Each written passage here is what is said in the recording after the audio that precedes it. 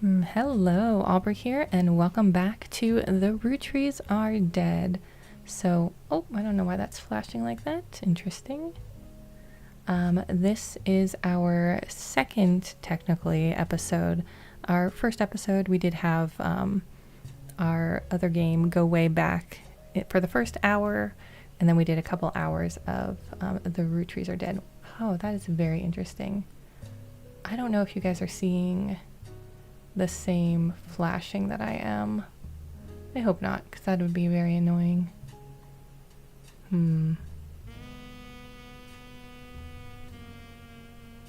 Anyways, I hope everybody's doing wonderful. Hey Kelpie, how are you? How was the convention? Tell me all about it. And we're just gonna go ahead and get right in. Hey Corlin, you were saying you just finished this game, right? The Rootrees are loading. And please let me know if the sound is okay today. I know not yesterday, 2 days ago, it was a little bit loud. Ooh, what's this? Riot Girl. What's this? The Notorious Montjoys. Oh, you didn't do the other part. Oh, okay. Because there's an after, right? So like you finish this and then there's like another. I wonder if we can look up the Montjoys. Bubbles Montjoy. I'm going to try to remember that name. Mystery Comics. Tales of Suspense. Montjoy. Let's look him up right now. Spider search. Bubbles Montjoy. Nothing relevant to your investigation. Yeah. But I kind of, I didn't look around the room, did I? It's over here. Oh, this is my desk. Okay, that makes sense. Convention was a lot of fun. Just made a couple sales. Your stuff was so cute though. I love the pictures you sent me. Did somebody end up buying the behemoth one? Did you name him actually? Or her? Okay, looks like that's all we can really interact with. Oh, the radio.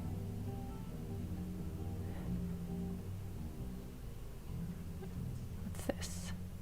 Family Doku, Alphabet Davis, Reversus. Oh, that's trippy. Ends and Beginnings, A Young Alphabet Adventure. The Erased Names of the Genesis. Interesting. Okay. Password. Don't tell me that's my password.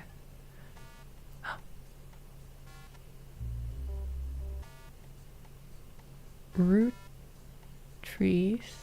are dead. The Roottrees are. Okay. I think that's just gonna keep going through that. And nothing I can really do here.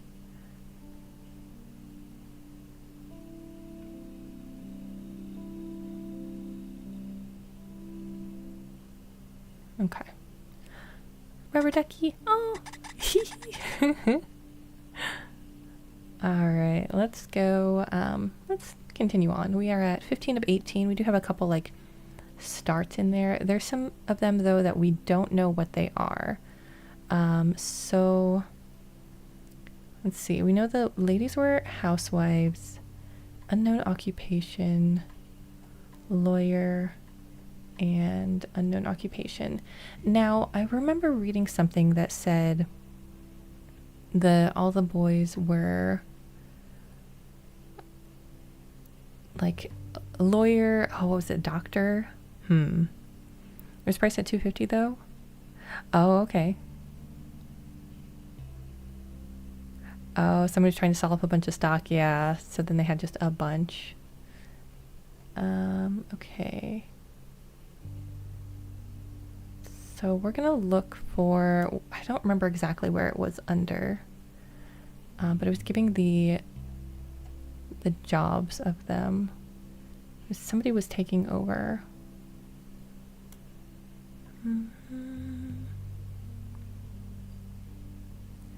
Oh, I think here it is. Okay. Architects, preachers, and lawyers. So, architects, preachers, and lawyers. We've got the lawyer. I'm going to go with architect here. Architect. And I'm going to go with preacher over here because we know that Miracle Jr. was a preacher. So I'm like father, like son. You made a lot of art trades. Nice. Ooh, yay, we did it. Okay. These 3 entries are correct and have been unlocked. So we got Clark Rafferty, Miracle Roottree, and Elias Roottree Jr. And we got establishing the 5-piece, I think it said. An achievement. Way, yeah. Oh, something's going on over here. Is that my phone? So you may have heard the You notice a spider lady. some of Nice. Carl's things have gone missing. That includes the pictures and mail I brought you earlier. I promise I didn't steal it. Mm-hmm, sure. But I did borrow it. I'll return it once we're done. Let me deal with my family in the meantime. Oh, I guess that means I've officially confessed. Who are you? A Roottree. Which one? I assure you I have a reasonable explanation for the secrecy. I'm about to do something big the family doesn't approve of. Oh. Do If tell? you just wait a little bit longer, I'll tell you more. In person. I'll return after 15 more blood relatives. Okay. Sounds good. Okay. So we got something new. Oh, that's just letting us know the person on the phone. WRTD radio. We already searched that online, right? Yeah, WRTD news. What was the name of the... Oh, it's the Butler County Times. Okay. So we already got that. All right. What are we looking for next? All right, so we got all the 5-piece taken care of. And looks like everything's good on that one. We don't have any like hints left for it. Oh, this one shows up here. How many hints are left? Campaign mailer, there's a lot. Notable Rootrees. There's still 3 items on here.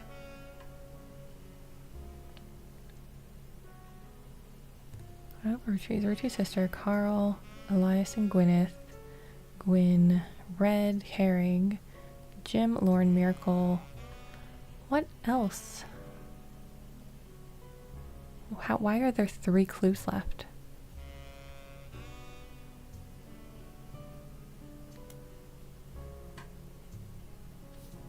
Did I not follow the breadcrumbs enough on that? Maybe. Okay, Watchman of the Year 87. There's one more thing left. Car Roottree.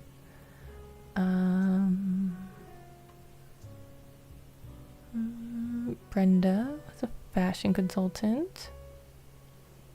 Oh, more stuff to find on the searches. Okay. His second cousin, Ernie. Oh, yes. Ernie, we were talking about second cousin, president of Roottree. So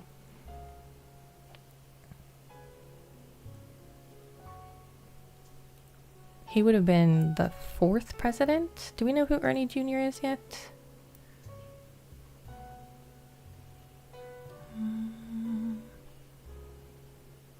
Elias? We don't. Okay.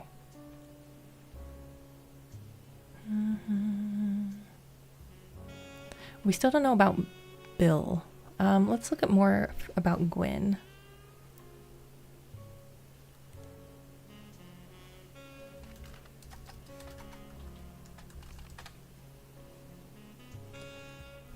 Let's see. Guys like us.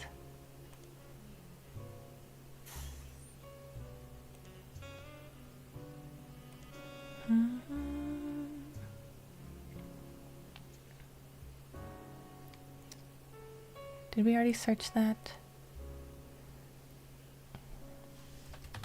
Oops.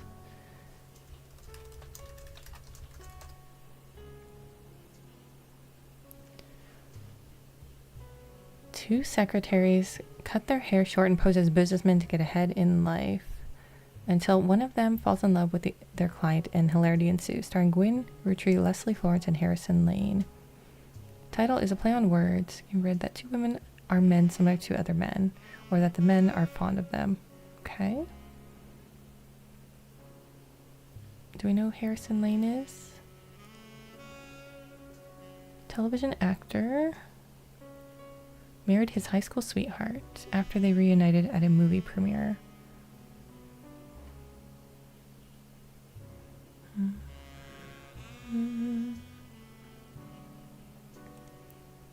What about Leslie Florence? Gwyn Rootree's co-star. Not much relevant information. Oh, there's not even a did you know? Okay.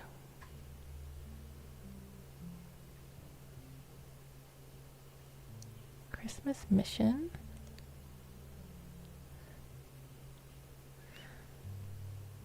Christmas Mission is on a page called Flops. It was a war movie about World War I, released in 1955, that received poor reviews and lost the studio money. Gwyn Roottree had a role as a soldier's wife who wrote him letters from home. You find no additional relevant information. Okay. Gosh, you know, taking a 2-day break wasn't a good idea. I don't remember anything that we were working on. I figured my name. Blah, blah, blah. So we know. We already knew that. What's her father's name? Unknown male. Just call him unknown male. Unknown female. Clancy. This is unknown female.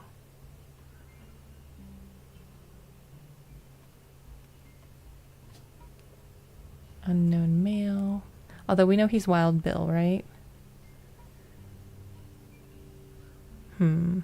Hey, Takepa, how you doing?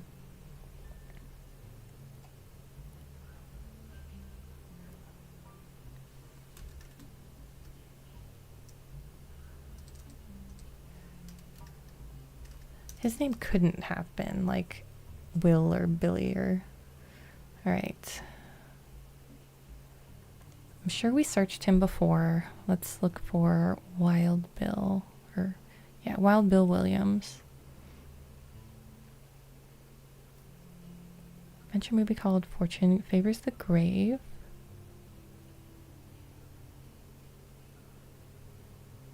He grew up in Paris, France.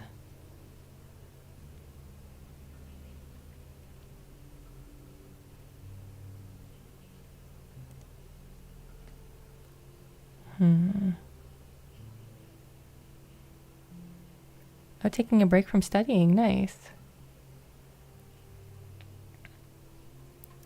What if we search like Wild Bill France? No.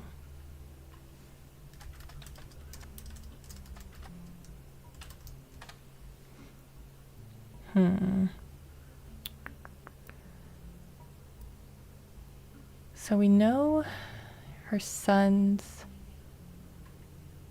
Actually, we don't know their names, do we?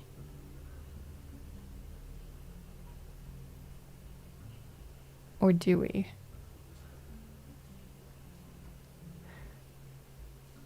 Oh, goodness. Gwyn Roottree, married to Wild Bill.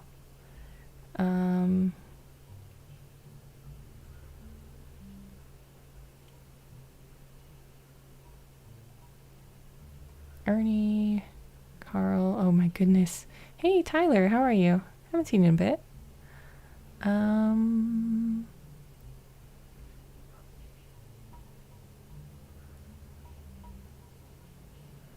Oh my gosh, I'm so like lost where we are. Let's go look at Gwyn Rootree's stuff. We were just already on that. Gwyn Roottree Sons? No.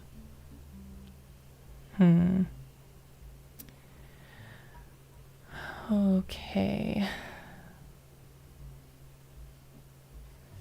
It's got to be something to do with Bill.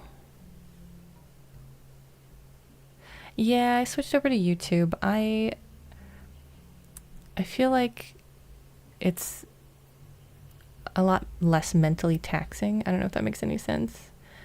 Do you think their last names are Williams? No.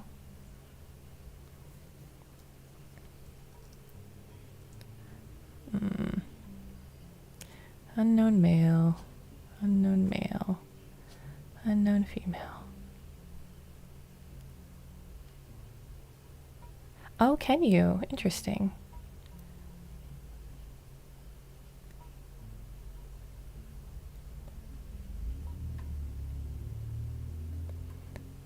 I looked up Margot, right? Or Margolite? Or did I?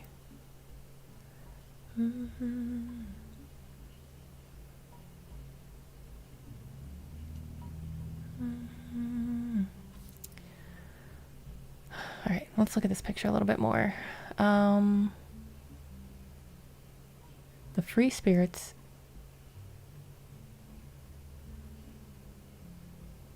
Oh, that was that picture of the other people. Couldn't make the reunion wishing well from Paris, Gwyn and the boys. What does his shirt say? All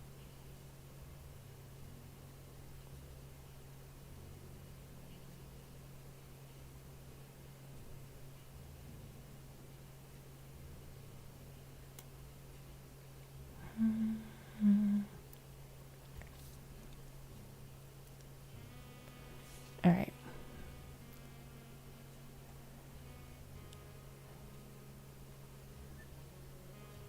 These times in an old single. Did I already look up Clark Rafferty? Jim and Diamond, okay. What periodicals do I have? Modern Music Monthly. Shouldn't there be like a Hollywood, like who's who in Hollywood? It's got to be through Gwyn.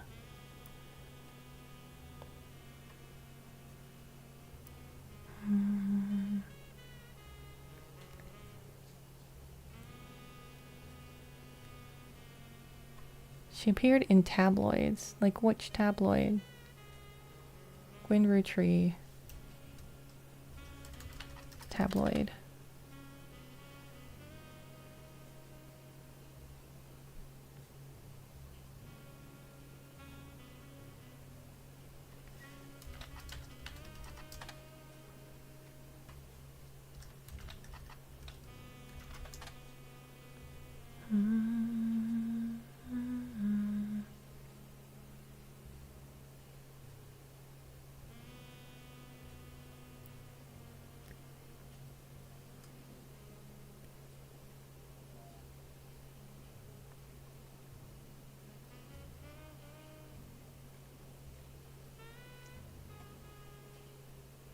And Fortune Favors the Grave didn't really give us anything.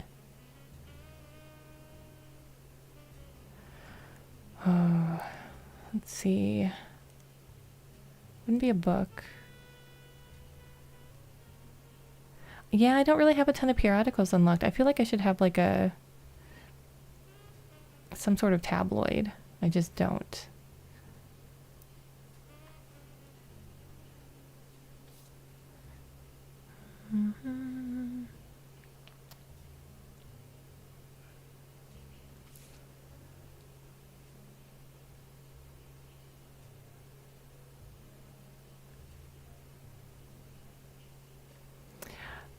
I would like a hint about the tabloid, yeah.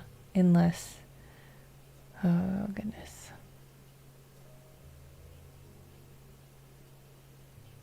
Show marketing items. Oh, cool. Alright, show all. Neat. I didn't know I could do that.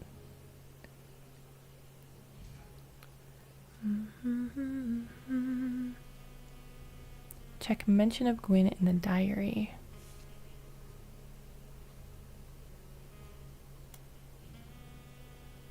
Sam, Clark. Gwyn is Gwyn.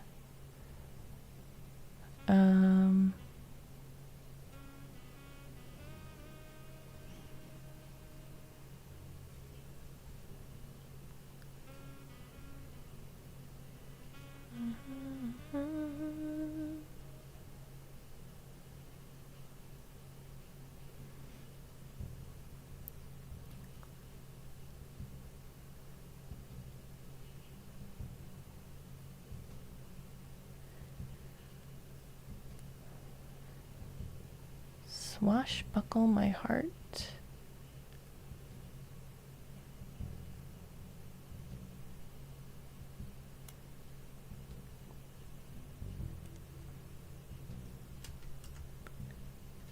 Oh goodness, I forgot to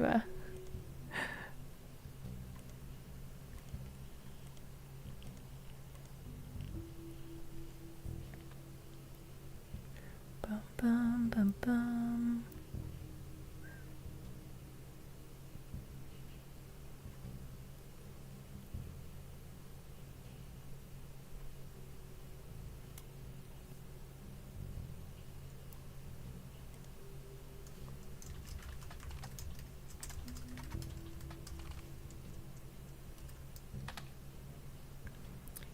Is that who it was?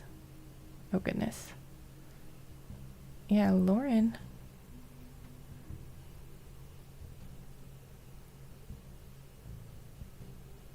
Swashbuckle my heart. Oh wait, this is... Yeah, this is Lauren. I'm super confused now. Bum, bum, bum.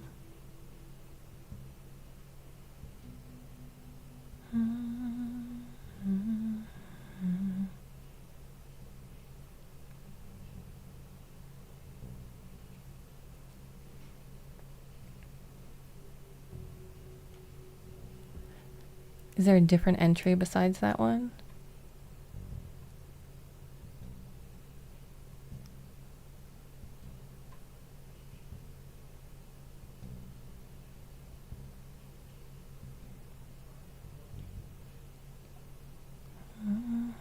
Okay.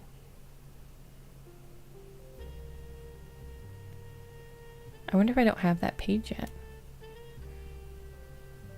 Oh, this one. Okay. Playing out loneliness. Aunt Margot. She's living a glamorous life while I'm stuck here. She gets to be Starlet. Kissing Legs of Harrison Lane and Wild Bill Williams.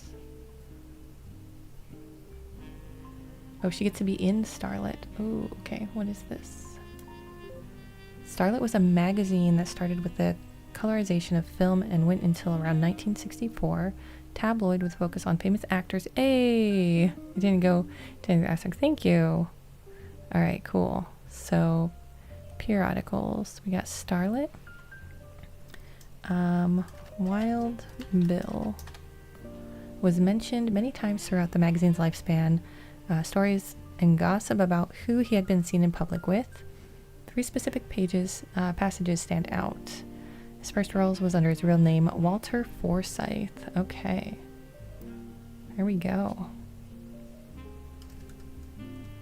Walter Forsythe. And then, would that make them... Nope. Okay, so they took their mom's name.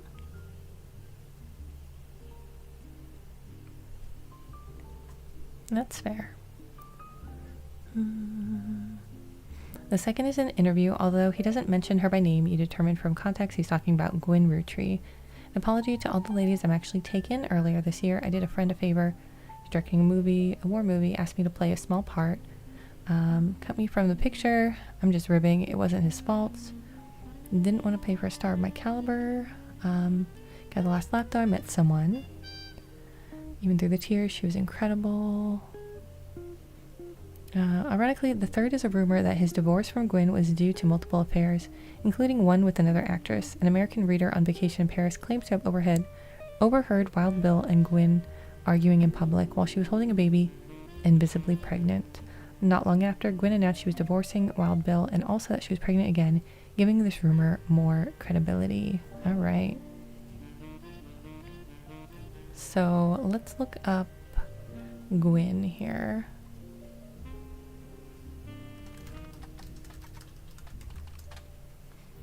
Often in Starlit, most mentions were around the time of her divorce. Gossip is speculative and full of tabloid stereotypes.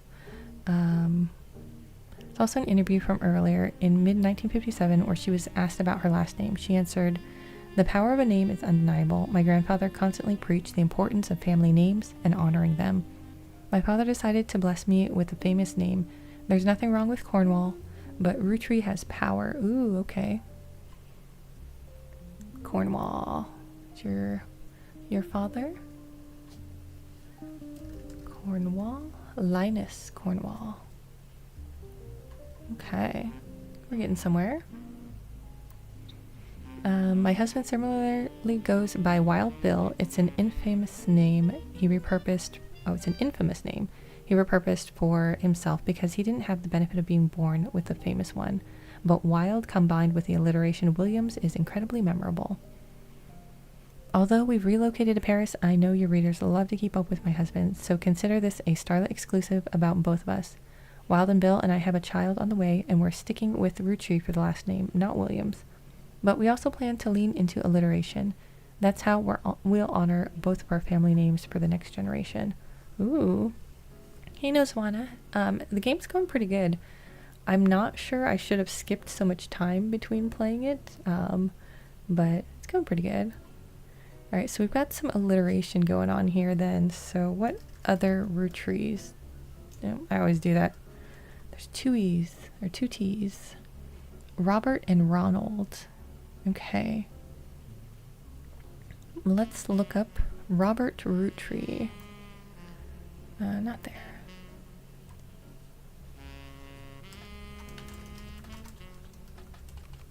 Not two R's. I'm going crazy with the doubles now. Okay, Ronald maybe?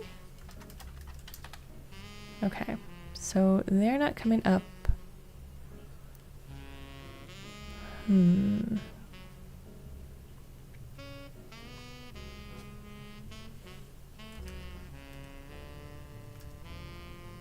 just gonna make a guess that you're... No, you look more like a Robert.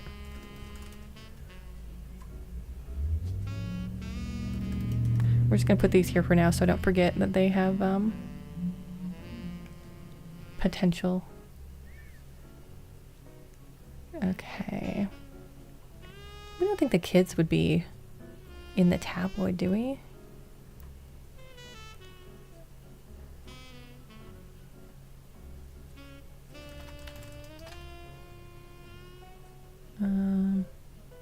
Butler County Times. Teen Blast. Business Watch? No. Okay. Did I search that one? Yeah.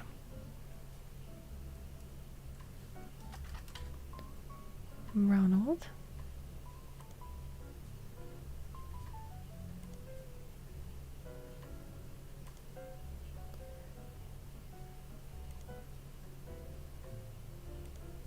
Okay. So we're gonna have to figure out some other way to find out about the boys. Okay, Linus Cornwall. Walter Forsyth.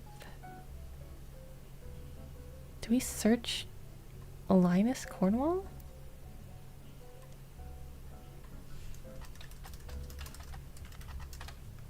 No. Okay. Oh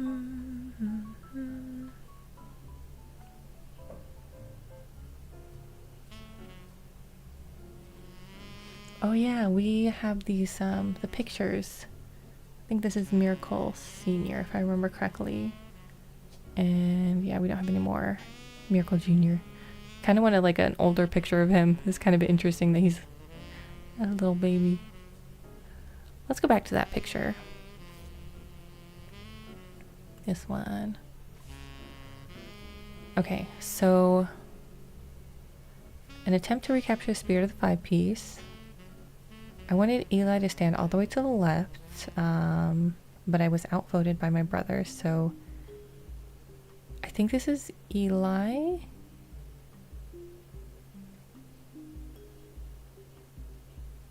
Right? Yeah.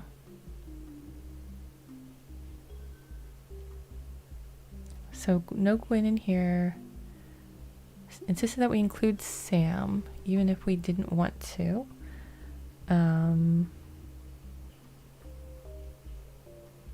The miracle was in it.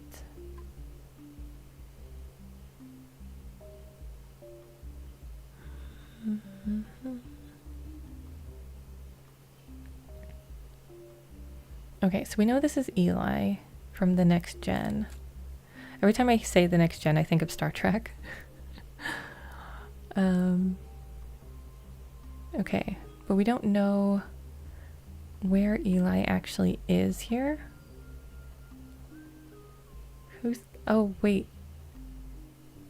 Is this Eli? Yeah, this is Eli. Okay. Right? No. That's not right. Eli is over here. Her brother Eli, because it looks like her pop, right? I'm just gonna stick him here for now.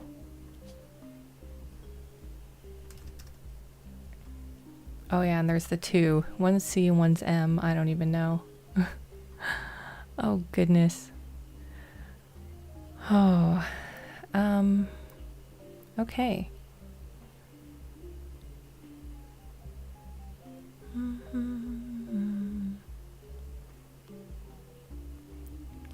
So we know the 4 of them are the siblings then. So this is Lauren. And these are her 2 brothers. Okay, so Eli is probably the second one. This is probably her first brother. He just looks a little bit older. Okay, so this is him. This is him. Unknown male. One of the Eli's, and this is Clancy. Maybe. Clancy to Carl. I don't know.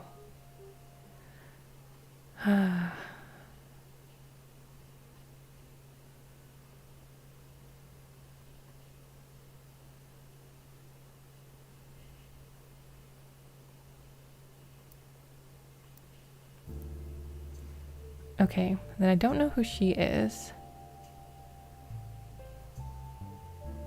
Is that Sam? Surely not. This has got to be Sam. She looks like she doesn't want to be there. Then who is this? So we know it's not Miracle. I wonder if that's Miracle's sister. Oh wait, we've got 3 more over here. Confusing. Oh goodness.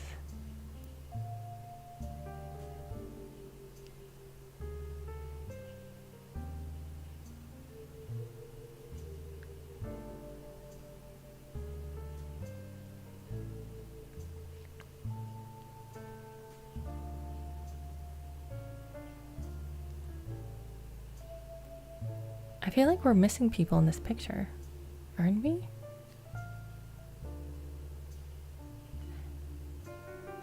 No, that can't be Miracle's other kid because Miracle Jr.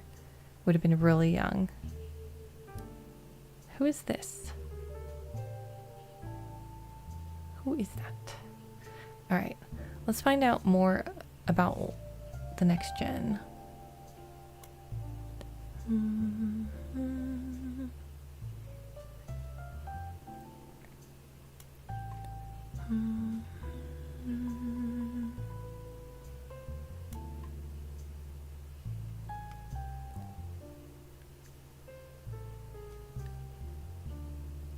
Okay, Architect's Preachers, yes. So 5-piece came down to the next gens. Pop argued at length that the company should stay with our branch of the family. Not even sure Clancy would have wanted it, but he's the one who has volunteered. We already know about Clancy. Said it ended up going to Zach, even though his surname doesn't match the candy. He's the firstborn son of the firstborn 5-piece. Okay, Zach. Firstborn son of the firstborn 5-piece. So he's one of these.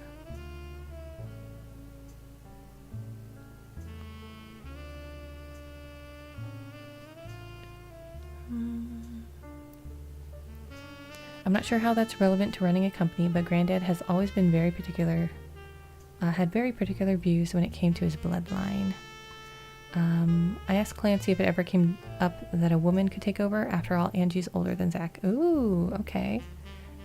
And I'm the oldest of us all, but he just laughed. Okay.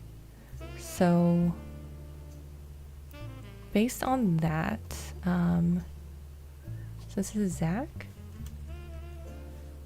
Is it Zachariah or Zach? Let's see. Over here, we're going to have Angie. Morden. Okay, so it's Morden. Zachariah. Angelica. So you are a Morden. James Morden, I'm gonna go with. Okay, so back to that picture. Not you. I don't even want to touch that picture. There's so many in there. So Angie and Zach.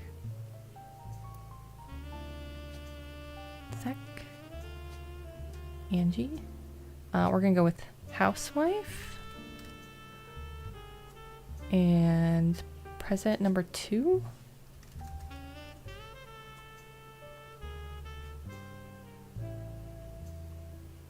You're all taken care of. You're probably not born yet. So does that make the other person in that picture Sam?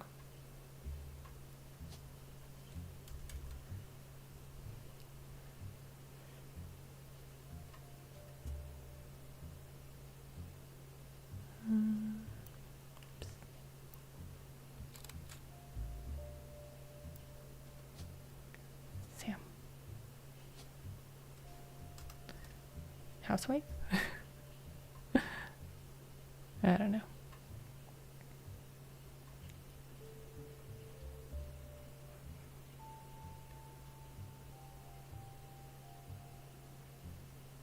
No, that doesn't make any sense. Why would they say that Sam shouldn't have been in the picture?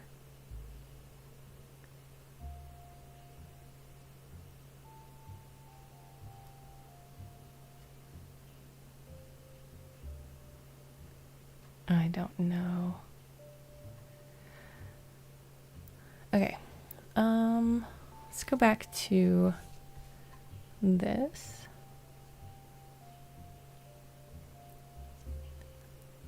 Angie's older than Zach. I'm the oldest. I'll never forget. Maybe they wanted to go to the only member of the family who looks like he samples the product. Aw, that's mean. He is the bigger one though, huh? Okay. Sam learned that Elias Roottree had given in to his wife and announced that Sam, an obscure relative, was to be included in family gatherings.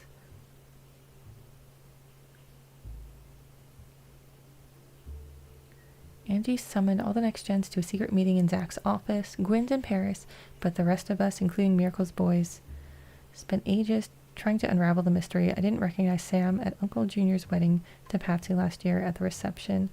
When I asked who Sam was, Pop shushed me and said it was complicated.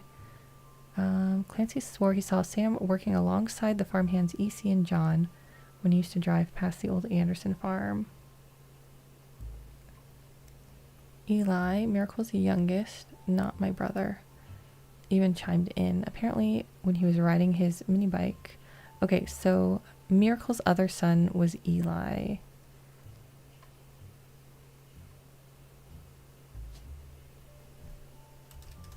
But I don't know which one. Is it maybe C? And that would make him M? Oh wait, no.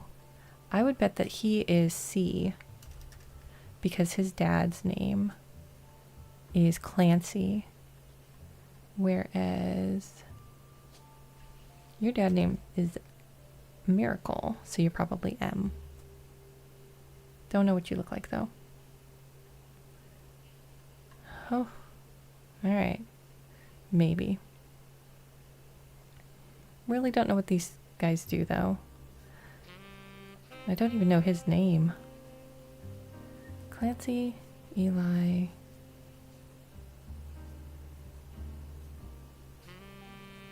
Okay. Nothing explains why an outsider has cozy in family affairs.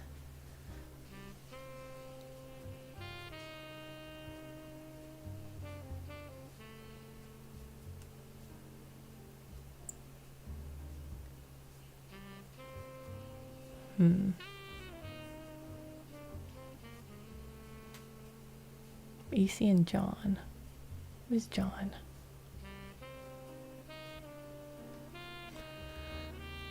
Okay. One of the final entries called Clark from Lauren Rootree's diary. Clark's getting married and, in my opinion, far too young. Danielle isn't much older, but openly confronting them would make me a hypocrite. He's a free spirit. No aspire to musicians and artists and dancers. So Clark is on her tree. Oh, that's Clark, yeah. With Danielle. That's right.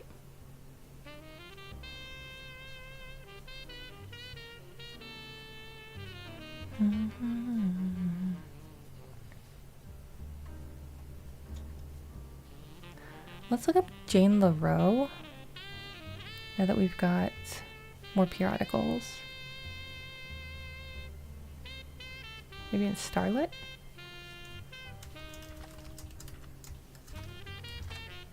No. Diamond? No.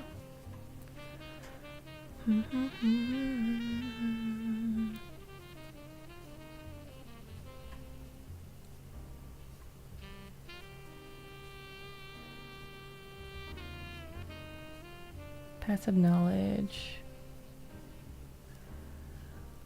My brothers all seem to pursue passive knowledge, and the most rebellious thing any of us ever did was bring home someone who would be illegal to marry who lived anywhere south of Pennsylvania. Pop seems to have gotten over it because Edward is set to take over his department once he retires.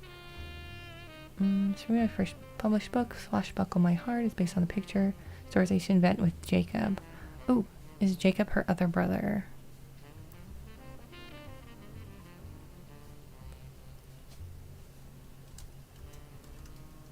Oops. I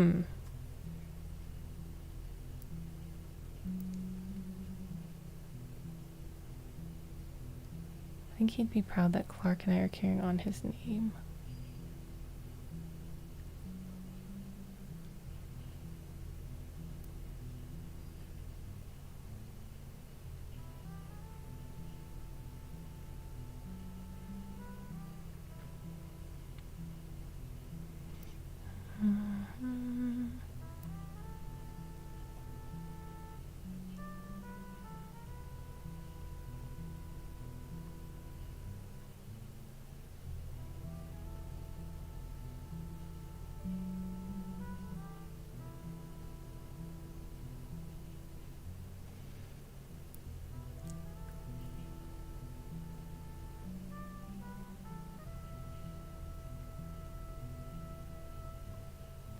Pop seems to have gotten over it because Edward is set to take over his apartment once he retires. So, Edward.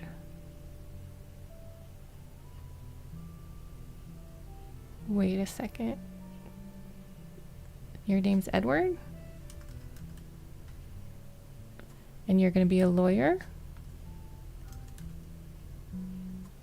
Oh, yeah. Alright, let's see who we got right and who we got wrong.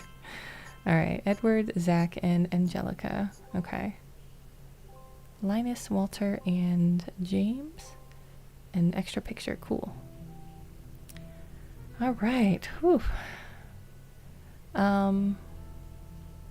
So she said her brothers all had scholar things. So okay, this is apparently not Samantha, or she's not a housewife. Unknown. I don't know, I'm just gonna leave her there for now.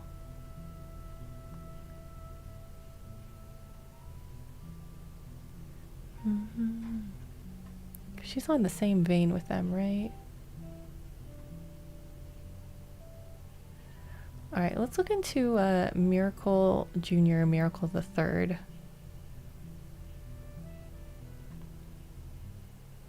Work on this branch over here for a little bit.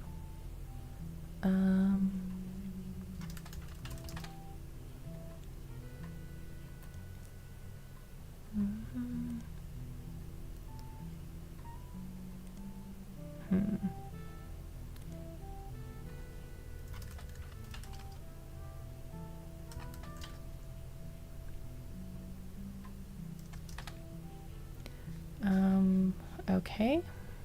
Miracle. I think we've already searched Miracle Roottree, but... Oh!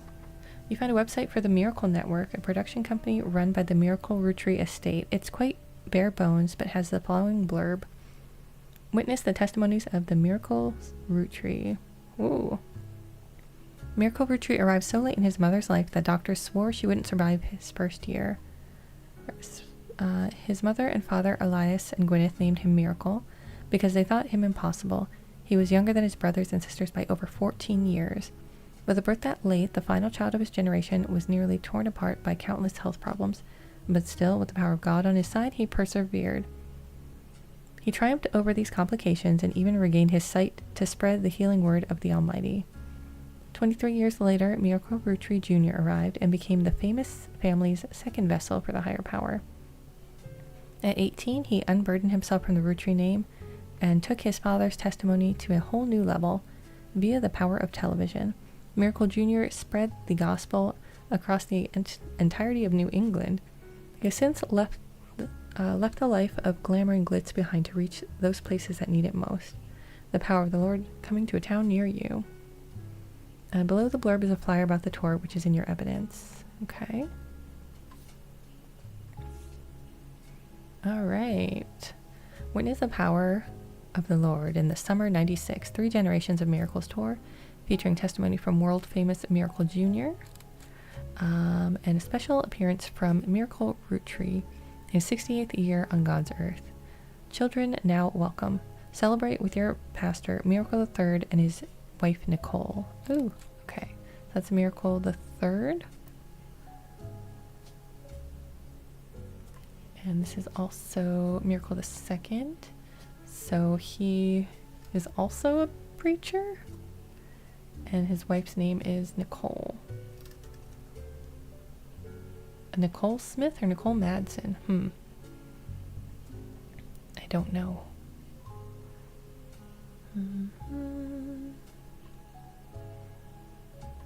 I wonder if Elias was also a preacher. Doesn't sound like it, but okay. Youth pastors, yeah. Okay.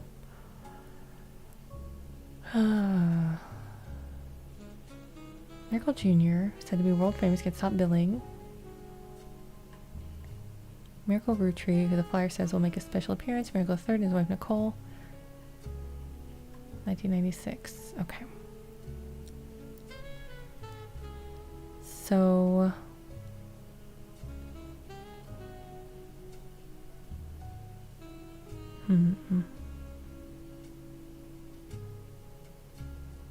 Via the power of television.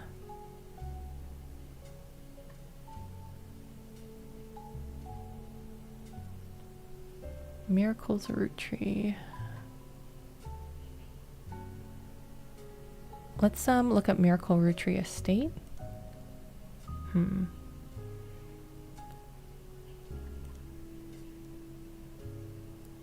Miracle Network. Oh, why does it always cut off the last letter? You find a website for the Miracle Network, a production company run by the Miracle Roottree Estate. Oh, this is the thing. Okay. Did the Miracle Roottree Estate cut off the last letter also when I did it? No. Okay. Okay. Do we have any periodicals that this would go into?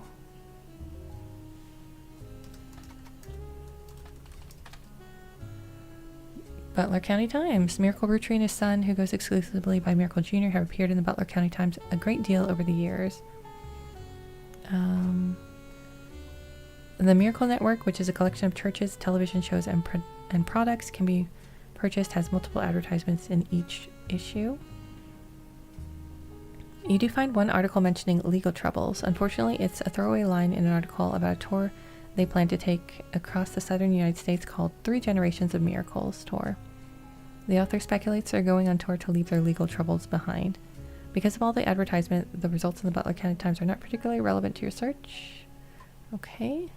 3 Generations of Miracles. Okay, it's just the same. Okay. Let's look up Nicole Roottree.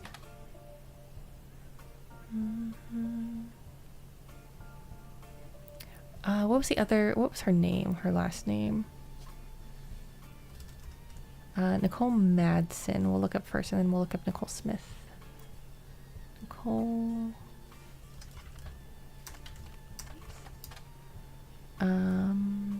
Smith. Okay.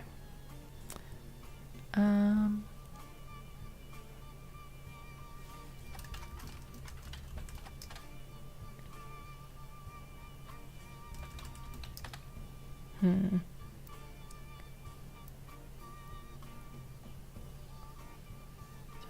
dun, dun, dun, dun, dun. Well, which Nicole is it?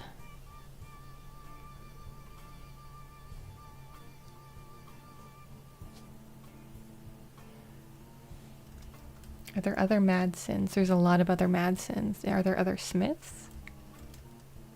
Oops. There are not. I'm going to go with Nicole Smith for now. Because I think if it was Madsen, it would be multiple other ones. Now, we've got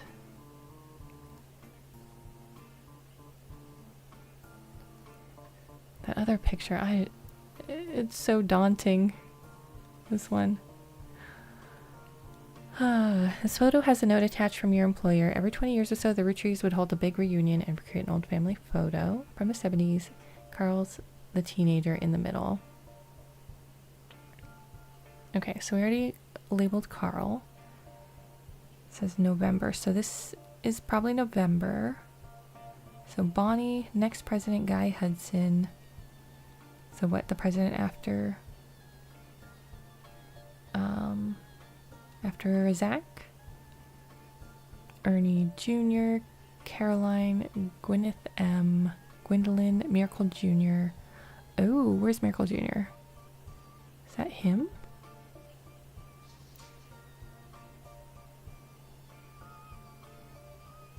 Sure looks like him. He's got like... I'm gonna guess that's him. I don't know if I can put his picture though. That one.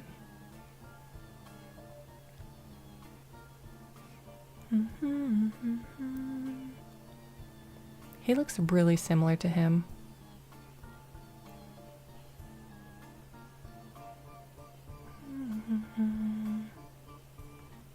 Eli M. Oh, that's his brother, right? It's gotta be him, right? They're the only two blondes.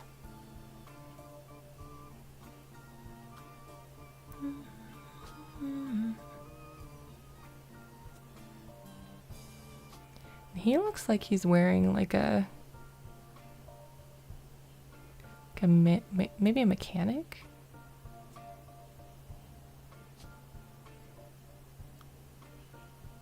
Or a pilot? Anyways, we'll just keep him at unknown. Let's see. Next president, Guy Hudson. Let's look up Guy Hudson.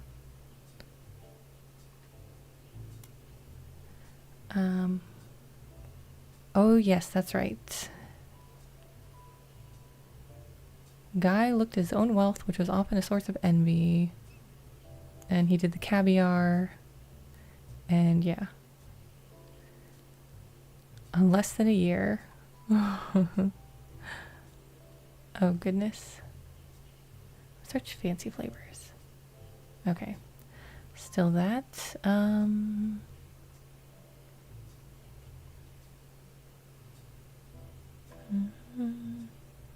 So who is Guy? So he would have been after Zach. He's in this row somewhere. We pretty much got all of them figured out. So unless this is Guy. What's Guy's last name? It's Hudson, right? Yeah, Guy Hudson. So he wouldn't be under a Roottree. He would be under a Hudson. So I'm guessing one of them.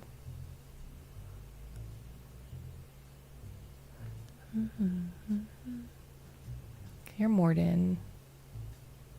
Is there another Hudson? Christopher and Bonnie. So this is probably Christopher Hudson.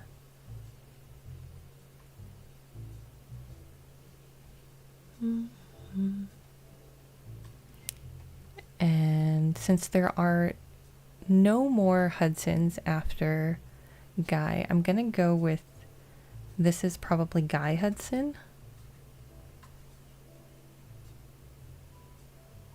Because he would have passed his name down. Whereas his sister, Bonnie, would not. And he's what, we say like the third president? Bonnie's probably a housewife. I feel bad marking this, but it's true. I'm sorry. Okay. I feel like that kind of makes sense. I can't tell what color her hair is, but they both have like kind of the red hair going on. Let's see who in that picture kind of matches. I'm gonna go with these two. This is Bonnie and Guy. It's gotta be, right? Bonnie and your Guy. Ayo. Me say Dale. Alright. What do we got? Nice. We locked in Nicole Smith, Christopher Hudson, and a couple miracle photos. Booyah. Okay.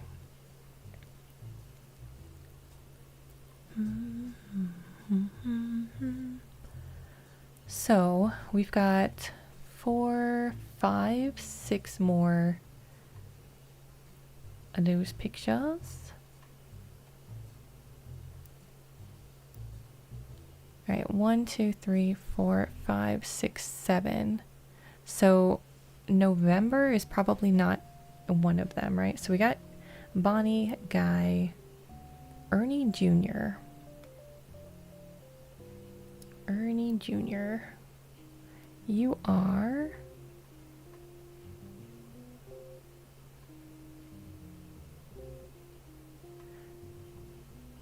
interesting. Who would go by Ernie?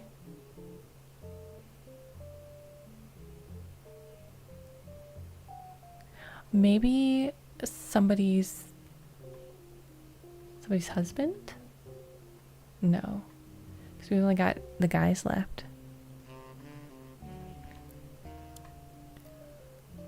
I'm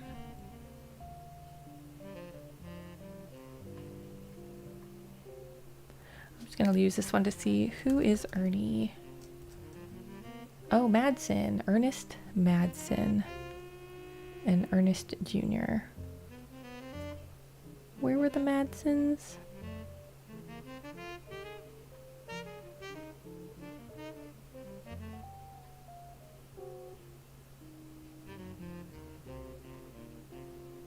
I don't know. Who are the Madsens? Are you guys the Madsens?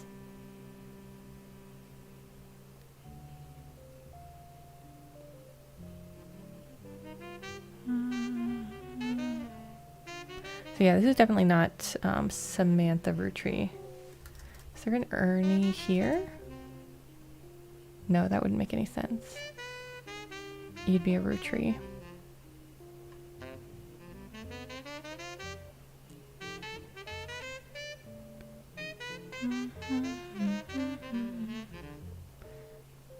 Dang, what the heck? This is a head scratcher.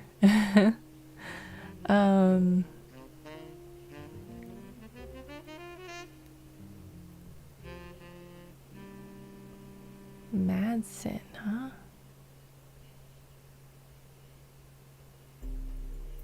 And I feel like I just don't have their occupations right. They were supposed to be in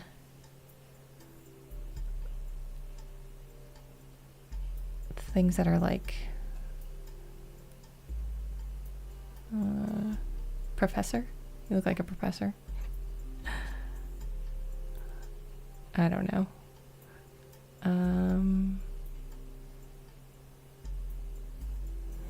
I'm gonna stick them both as professor for a second.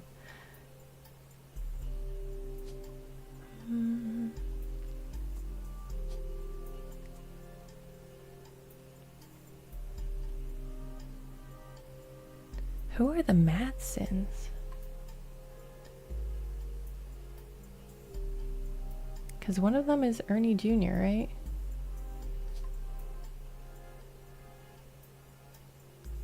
And that definitely says Eli on it, right?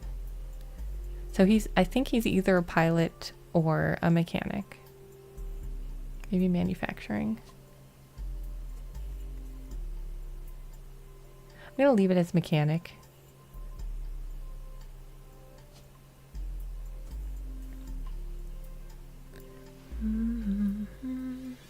All right.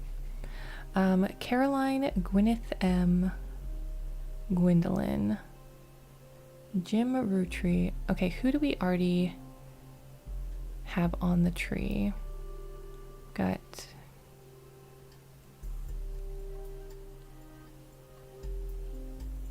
Jim, Carl, Clark. Okay, so we've got Eli, Carl, Clark, Jim, Miracle Jr. We've got them. So Gwendolyn, Gwyneth, Caroline, and Ernie Jr.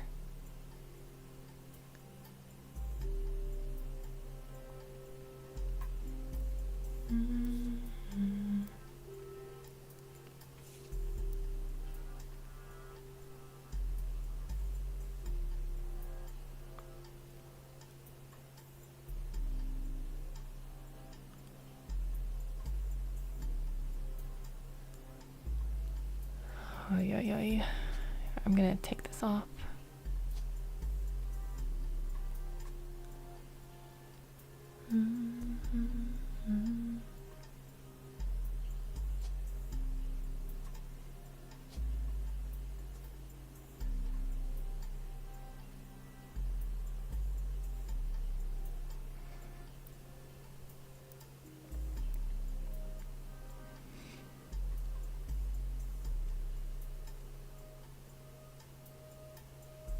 All right, let's look up Gwendolyn.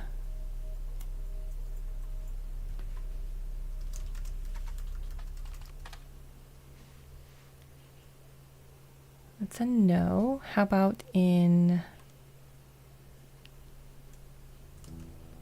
Oops. I think that's how you spell it. How do you spell it?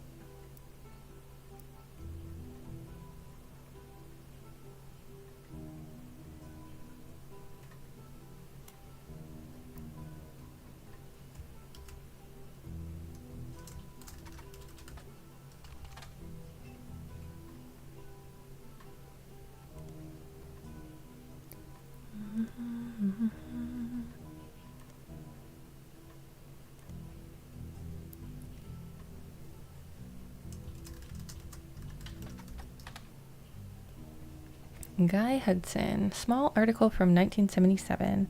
Guy Hudson, along with his twin sister, are no strangers to the public when it comes to Roottree snacks. They both appeared in the company's advertisements as children during the Boys and Girls Agree era.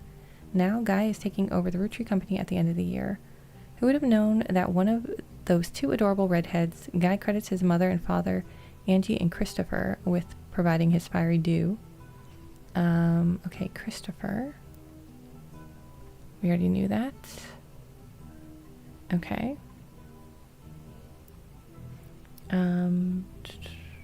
Arguing over everything but chocolate would grow up to take over the whole company.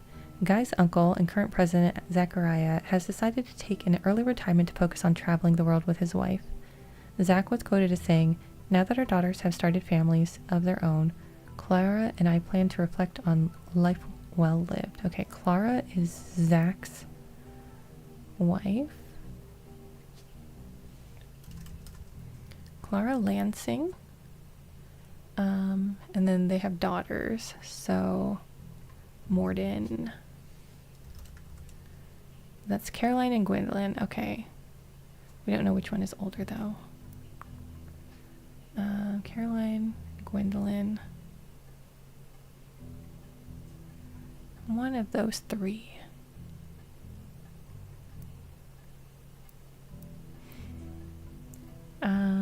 Clara and I plan to reflect on a life well lived. Guy is new to the business world, but he's family. We at Roottree have faith in this innovative ideas, and he's eager to share them with the world. We like to think that Boys and Girls Agree that he's ready to succeed.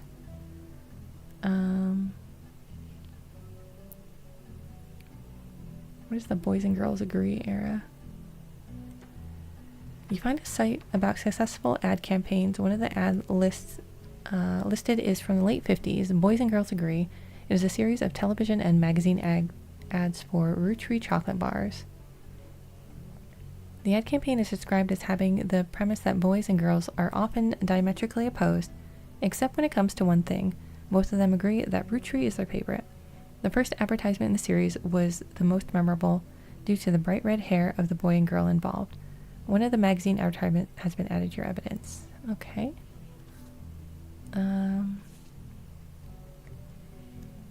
Boys and girls never agree on anything except Roottree. Okay. An ad for Roottree candy from late 50s. Ad campaign is described as having the premise that boys and girls are diametrically opposed. Okay. So we got the second pictures. Okay.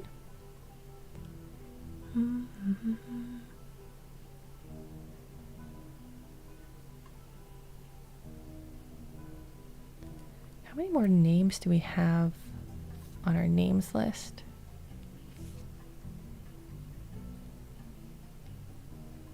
Having a lot less guys. Something Eloise, what?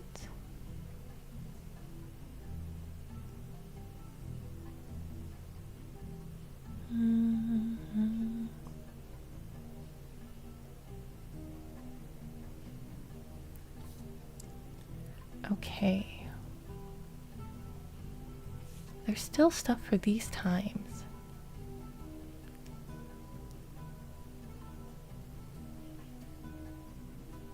Did I look it up in the Starlit periodical? No. I'm pretty sure I already looked it up in music.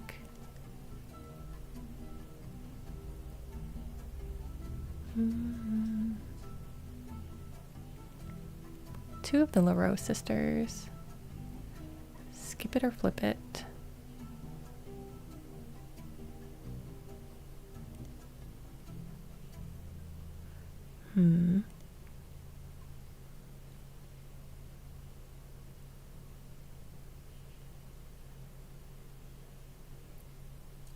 Let's look up the LaRoe sisters in Starlit.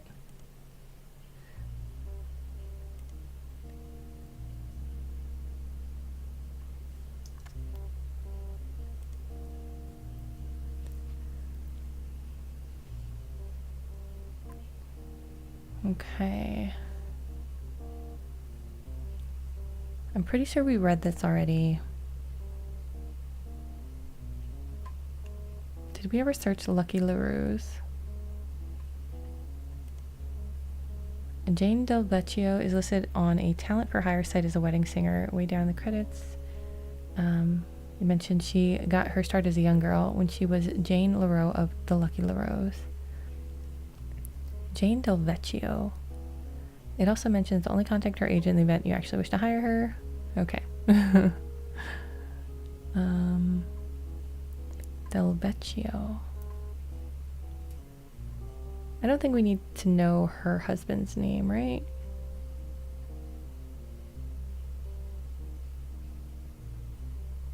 Because it matters what his name is. Do we have another Rafferty?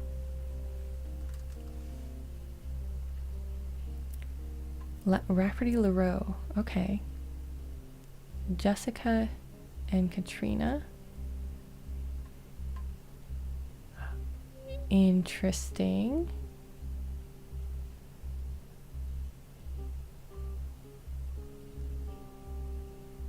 Wait a second.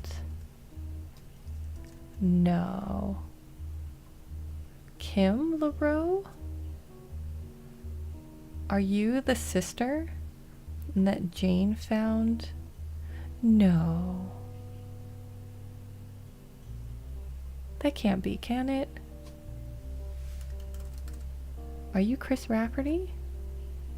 And then you're the daughters? And Jessica and Katrina?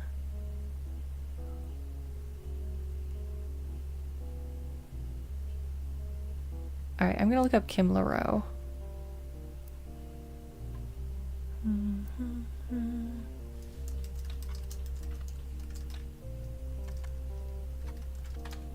Scandal, right? I think I spelled that wrong. LaRux?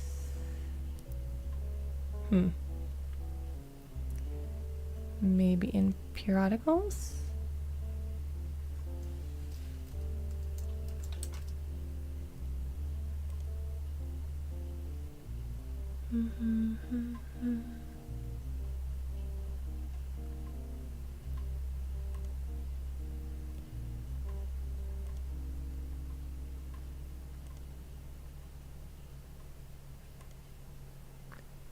Okay. Well then.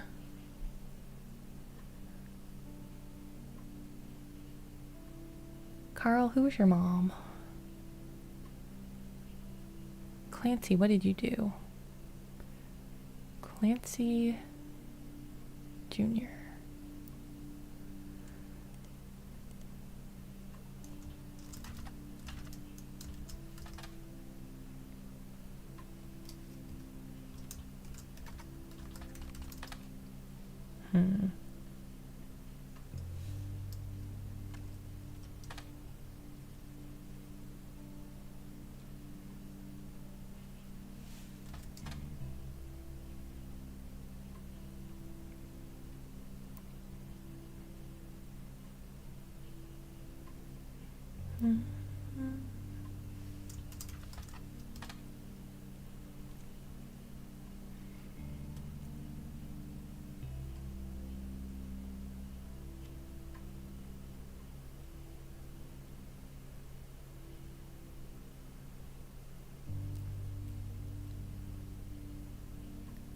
Interesting.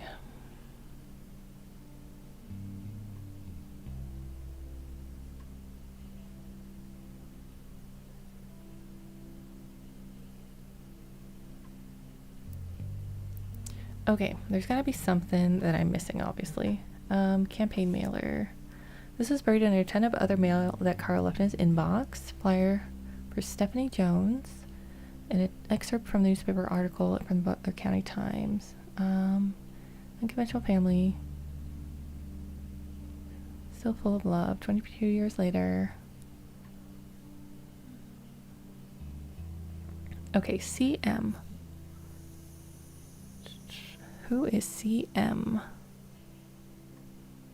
Gonna be on the same tree as Carl. CM.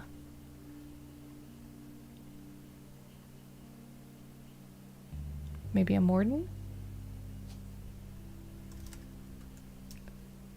So we got Caroline and Gwendolyn. Yeah, so Caroline Morden. Or Gwendolyn.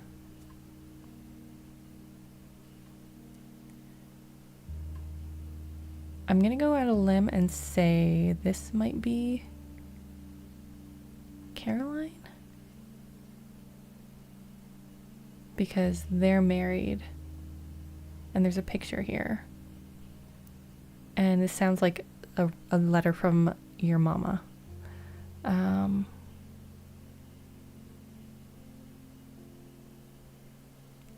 So this is probably Stephanie and her husband.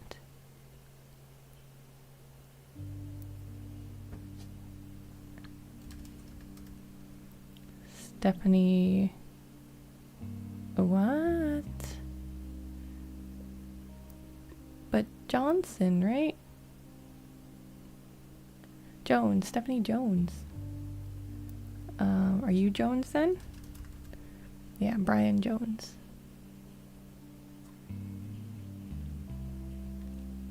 Okay, so you are Caroline.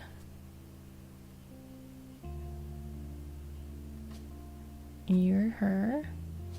You're him. And what's your name? Okay.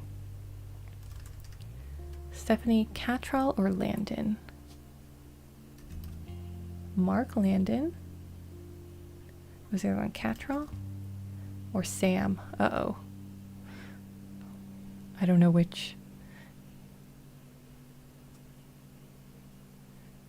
I don't know your name yet. Let's look her up in the Butler County Times.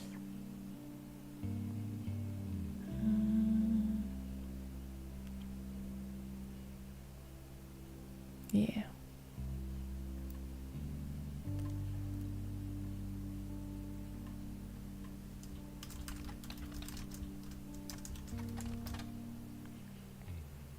The most recent mention of Stephanie Jones is a small report detailing the election results from last month's election. Stephanie apparently won her election. You also find the full version of the newspaper clipping on the back of the campaign mailer. While most of it is unimportant, you do find the following. Stephanie Jones, born Stephanie Landon until her marriage to local business owner Brian Jones. Okay, Stephanie Landon. Which means you are Mark Landon. And you are politics. Ayo. We're getting more. So we got, oh, he is a mechanic. He is a professor. Oh my gosh, that's hilarious. I'm sure I was probably supposed to find that out some other way, but whoops, and we got a bunch of little pictures. Okay. All right. So Caroline Morden and you then are Gwendolyn Morden. And I feel like just based on your cute curly hair, I wonder if this is Gwendolyn.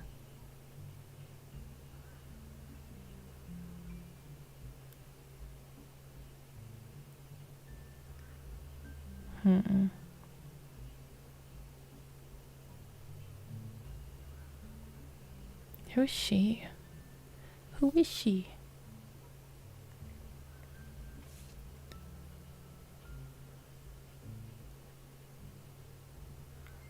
Penelope Tessa Green. Oh boy.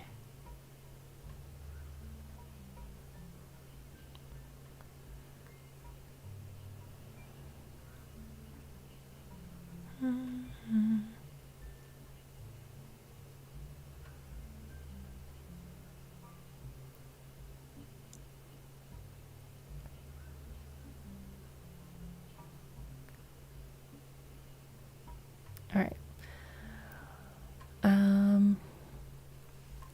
Stephanie grew up in a home without a father. With my mother and her partner, I essentially had an entirely female influence.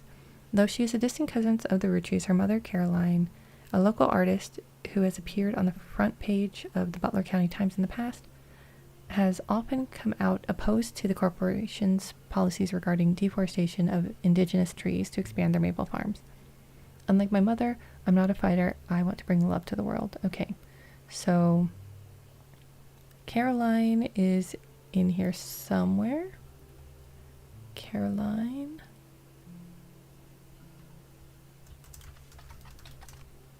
And what was Caroline's actual last name? Morden.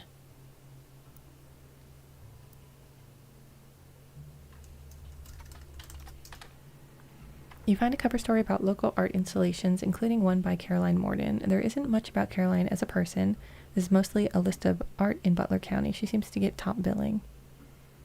Accompanying the story, there's an image of Caroline standing beside a large metal sculpture of a mermaid. Is captioned, Caroline standing next to her sculpture, Atlantis Burden. The sculpture is one of many works featured in her upcoming book, Self-Portrait Art and the Beauty of Women. According to a quote further down, Atlantis's burden is meant to symbolize a society split by indecision over whether women should be equals or something to protect. The picture on the front page has been added to your evidence. Okay, we need to look up her book. By Caroline Morden. Oh, wait. Go back. Oh, goodness. Go forward.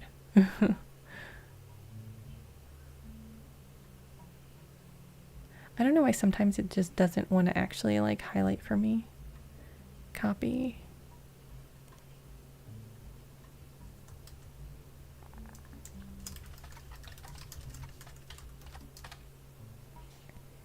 Published 1987. Dedicated to Eloise and Stephanie. Okay, Eloise, huh?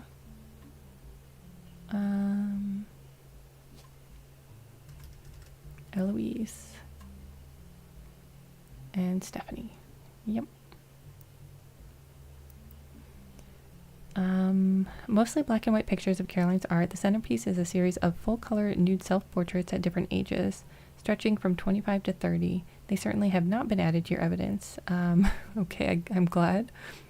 In the intro, Caroline talks about influences. She was one of the youngest in her generation.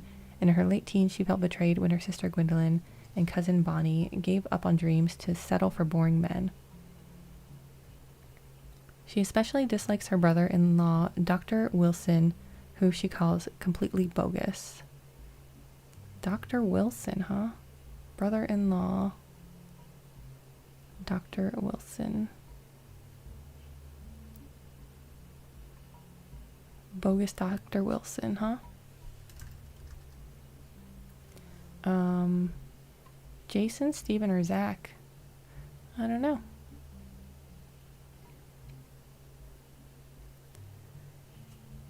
Okay. Either way, he's bogus, apparently. Their marriages led her to double down on her passions, art and the environment. She even married a man who was the opposite of boring, which was an overcorrection. Wait, her cousin Bonnie is... Yeah, Bonnie Hudson, okay. Okay. She comes out strongly against the Roottree Company's effect on the local environment and rues how she was not able to convince her father, Zach, to make changes to policy. She also explains that her marriage to Mark led to the most volatile moments in her life, all negative, and that the only good thing he ever gave her was a daughter.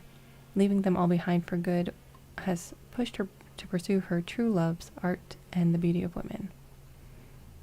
Okay. So, we already do Mark, right? Yeah, Mark Landon. She is an artiste. And we have a picture. A caption, Caroline standing next to her sculpture, Atlantis' Burden. Okay.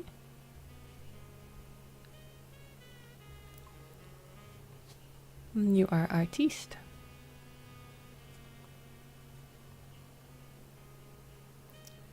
So based on that picture, she's got the wavy hair. So I want to say in this picture, she's probably her, which means this is probably her sister.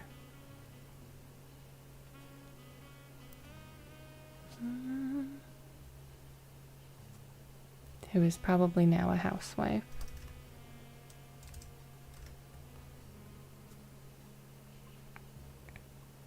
Who married, I forgot now, Doctor something or other. Okay, let's go back to your brothers. So this was a professor. You are a principal? Maybe?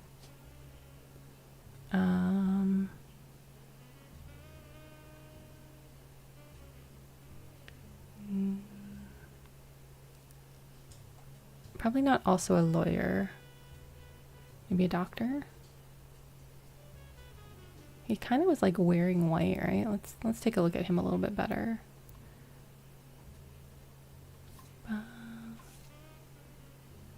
Oh, maybe not. He's got a suit on. That's not a doctor. Probably not. I shouldn't go based on what they're wearing, should I? Not a CEO. Not an architect. I'm just feeling principal. I don't know why. I'm just feeling principal.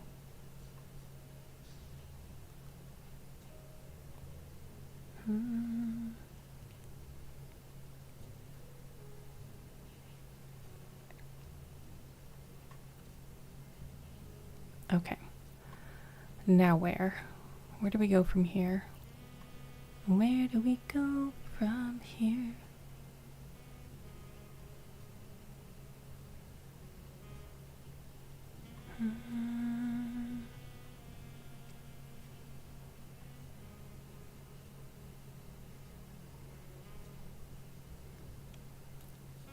Let's look up the doctor.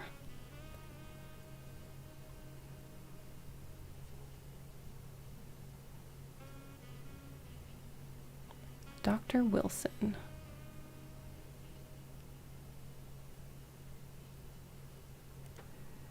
Dr. Stephen Wilson is a pediatrician who practices north of Pittsburgh.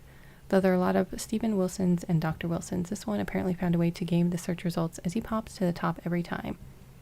His website claims that he is the pediatrician to the stars. The only evidence for this is that he apparently was the doctor to the Roottree sisters. There's a picture of him on his website as well as a picture of his 3 children. The 3 of them look as though the photographer was holding them hostage.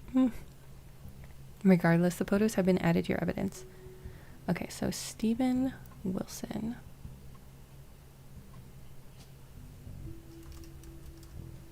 So we got Stephen Wilson.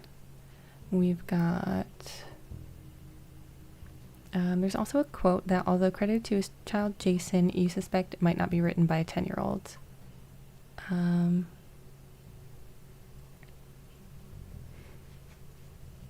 Yeah, I mean, I'm trying not to like read in, but I figure they put him in certain garb to let you know something about the character, right? So I agree, Nozwana.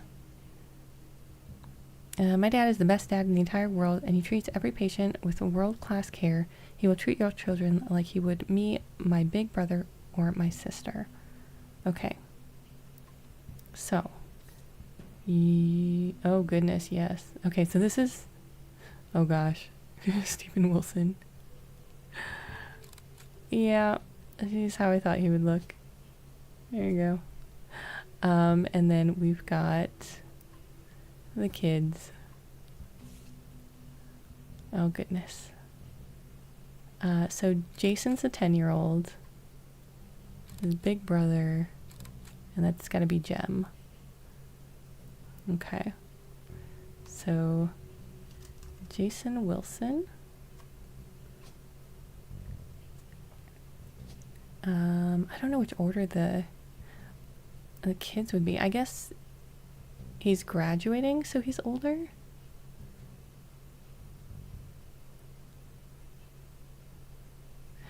Yeah. Did you hear that the person was like, they look like they're being held hostage, except for Jason. He looks like he's like, I'm okay with being here. It's fine. I'm gonna guess that he's older. Where'd she go? There she is. We're gonna call Jem and Zach. You are a student?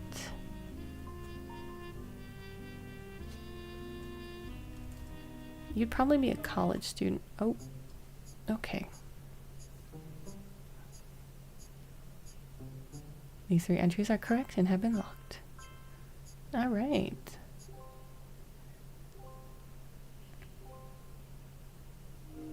Okay. And you are a student in K through 12. Wait a second. Oh, college is still there. I was like, did it leave? Okay, so we can put her extra picture now, which I didn't actually grab. Oh, Gwendolyn is not a housewife. Gwendolyn, what are you? What do you do? Interesting. Unless that's just not her picture. That might just not be her picture.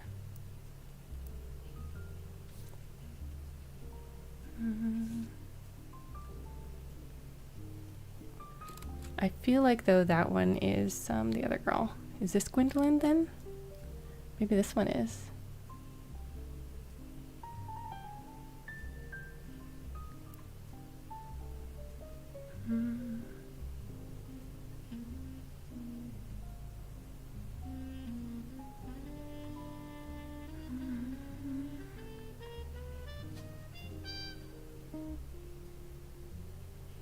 Are you Gwendolyn? Pretty sure you are Caroline. Alright, we're gonna try her as Gwendolyn. Although, I just feel like the other girl's got more texture to her hair. But then she also looks like she might be with November.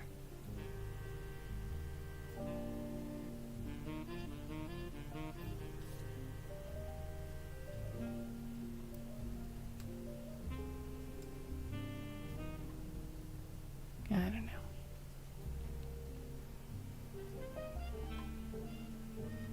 Okay, where were we? Guy Hudson. We don't know anything about his wife, do we? Did we look him up in...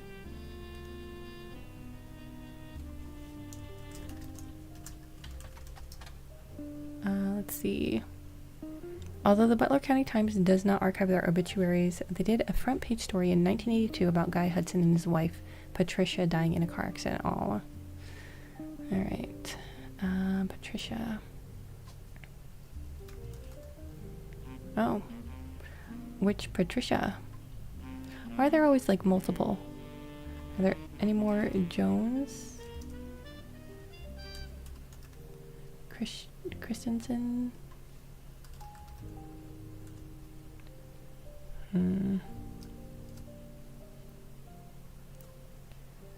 The story itself is surprisingly light on relevant details due to the recency of the accident. Police report that the crash was caused by an unidentified driver who swerved in front of the Hudson's car, causing them to brake hard and veer off the interstate. Although Guy was a somewhat controversial president, foul play is not suspected.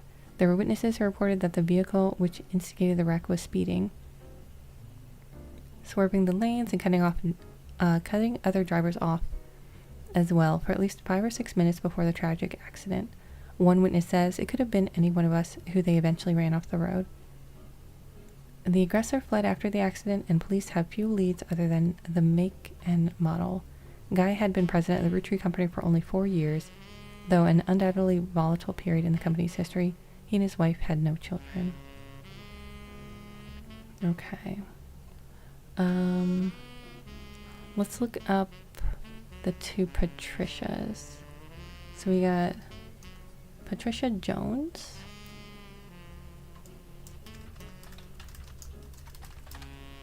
No. Okay, and then the other one was Christensen.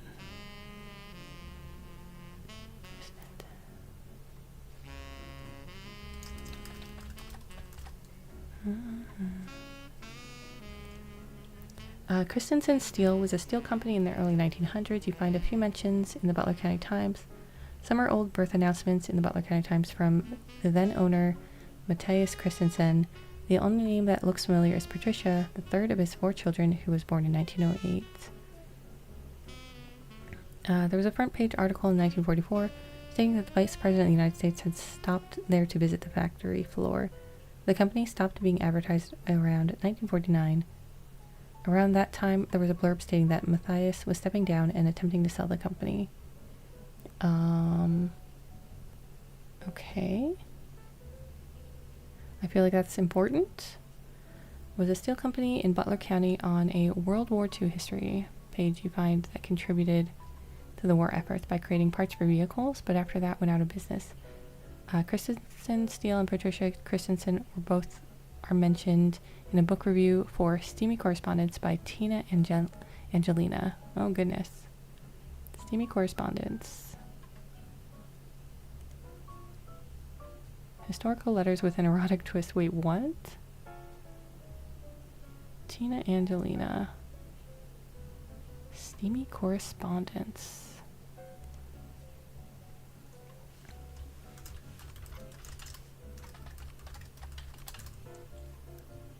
Is it Tina Angelina? Oh goodness. This is a book of historical letters with erotic twists. Each letter is accompanied by context from the book's author. A letter from the book has been added to your pages. Oh, you didn't find this?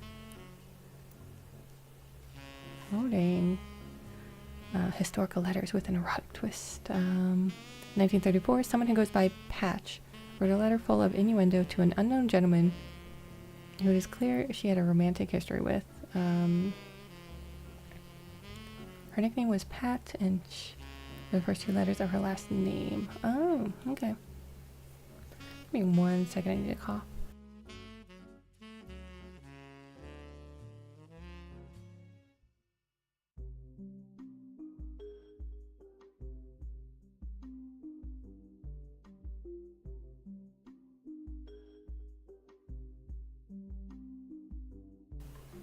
Alright, Patricia, who would have been in her mid-20s when the letter was written, was married to an older man of no notable status. This letter was most definitely not to him. There are also a few passages after the steamy bits that mention a daughter, leading Tina Angelina to theorize that this letter was written to the father of a child she hid from society in some way. The letter ends on a mention of a twisted twin that seems to evoke imagery from classic literature. If not for her story, yours and mine would be the most tragic tale ever told. How awful is it that such beauty was ripped from its rightful fate, and were sent to live in possession of your brother's twisted twin? Yeah, I feel like this is a different Patricia in the... Well, obviously it's like one of them, but yeah, she's definitely the older one. Left an outcast, forced to a life of labor under a wicked relative. It's like something from the start of a children's fable. She deserves not the life he has been sentenced to. I can't stand to be apart from you both. Someday I shall return to you, and I pray that he has not corrupted her to know his sins. I swear that on that joyous day, with all of the strength I can muster, I will fight for our child's freedom. Let us pray her fable has a happy ending. Tina has no theory for what the more cryptic parts of that meant. Okay. So, Patricia Jones it is. Yeah.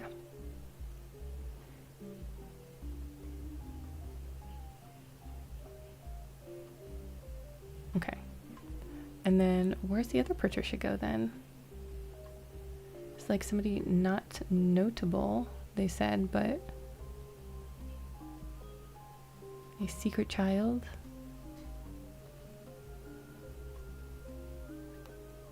And what's this about an evil twin? So confused.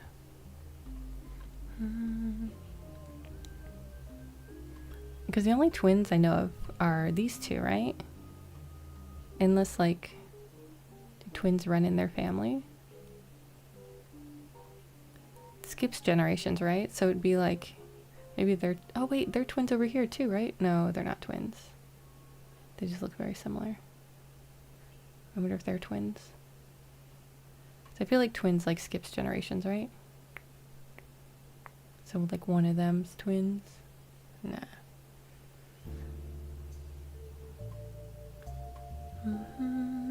Okay, what was I doing? Tina, Angelina. Okay, so Christensen Steele is, goodness.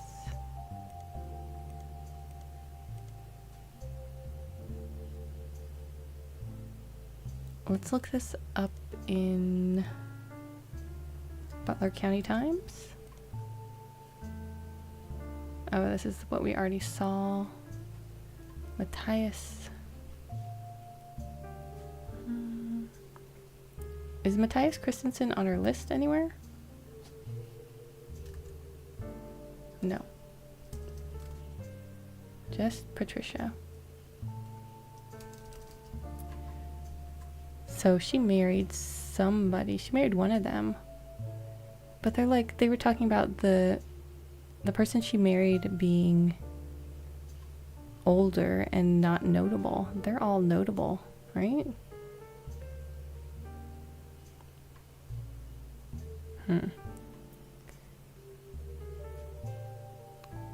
Don't know. All right, let's take a look at Bonnie. See what she's got going on with her kids. We don't have any pictures of her, right? This was Carl and Brenda. Carl and Brenda. Carl and Brenda couldn't go to the funeral for Ernie.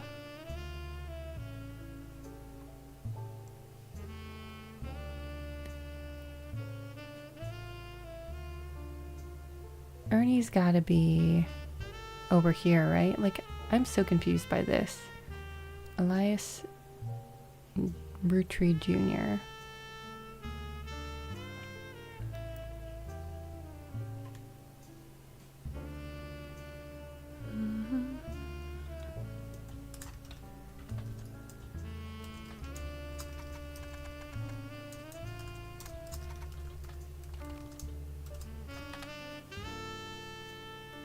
Small feature details a building that Elias Roottree Jr.'s architecture firm worked on called Hunchetop House. It also mentions that Elias Jr. was Elias's oldest son. Hunchetop House seems unrelated to the Roottrees. Okay. We already knew he was the oldest son. What about his wife? Do we know anything about her? Business Watch.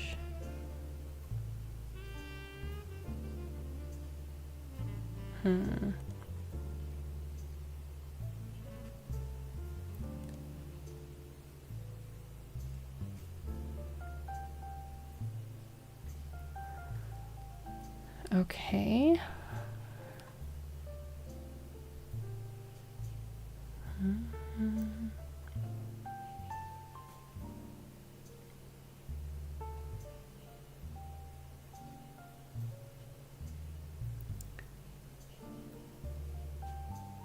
So Ernie was the president before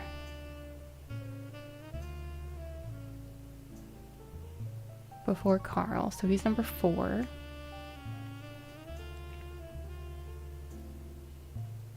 And Ernie, I'd say strong, especially for Nicole's sake, who could never have done that without the two of you fighting for us. Okay, Nicole was, oh goodness, where's Nicole?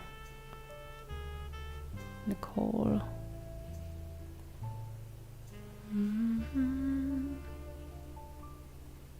Is that their daughter?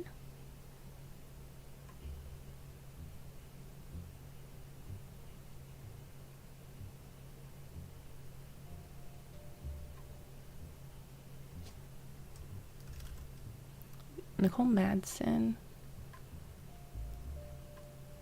Oh yeah, there was a whole, like, the Madsens that I don't know where they go. We got the Mordens. These are Roottrees.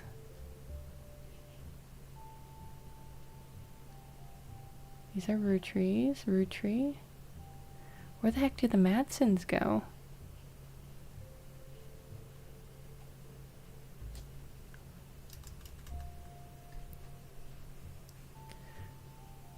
Because we've got Ernie Jr.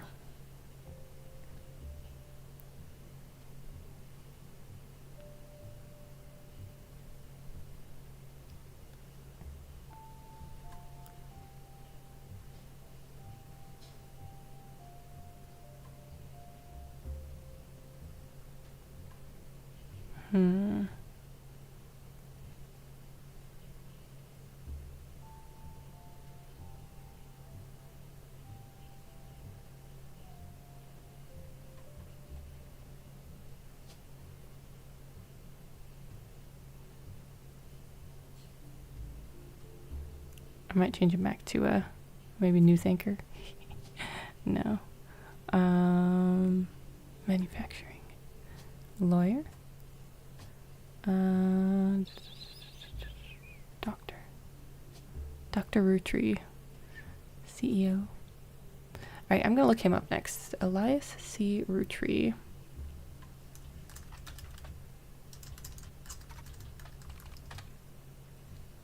Okay.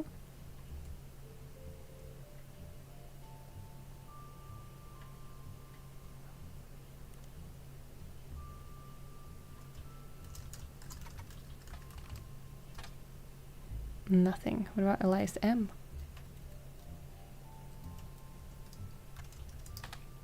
Nothing.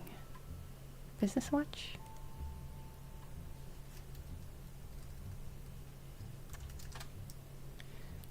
Okay, who have I not looked up? Ernie. What's Ernie's name? It's Madsen, right? Madsen. Ernest Madsen.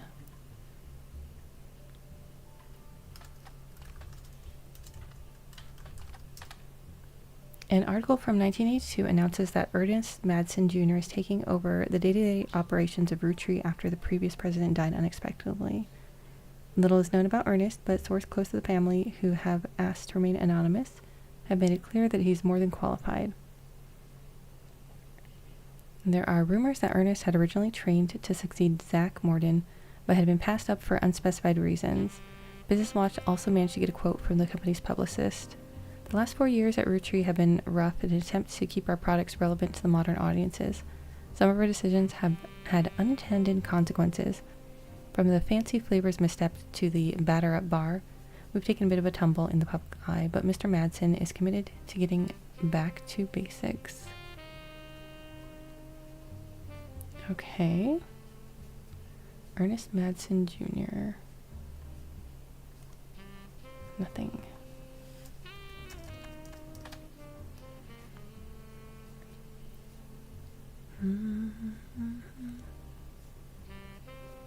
Butler County Times.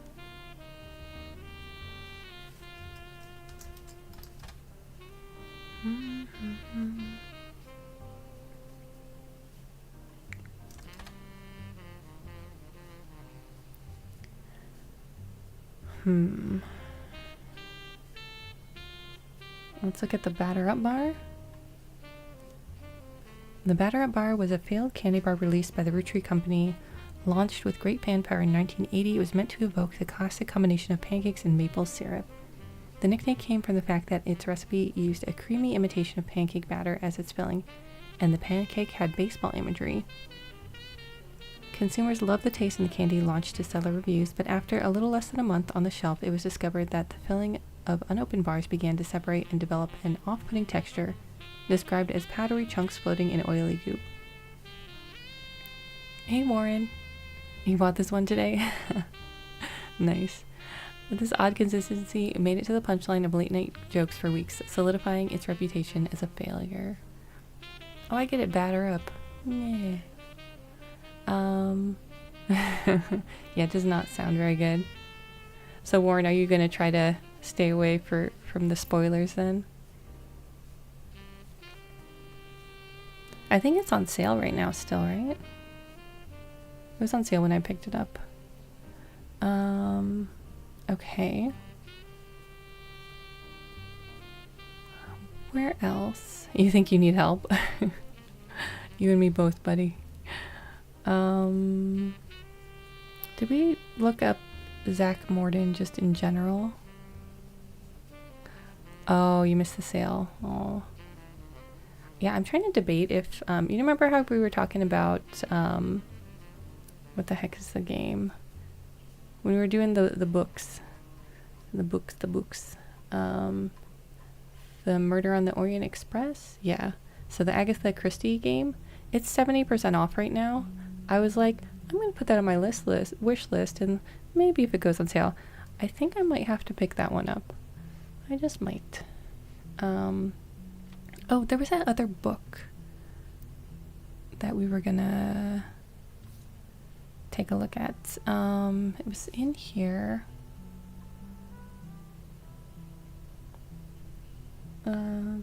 Swashbuckle My Heart. Swashbuckle My Heart. And what did Lauren Roottree used to go by? What? Where the heck is Lauren? There she is. Rafferty. Okay, look it up under Lauren Rafferty.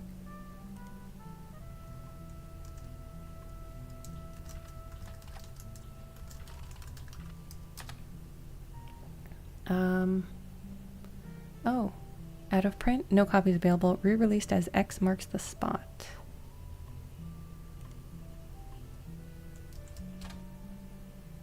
By Lauren Roottree.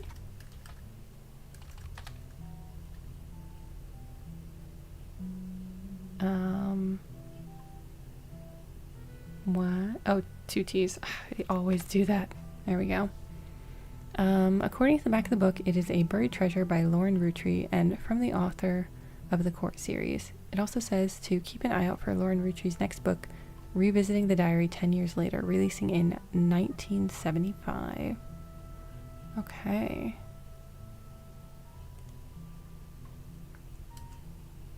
Yeah, I always miss that one T. Alright, Revisiting the Diary 10 years later. Oh goodness, so many pages. This was a version of Lauren Rootree's diary released in 1975. Unlike the original diary, it contains no pictures, but has many new passages that reflect on her thoughts 10 years later. One major event happened between releases that changed Lauren's outlook on certain subjects. The death of Elias. A summary of the fallout has been added to your notes, as well as some other select pages. Oh goodness. Oh. Whoa. 5. Scandal. Oh goodness. Scandal. Yeah, just keeps on printing. The new diary opens with an explosive incident that happened in the decade between the release and re-release of Lauren's diary. Elias Roottree had died, and during the reading of his will, there was an audible gasp when a certain name was read aloud: Samantha Roottree. Although Sam and her children were not meant to receive monetary inheritance, he had a stipulation that she retain the rights to run the farm and any and all decisions related to it. It was then that the scandalous secrets came out. None of the 5 pieces were surprised, but it was quite a shock to everyone else, including Sam. She had been told her parents died. Apparently, Sam was the illegitimate daughter of Elias Jr. and Patricia Christensen. Oh, there's Patricia. Oh, dang. Okay, I just got goosebumps. Elias Jr., huh? Excuse me, sir. Patricia? Excuse me, Patricia? So, Samantha. So that is her, right? It's gotta be. I don't think I put her as a housewife before and it didn't work, so I don't know what she is, but we'll figure it out maybe. Oh wait, she is what is she? A farmer. She's on the farm. Farmer. Ayo. Me say deo. Yeah, they're bringing the tea, seriously. All right.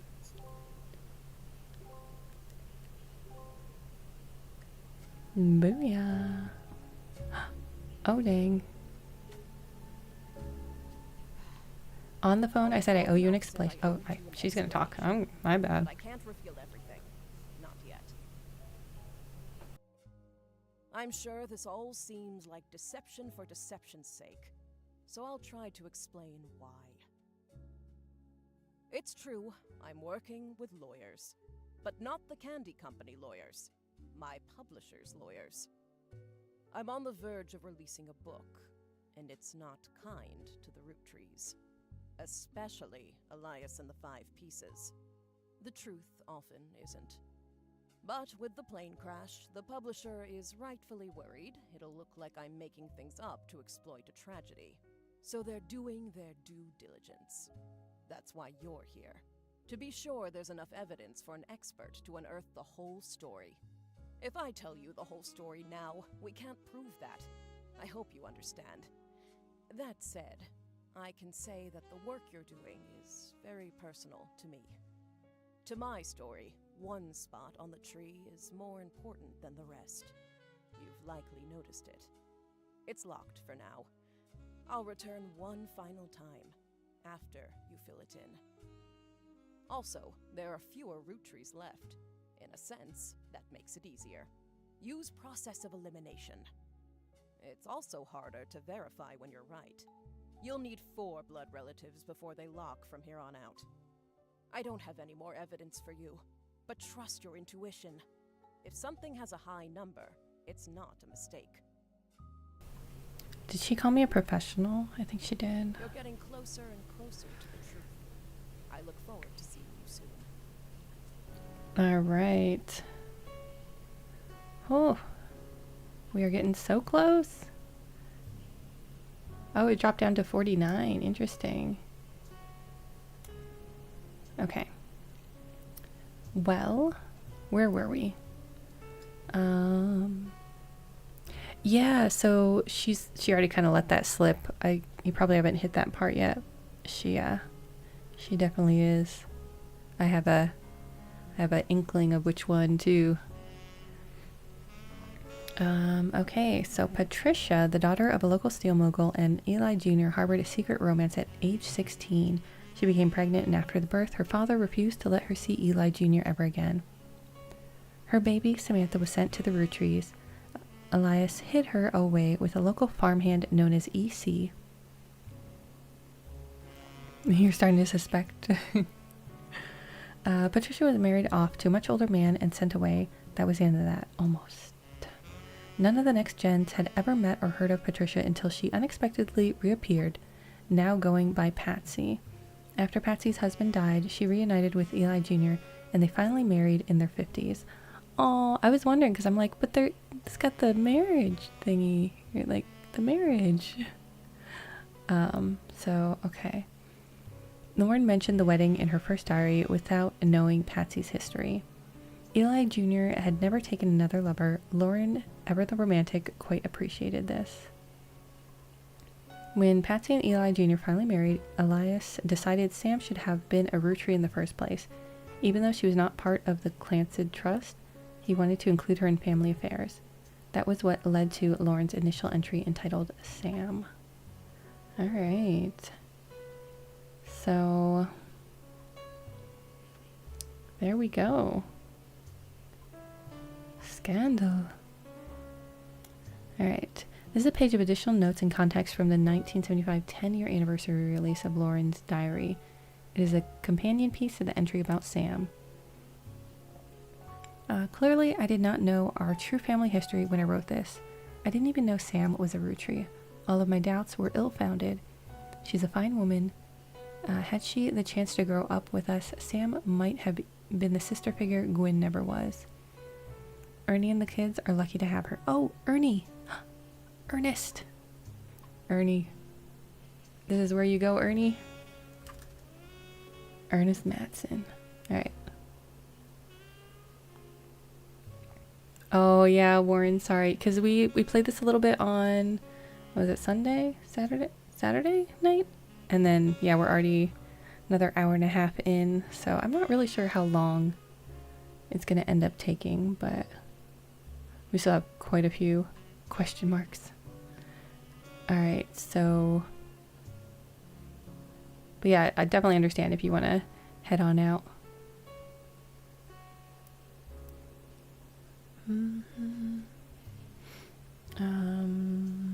Ernie Jr. has been learning the day-to-day from Zach. It has been a long time since any real Roottree was as excited and interested in the actual candy as Ernie. As a bonus, Gwyneth has the green thumb of her mother and her adopted grandfather. Okay, so what I'm most ashamed of is not figuring it all out myself. Yeah, good night. Have a good one. Sam's a spitting image of Patsy with her jet black hair and green eyes. She doesn't have that the thick glasses Patsy did, of course, but I guess that skips a generation. Her children have that covered. And it's hard to explain the look on Pop's face when they read that the farm's operation would pass to Samantha Roottree. For as long as she was willing, I got flashbacks to when Zach was made president. Mother reframed it a bit to calm him down. Sam wouldn't receive any candy money after all, and was essentially inheriting the right to rule over the peasants for eternity. Pop warned us away from that farm for years. I never met E.C. in person, but Pop once referred to him a confirmed bachelor, and I suspect that's why he kept us from there.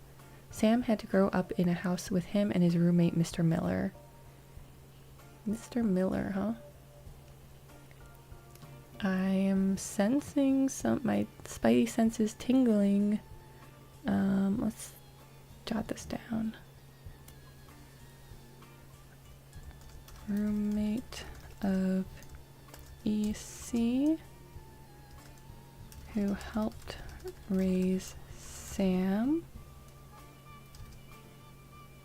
daughter of Elias.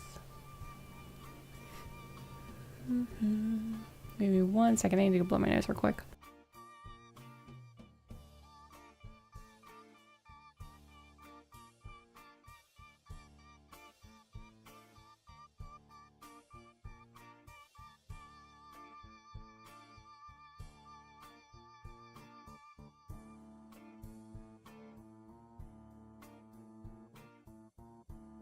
Alright, there. Hopefully I won't be sniffling in you guys' ears. Alright, I'm not sure Sam will ever forgive Uncle Junior or Patsy for abandoning her to that life. If I were her, I might never forgive them either. But even so, she seems to blame more than just the two of them. She has no problem with us next gens, but she has palpable hatred for the five-piece and Elias and Gwyneth. Okay. This is a page of additional notes and context from 1975 10-year anniversary re-release of Lauren's diary. It's a companion piece to the entry about her son, Clark. Reading this back, I get deja vu as I write this addendum. Clark's gotten married again. No Roottree has ever remarried. Sure, I lost Jacob and Gwen divorced Wild Bill. We knew about Jacob, right? Over here. Yeah, Jacob. And her son, Clark, yeah. Just before she had her second, not even I can blame her for that. I've seen what he gets up to in Starlet, but neither of us ever took a second husband. With the way the world is moving, I guess it was inevitable someone in this family would remarry. I just wish it wasn't my son. I can only wonder if Clark's apparent disrespect for marriage is due to the lack of a real father. I did what I could, and Lord knows Eli C. stepped up and helped. More than I can say for Clancy or Edward. Those are her brothers, right? Eli C. practically raised Clark and Jim as brothers whenever he could. Eli's marriage seems fine, and Jim's marriage seems solid as a rock. Pun intended.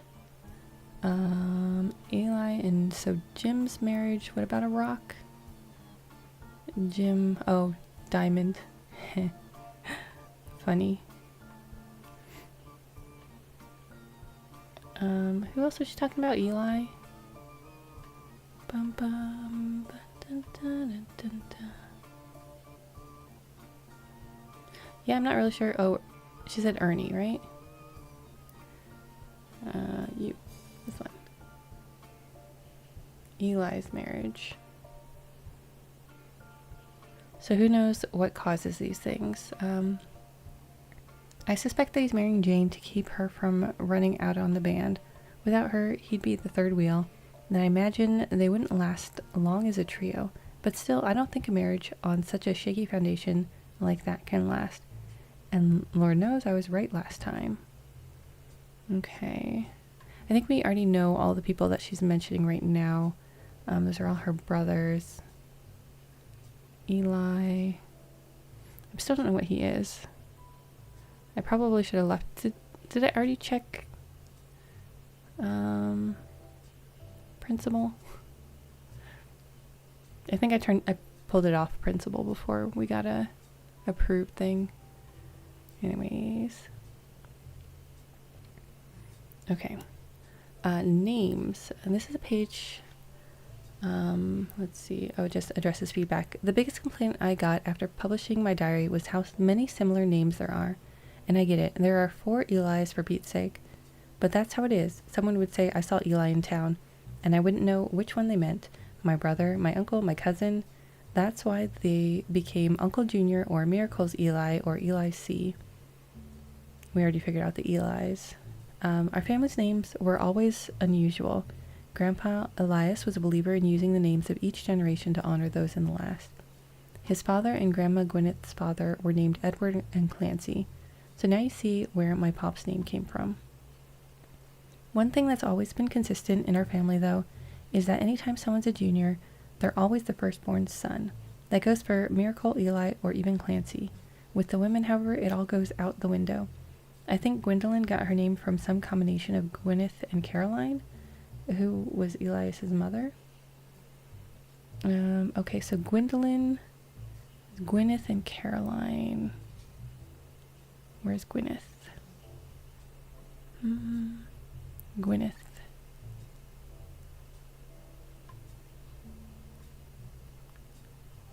Okay, we've already got Gwendolyn. Oh my goodness. It's gonna be on this side, right?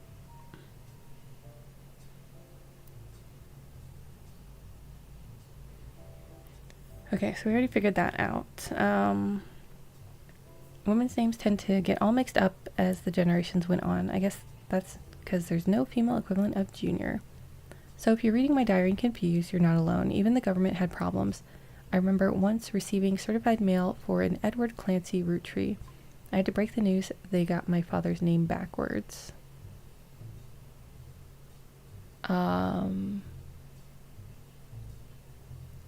Edward Clancy Roottree. I feel like that's important. Highlight it. Butler?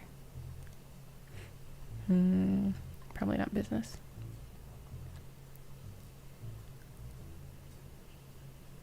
Okay. This is a page from the 1975 10-year anniversary re-release of Lauren's diary.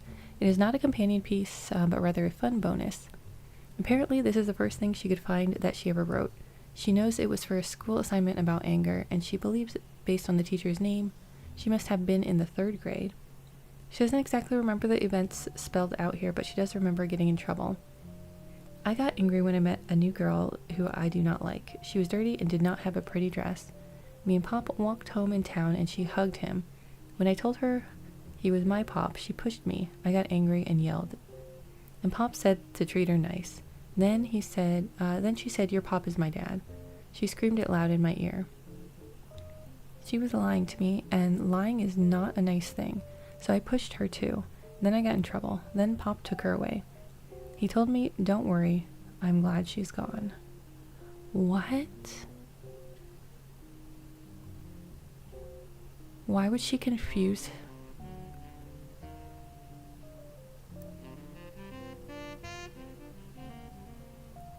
Clancy Edward. And they were just talking about Edward Clancy, right?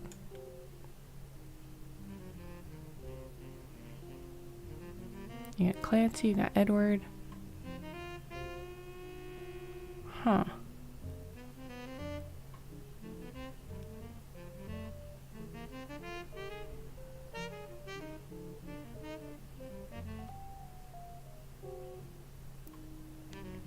Okay. I don't know. But we've got, oh yeah, the partial explanation. Do we go back to this picture? One of these guys, that's November.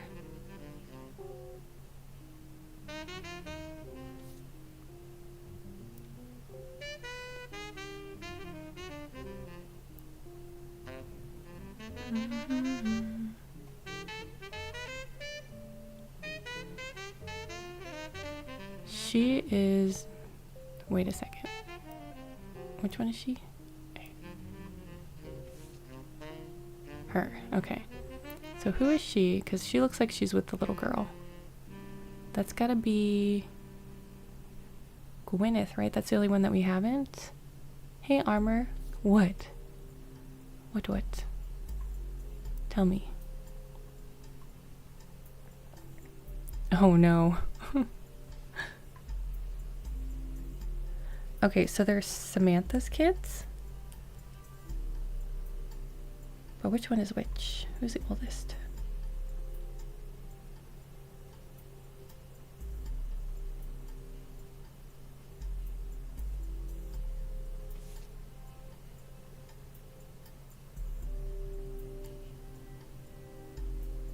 Said her kids have that covered, so these two are definitely Samantha's kids. So Ernie Jr. Keep hitting the wrong thing.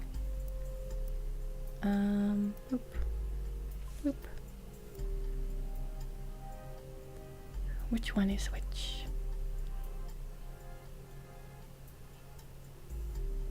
Oh, thanks, Ernie. Oh my gosh, Armor. I'm thinking, which one is Ernest Jr.? I'm just gonna. Oh goodness. Which one is November?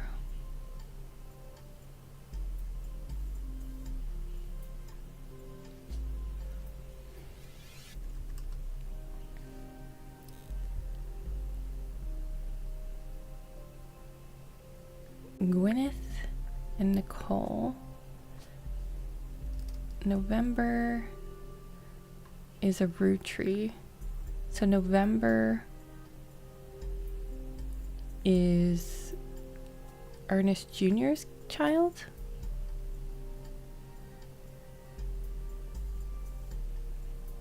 Alright, I might have to switch them later, but we're gonna go with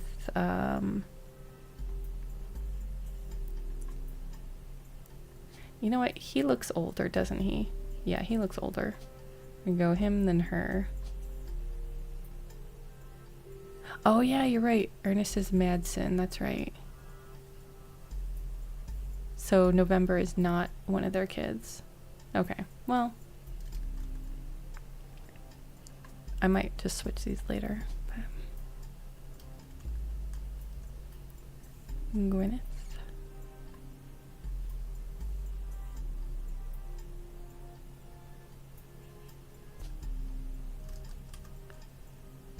So that's Nicole. Oh yeah, Ernie and Nicole. Okay. We have a picture. We have a picture of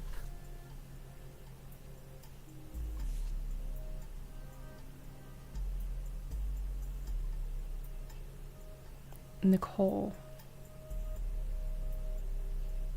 and Debbie. Okay.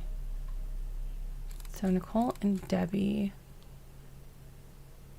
because there's a little picture here.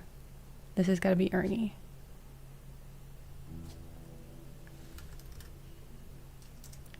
Ernest Jr. Boom.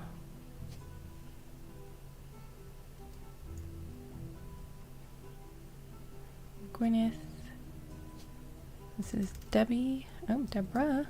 Deborah Bean.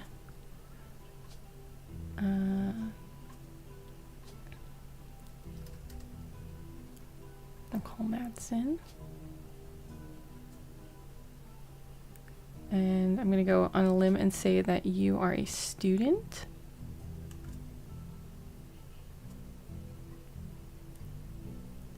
And you, are you?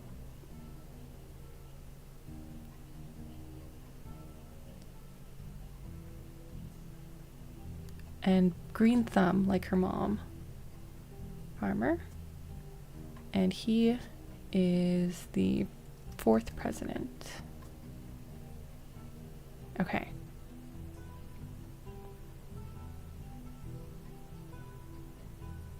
I think that's right. Because there's no picture here.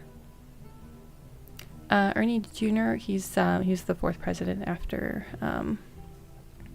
who was the 3rd one? Guy was 3rd, and Ernie, and then Carl. Dang, they've got some bad luck with their presidents, huh? They've got some real bad luck with their presidents, except for Elias. And how do I not have another picture of Elias? Okay. Well, we've got 2 gentlemen left, and we've got 2 pictures left from there. We've got this one and that one.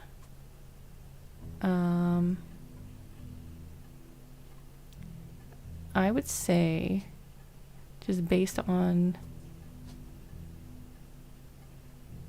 this going on, did I search the Roottree curse? I didn't. I should. Let's see.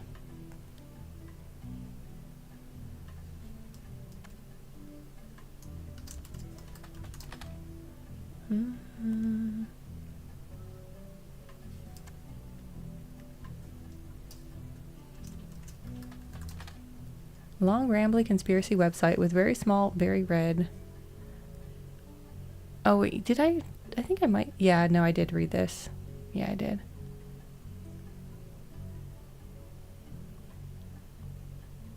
Yeah. Yeah, we went down a little bit of a rabbit hole. Okay, speaking of rabbit holes, we've got Edward's son and Miracle's, wait, no, Elias M's son that we need to deal with. Okay, so we've already got Bonnie, Guy Hudson, Ernie Jr., Caroline, Gwyneth, Gwendolyn, Miracle Jr., Jim, Clark, Carl, and Eli. But who are... Oh, wait, we already got them, right? Oh, goodness. Who are they?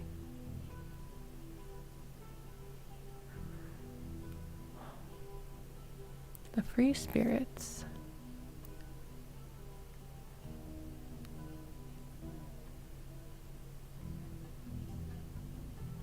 We never did Jim's second picture. That's who it is. That's you, right? No. That's not you. Is that you? The hair and the mustache? And that's you? That smile?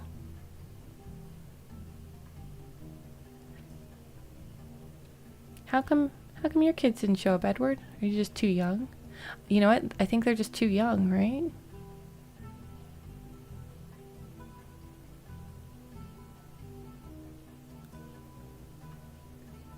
Okay, we still have to figure out the LaRoe Rafferty stuff. Jessica Rafferty LaRoe. I'm gonna search you.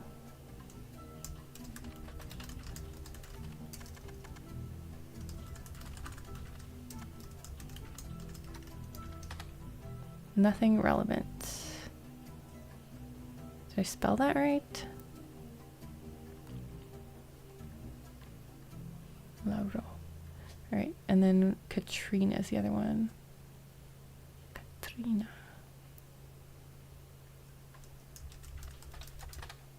No.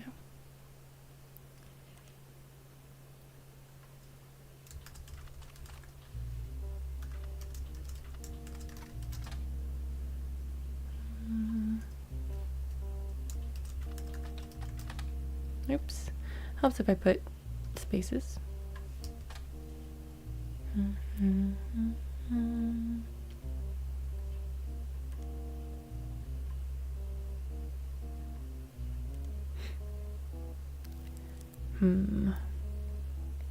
Whoa. That's real close.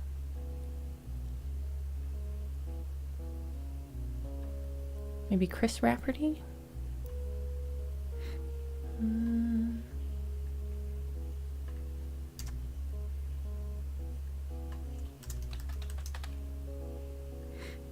Business Watch? Music? Starlet? Teen Blast?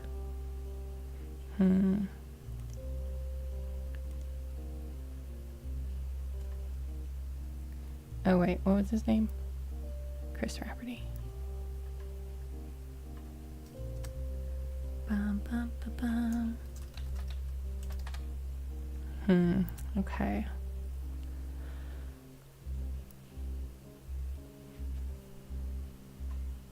Conquistador. Andy, Nikki, and Nina. The floozies. Did I actually search the floozies? Or did I just stop where I was? Oh yeah, we did search this. Okay. Search in periodicals.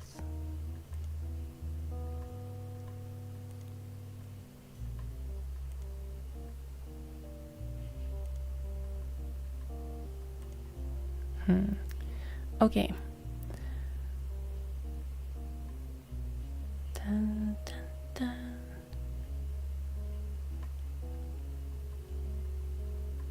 Who are you? Edward Roottree.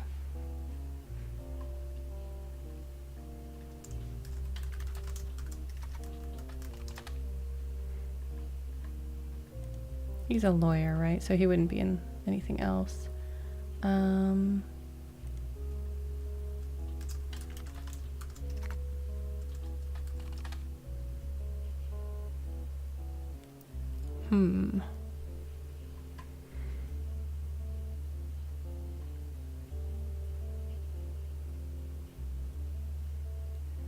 And did we search Jim Roottree and stuff? There was a lot of mention of brothers in the diary. Lauren's brothers?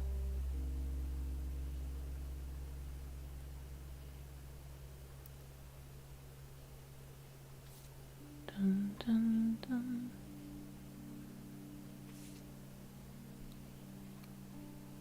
Clark is getting married. It's hers.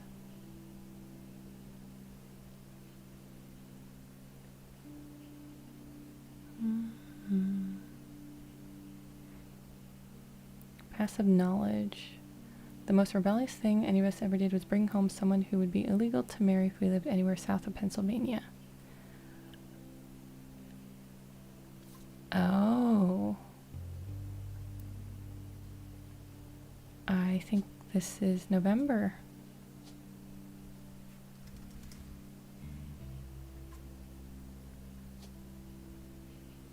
She looks young there, but I don't know what how old she'd be now. Did I search November?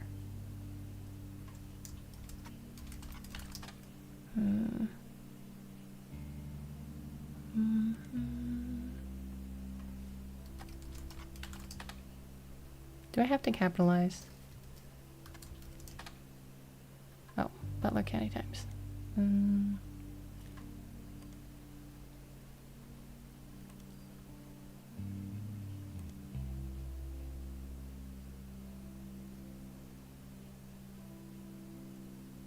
Oh, yeah?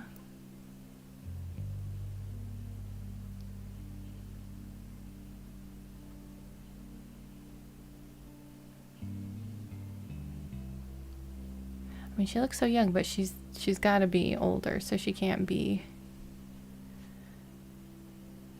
still be in school, right?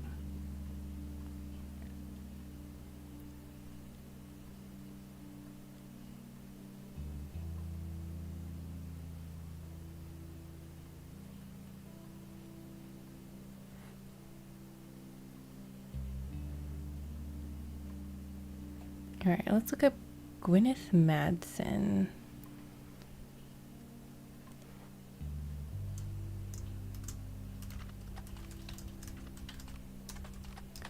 Did I spell that right? Gwyneth.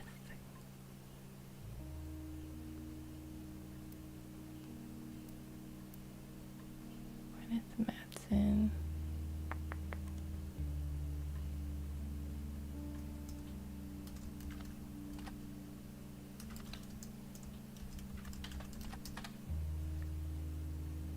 Wait, it was GWYNETH?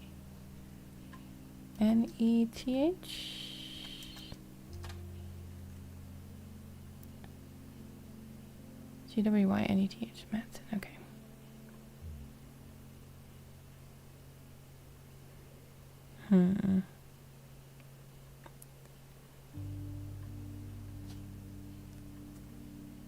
Who all do we have left that are men?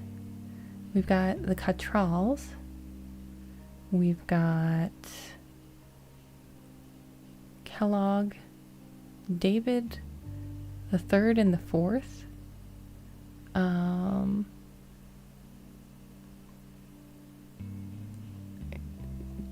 we have Davids? Oh, I guess David the third could be the like the husband of somebody.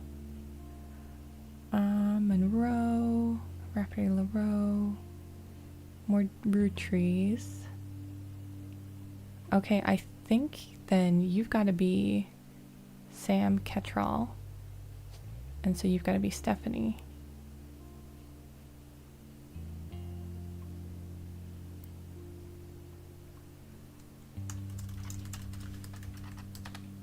No, I think I just spelled that totally wrong. Cattrall. Oh.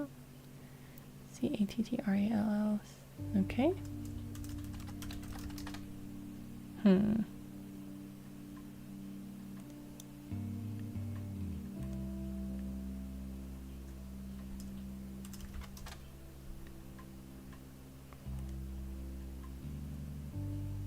dun.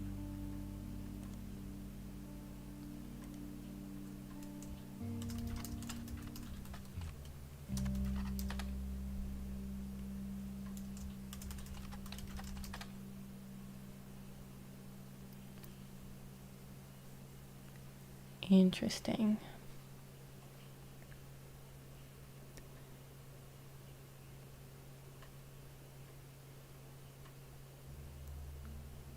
Where do we even have like kids left?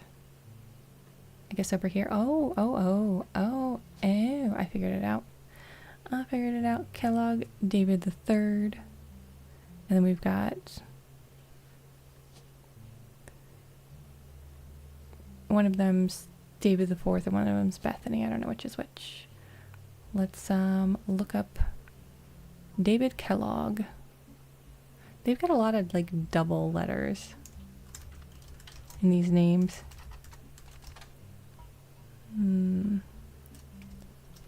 third? No. Go with Butler County Times. No.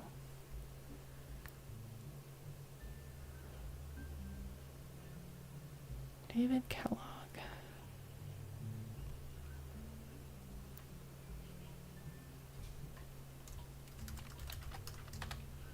Bethany Kellogg is mentioned very briefly in an article about a local high school science fair from March of this year, about 9 months ago. Apparently she did an experiment involving sunscreen and ultraviolet light. The article says she was inspired by her mother Bonnie's fair skin. Okay.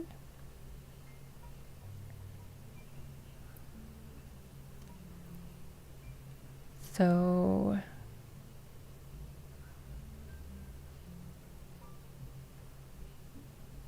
probably not in Business Watch. Oh, you know who might be in Business Watch? David. It's David, right? Did I already search this? The third.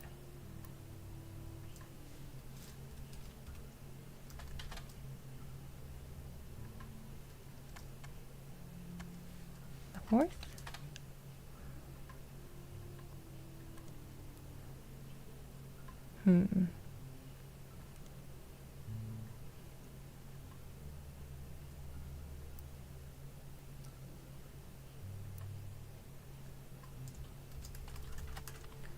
See, Bethany Kellogg.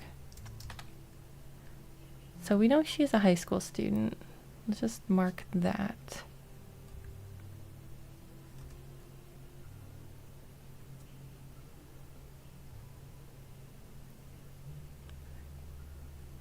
Did I look up Zach Wilson?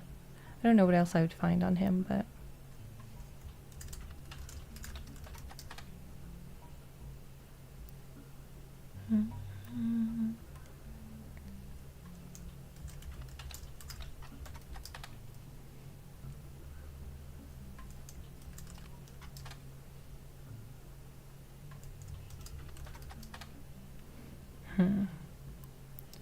Okay, well, let's figure out more based on the names we still have.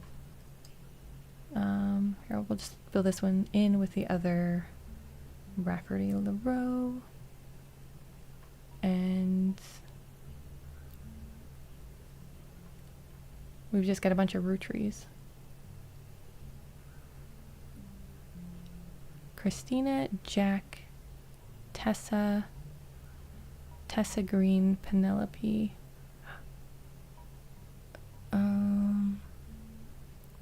Penelope Tessa Green. Let's look her up, because I think we've got a picture of her.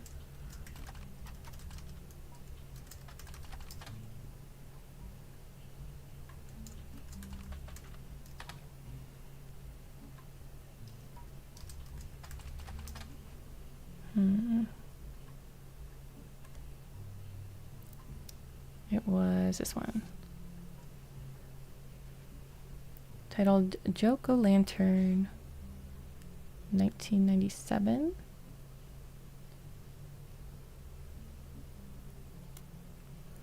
Laugh Lounge Comedy Club hosts several fundraisers throughout the year, but the most famous one seems to be Jack-O-Lantern, which happens every Halloween. Comics and patrons are encouraged to wear costumes. It seems the person with the best costume wins a voucher, which can be redeemed for 5 pounds of buffalo wings. There's a 2-drink minimum and a 0 tolerance policy for heckling. Every year we tell people not to heckle the comics. Every year someone ends up getting kicked out. Don't do it.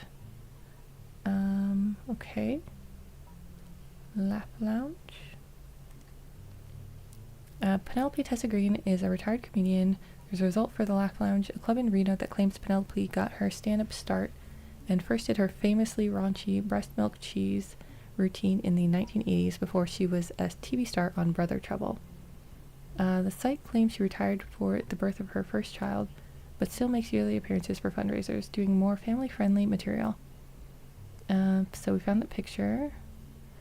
A different picture labeled Jack watching one of his mother's charity sets, 1994. Wait, so we already had that one? Jack.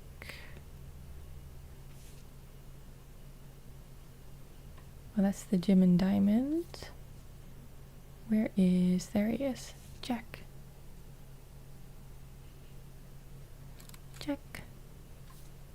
And I think I looked up Brother Trouble. We got Penelope and the baby. So it's going to be somebody with a picture. Because we got the picture of Penelope. I'm guessing here.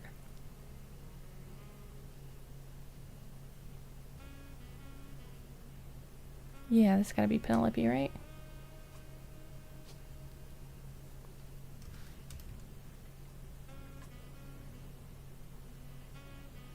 And we got a baby and son. This is Jack. And this is baby. I don't know if this is a boy or a girl. I don't remember it saying.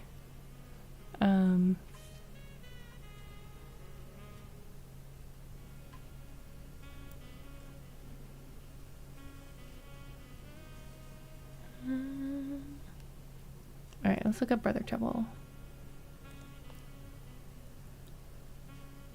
Calm, two 16-year-old brothers, Tommy Mark Sheridan and Dustin Christopher Baker. Single mother, played stand-up. You often had to navigate your job as a magazine columnist. Ron Roottree. Ooh. Is that Ron? That's Ron. Ronald. So you are Robert? Was that the other name? Yeah.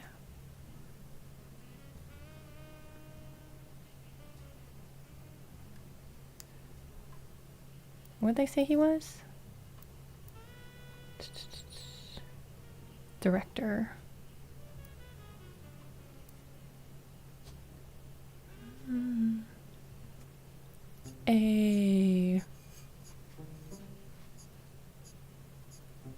These 4 entries are correct. Nice.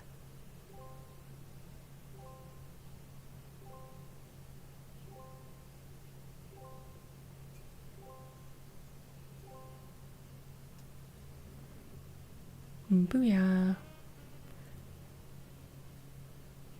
Oh, I should have locked him in, huh? He's a kid. You're a baby. Don't know your name, but you're baby. Okay. Let's see. Strong ratings. Both Sheridan and Baker to instant stardom. Okay. So, have I searched Ron Roottree? Small screen director, head of RR Productions. What is RR Productions? Defunct production company responsible for Brother Trouble.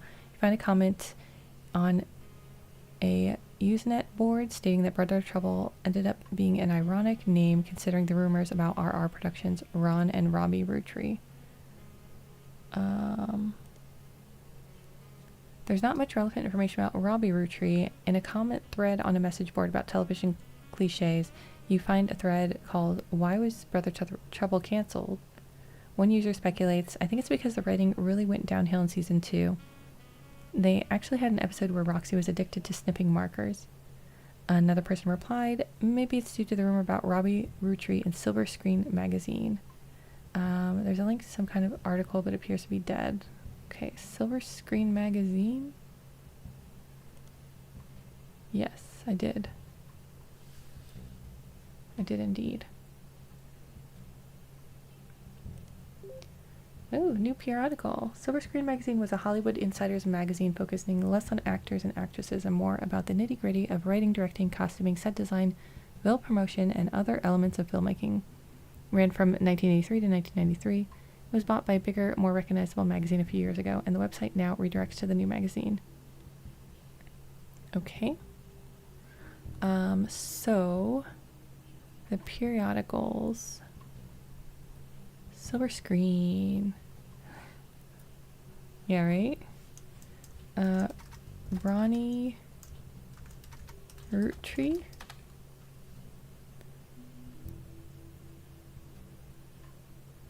Or is it Robbie?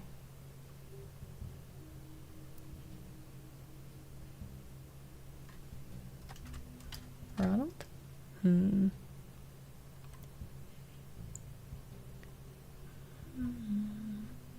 let's go back to RR Productions. It's Robbie. There we go. Small Rumors article from 1992 that claims that self-taught television screenwriter Robbie Roottree was allegedly tried and convicted under the name Robert in a French court of law. Oh, I put Ruby. Yeah. It seems he, again allegedly, embezzled from the company RR Productions to fuel a gambling habit that left him hundreds of thousands of dollars in debt. He then fled to Paris, where he grew up, and then Silver Screen continues to insist this is all very much allegedly. Assaulted an officer who came to question him. Oh my. Screenwriter.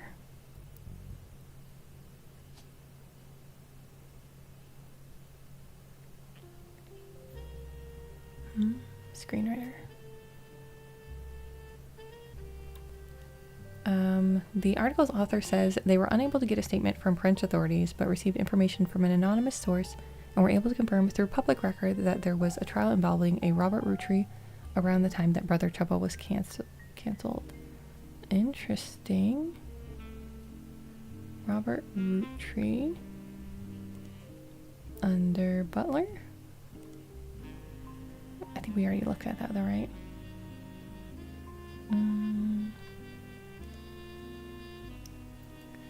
Let's see. Let's look for Ron. There's an article about Ron Roottree from 1984 entitled Don't Blame Nepotism, He Gets Results. After finding some small screen success first as the director for many soap opera episodes, and then stepping up as the showrunner to turn around a few struggling productions, Ron has decided to start his own television production company. Ron was born in the US, but grew up in Paris with his once famous mother and his brother Robbie. He gobbled up American cinema whenever he could, and when he was old enough, returned to Hollywood to attend film school. He brings a special kind of charisma and an eye for unusual shots, particularly when it comes to comedy. Those he's worked with have gone on record as saying he's an attentive director who can work with actors to make sure the timing of a joke lands perfectly. Ron plans to pitch new shows to major television studios as soon as 1986. Until then, he plans to find the right project. He has occasionally called up his younger brother for script punch-ups and has thought about bringing him into the fold. Okay. So, where would we find...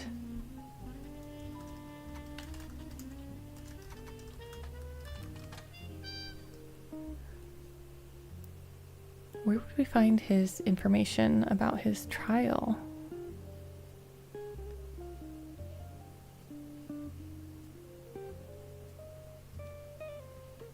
And what names do we have left for the Roottrees? Oh, we've got Christina and Tessa. Christina.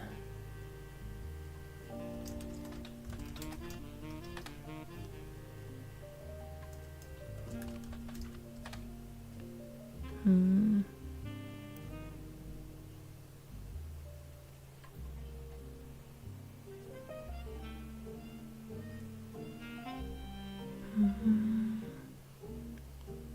missing so much information over here.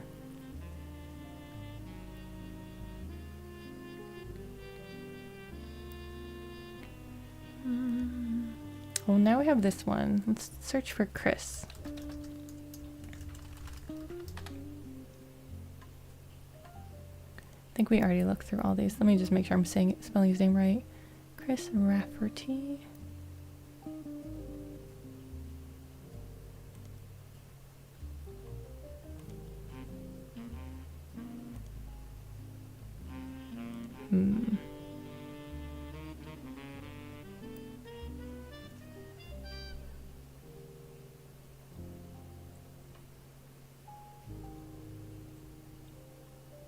So we have 1, 2, 3, 4 spouses that we know nothing about. 5.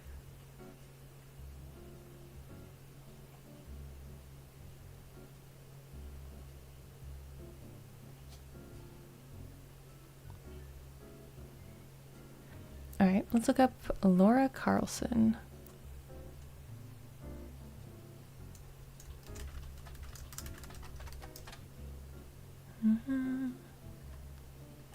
Probably wouldn't be there.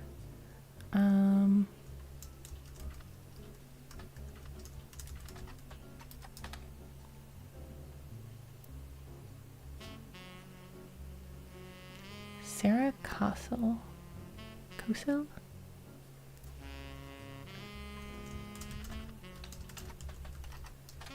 I think I spelled that wrong. Cosell. One of the few times there's not a double S.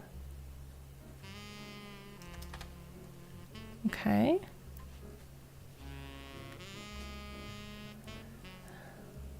Luisa Garcia. Ooh. April Quaritch. April, November.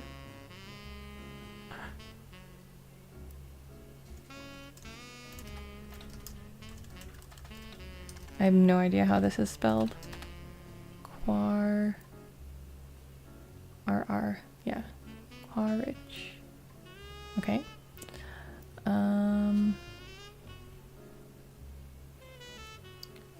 So we got Christina and Tessa, where one of them's the baby.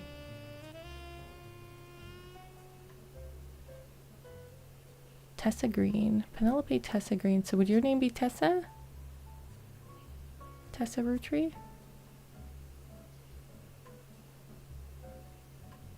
Which means you are the other Roottree, Christina.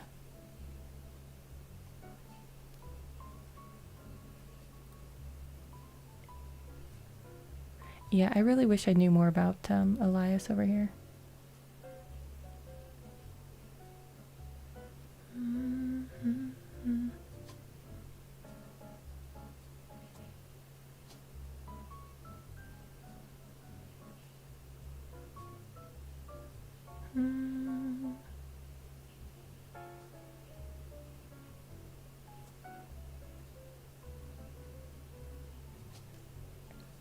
And Joan Monroe.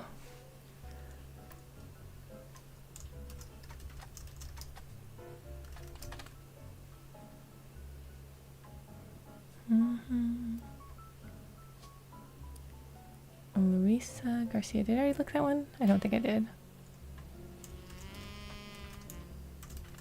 I think I saw April and I got excited.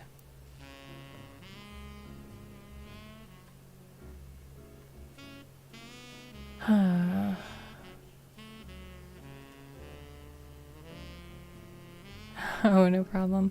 I'm just honestly kind of guessing right now. I didn't really miss a whole lot. I'm just making wild leaps of thought. Okay, it's got to be something to do with the things we already have. A partial explanation. What's that one? Oh, yeah.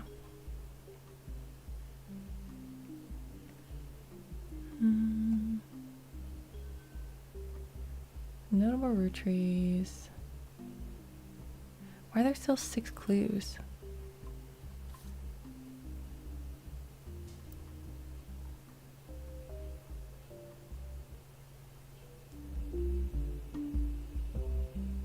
Interesting.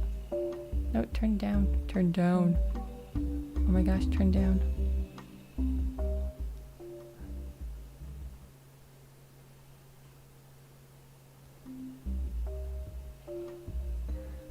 Anyways, should we look up one of these? Oh, we don't have the author.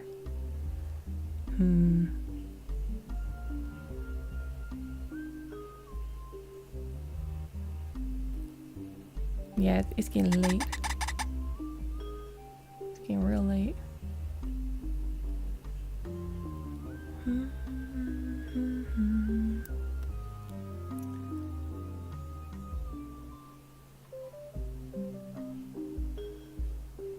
These times. Yeah, Family Dogu. We did search MMM magazine, right? Yeah, Modern Monthly. Modern Music Monthly.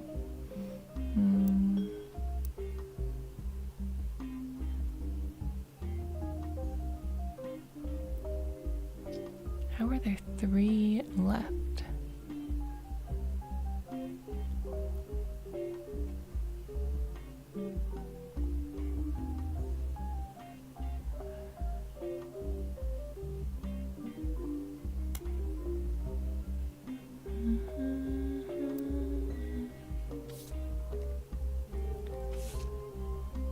Okay, 5-piece ad.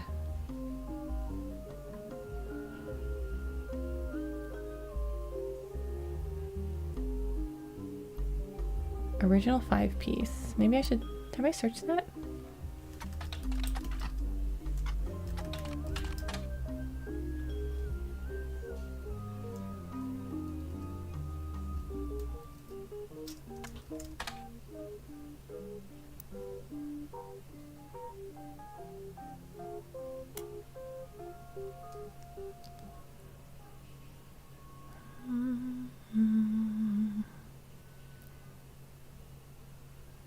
History of print advertising. Oop. Oh, I never looked at this one. The Sweet History of Candy, Volume 2 by Charles Lee.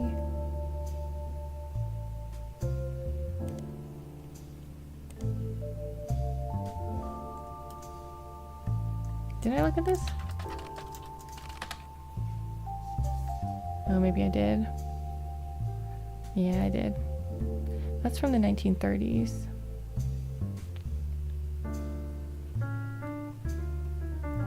Maybe volume 1? Ayo. This is a book about all things candy throughout history. It starts with historical accounts dating back to the ancient Egyptians and chronicles candy through the year 1924. Includes some print advertisements from companies you've heard of, including an extremely early newspaper ad for 5-piece that Charles Lee included due to a major misprint. Interesting.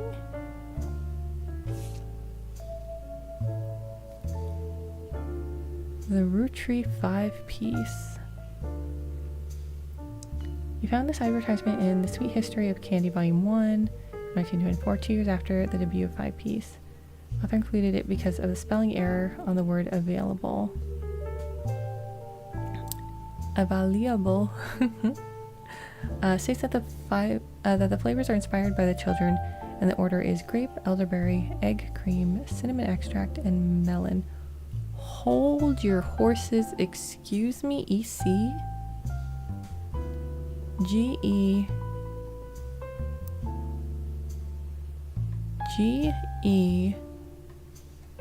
C-E-C-E-M. You're not born yet. Excuse me? Who's EC? Wait, EC was, wait. Roommate of Mr. Miller. I'm gonna say his name is John, right? They said John was at the farm. John Miller. EC.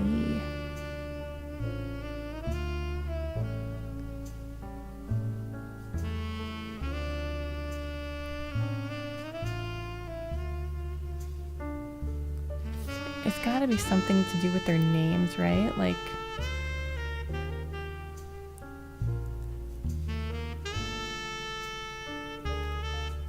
oh my gosh, hold on a second.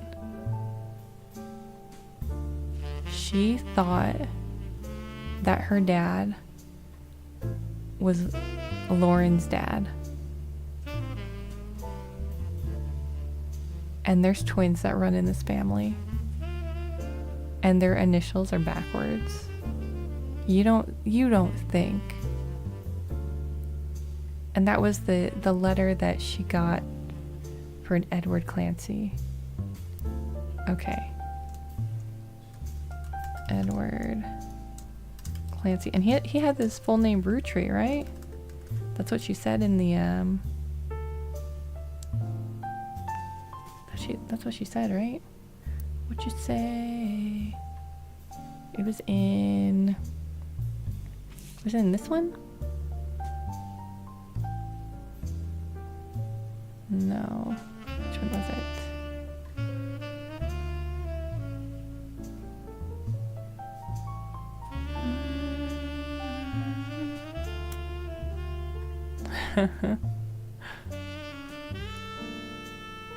Where, oh where?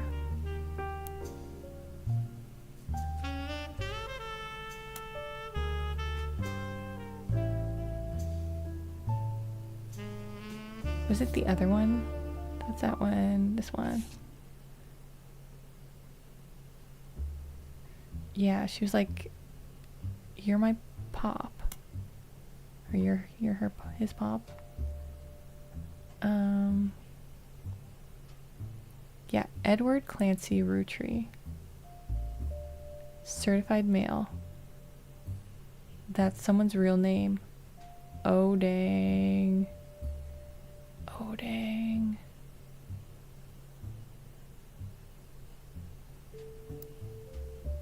Where's he go? Well, obviously connected to her. The whole family tree has been filled in. Okay, we got to figure out the rest of these folk then. All right.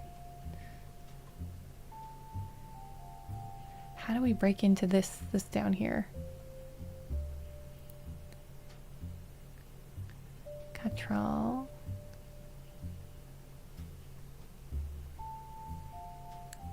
The LaRose. Yeah, still got so many. Okay. Did I search Katrina and Jessica? Nudge time? What do you mean?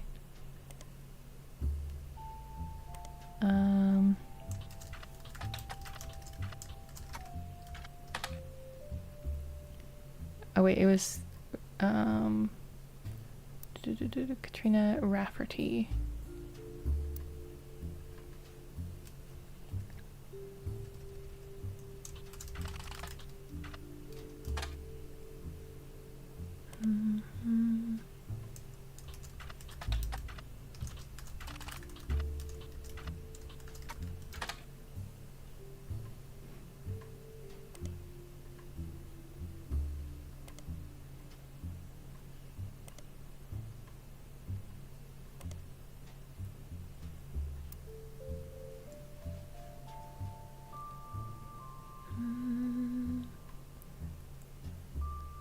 Have we searched Clark Rafferty recently?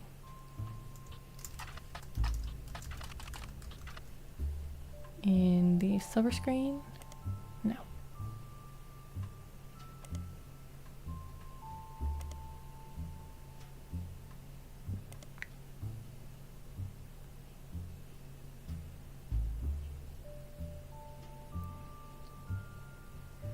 I feel like the LaRose sisters is like, it's gotta be something, right?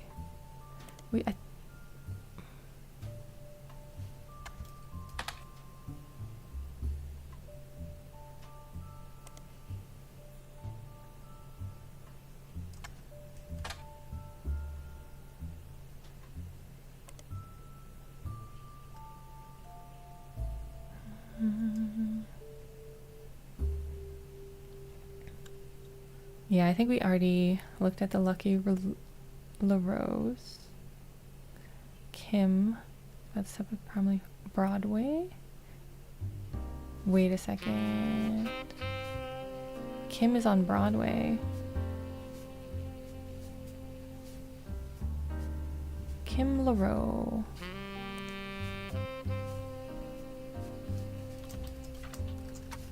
Have I searched her?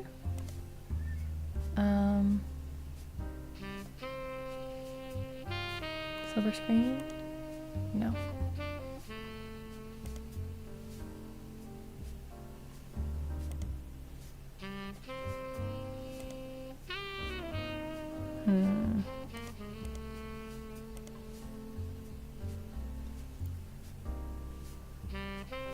Oliver.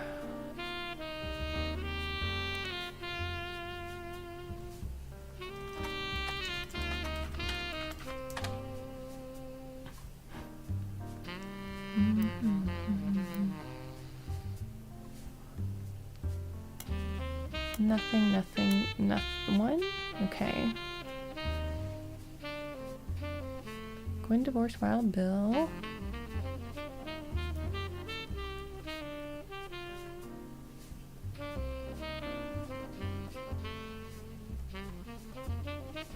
Suspect he's married Jane and blah blah blah. Okay.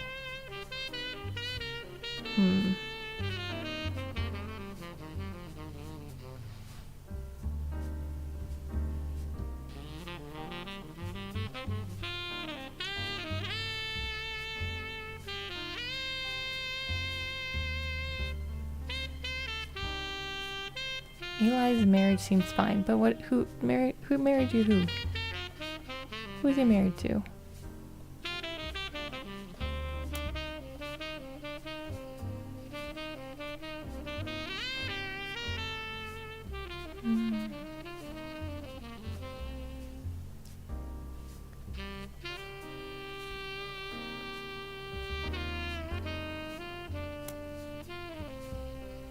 Okay, there's nothing there.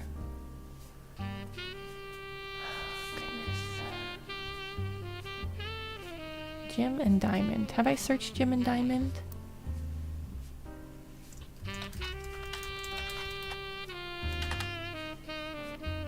I did.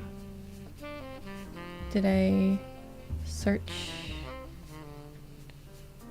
I did search Diamond Dazzlers, right?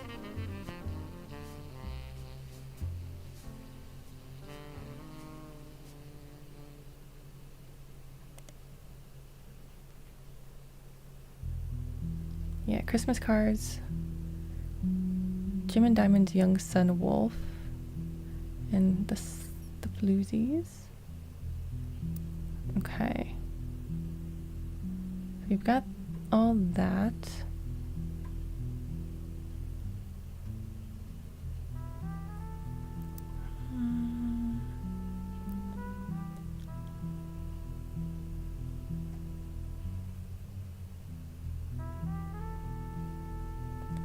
Cool things you got in the mail. Did I search them in MMM? You know, I don't know.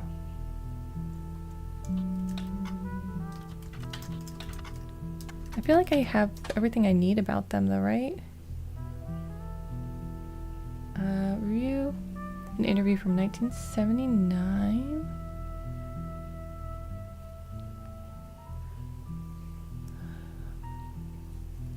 Titled A Reluctant Hitmaker, Jim goes into his first band. Until a few years ago, Diamond and I were in CJ and JD. My cousin and his ex. Clark never knew his father, so our grandpop insisted he spend time with my dad and me. As a result, Clark and I grew up like brothers. Diamond and Jane, on the other hand, are actually sisters. So the four of us had sort of a cutesy family band thing. Regardless, walked into Clark. Yes, we did read this one.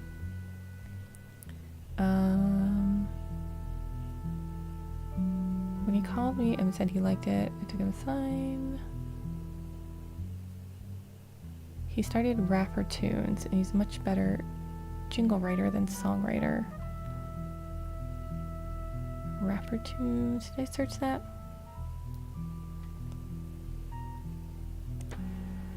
Oh, there we go. A website about rapper tunes. Clark Rafferty LaRose advertising firm. Hey! He's an advertiser.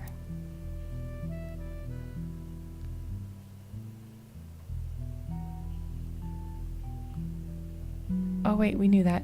So he took her last name. That's cute. That's cute. On it there is an about page and you find a picture labeled the inspiration for the famous Super Bowl ad campaign. Below that is more detail. Clark was in a department store getting a family portrait with his wife and children, and when his wife was trying to get his youngest Katrina to calm down for the picture, he had the idea for the Roottree Super Bowl. Okay, so Katrina's younger. I had them backwards. My bad. You're Katrina. You are Jessica. Let's look at that picture.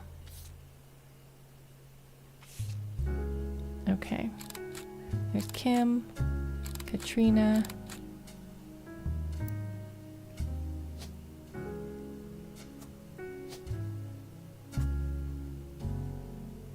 Kim. And the bonus gentleman.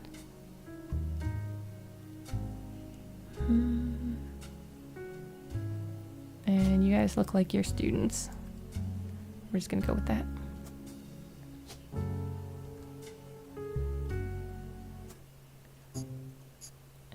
Heck yes. Sport entries are correct and have been locked. Sweet.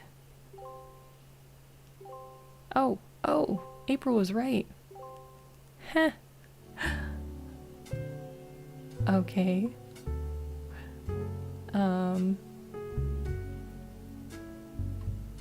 Oh my gosh, I guess Joan right too. I didn't mean to like leave her there. That's hilarious. Alright, Elias, what do you do?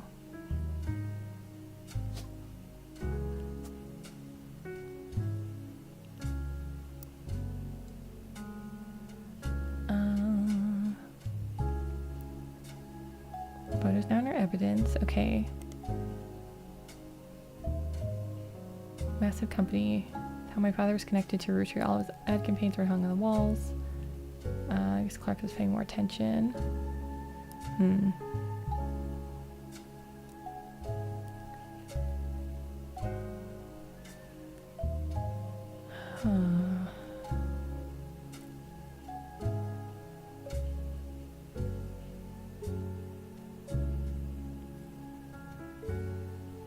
That's how my father was connected to Roottree.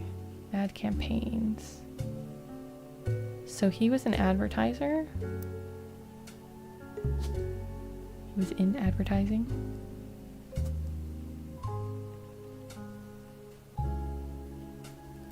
Oh, that's not actually him? That's not your picture? I'm so sorry. Oh, I switched them. Oh, my bad.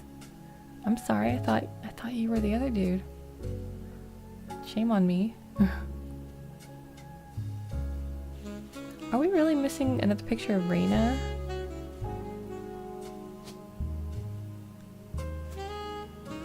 Huh.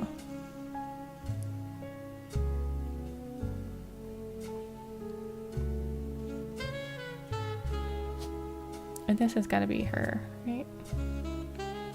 Christina?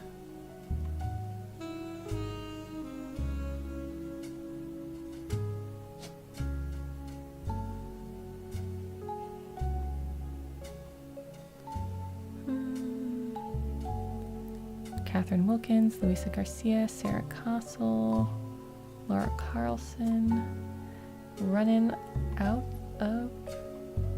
Oh, you're not Tessa. Because you're definitely a baby. So...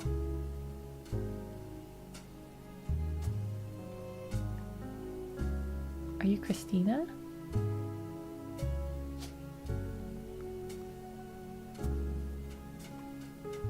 So you're Tessa?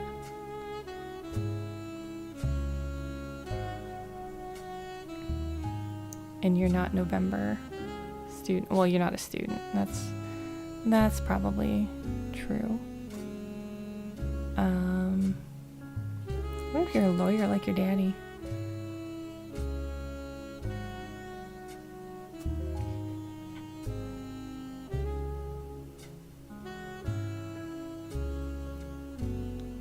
Lauren, what's your mom's name?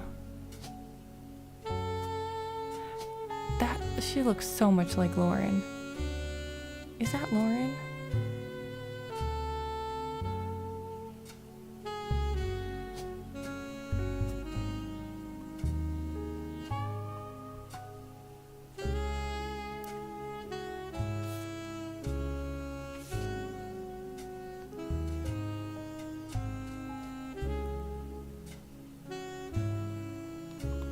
Yeah, that's Lauren.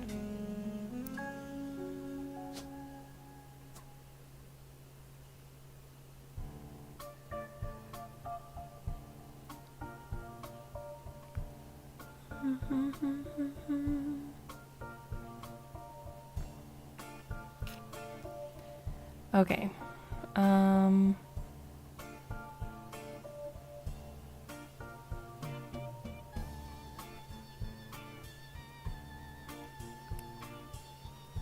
Chris Rafferty.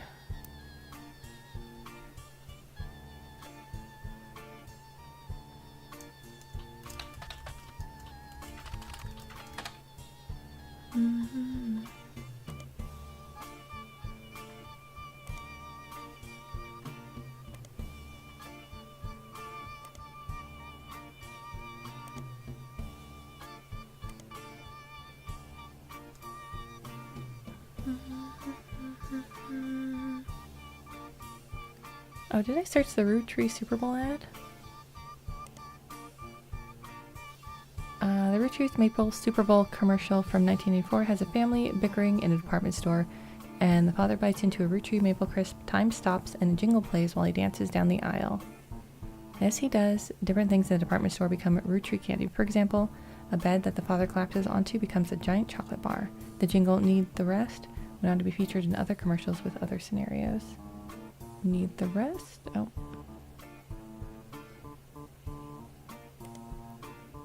Famous jingle for Roottree Maples originating in Super Bowl commercial. When you're surrounded by madness and mayhem, reach for the best. There's enough there to share, but let's face it, you need the rest. Roottree Maples. Mixed in with the recent news of the plane crash, there are a lot of results for Rootree's extremely popular candy products. I think we already read all this. Every president has been a direct descendant of Elias and Gwyneth, including Carl.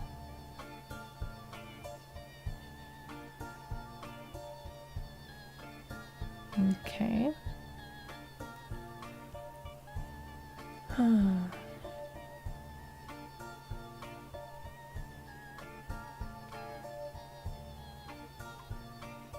And I did do like a deep dive on the Anderson Maple Farm, right?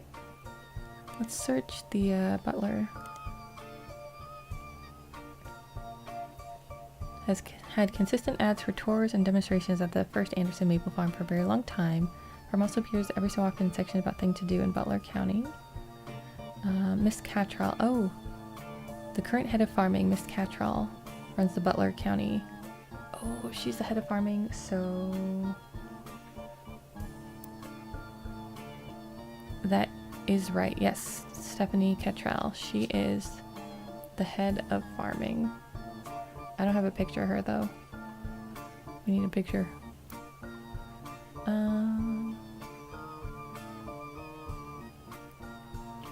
First Anderson Maple Farm.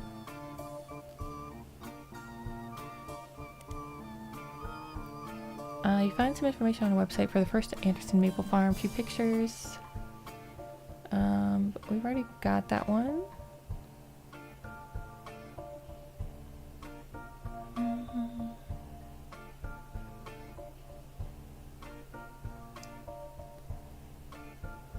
So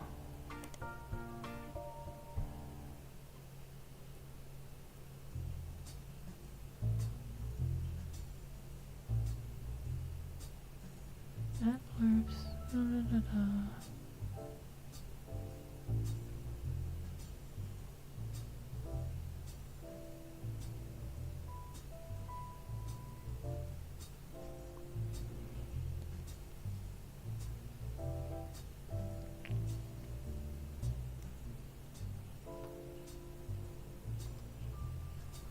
Interesting.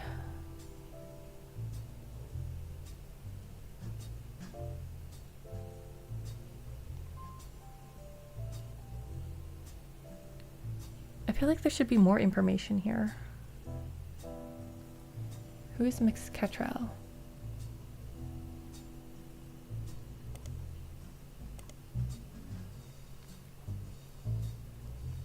Give me her picture.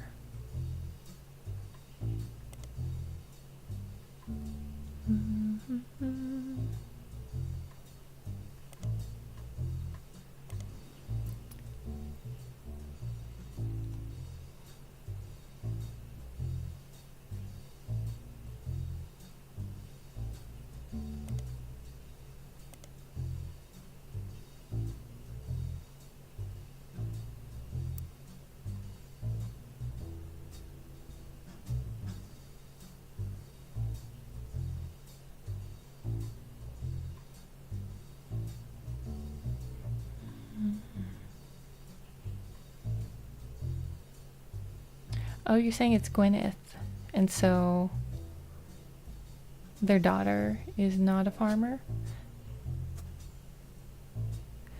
I remember there was something that was saying that they took after. What is it? Revisiting the diary.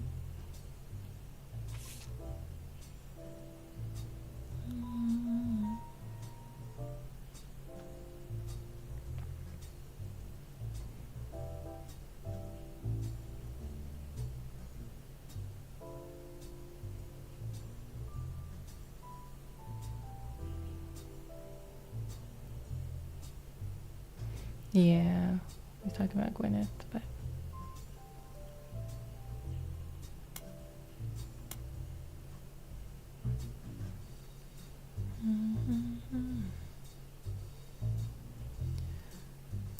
all right. I don't know where to go from here. Campaign mailer, maybe. Okay.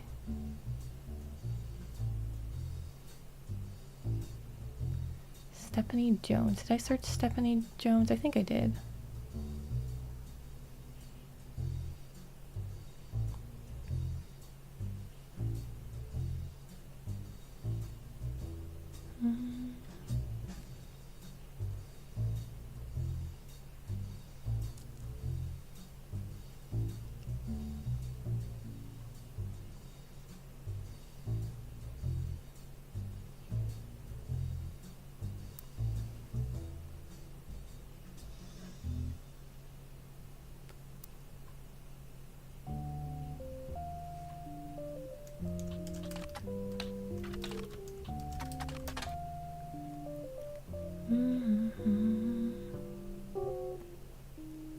Stephanie Landon.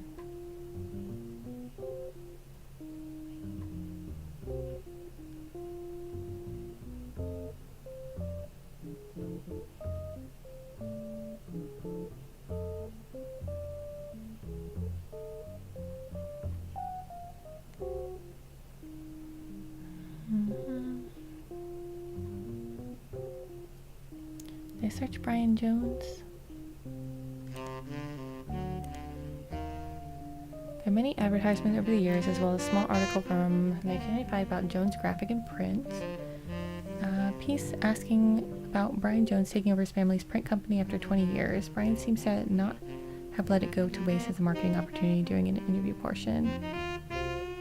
I've been in and out of that shop my whole life. My father taught me everything there is to know when it comes to getting the job done, right, and getting it done quick.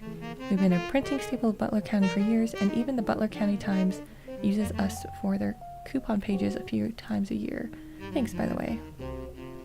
But still, whether you're a new client or one of our regulars, nothing will change. Come on down for the best prices on bulk printing anywhere in the state of Pennsylvania, or search for us online. I designed the website myself.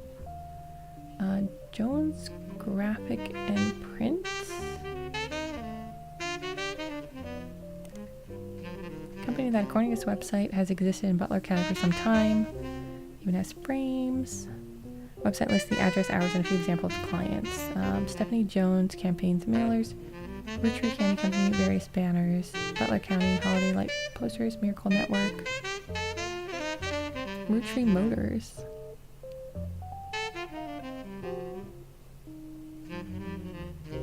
Butler Summer Theater. Let's look up this first. Find a hit for Roottree Motors on the Jones Print website. Local business may be featured other places. Okay, so we'll go back and we'll search you on the periodicals. An ad for Roottree Motors in the past. It seems Roottree Motors used to be called Wilkins Motors. An ad for the Roottree Motors has run in every week's Butler County Times for many years, but recently has been changed to include a picture. 3 different unique versions of the ad have been added to your evidence. 3, jeez. Oh my goodness. Alright, Wilkins Motors is now Roottree Motors. That the former name of Roottree Motors was Wilkins Motors. They have joined the Roottree family. Okay, so Wilkins.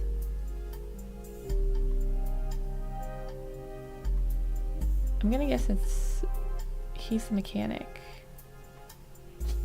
So Wilkins. Catherine.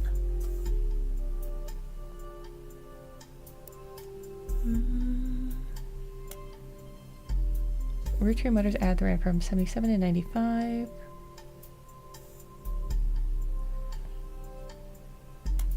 And Roottree Motors. Tessa Roottree, our newest fixer, learned all there is to know about cars from her Roottree Motors parents. There's Tessa.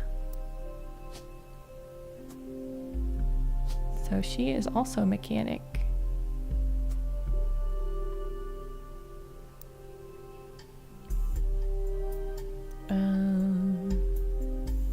Sweet.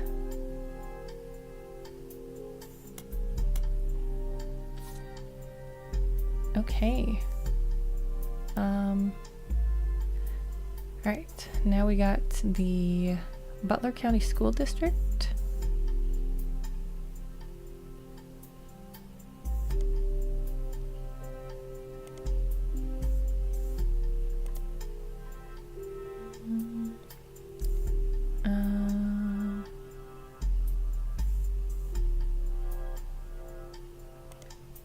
Nothing relevant. Butler Summer Theater. Butler Summer Theater performs plays and musicals during the summer. Is it not summer currently? The website has a thank you message. Stay tuned. The website lists the credits of a musical which seemed to be the final show they performed last season. There's a cast list, but none of the names seem relevant. Below the cast, it lists the crew, and 2 things stand out. Posters and additional set design elements by Jones Graphic and Print, and choreography by November Studios. November Studios. Local dance school. So November, you are a dancer? Yay!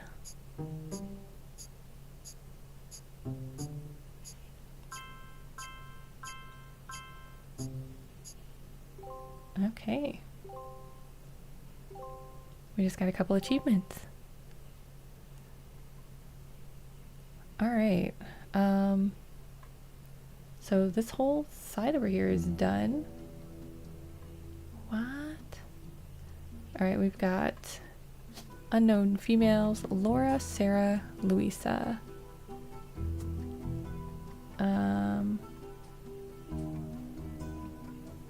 And unknown female, yeah.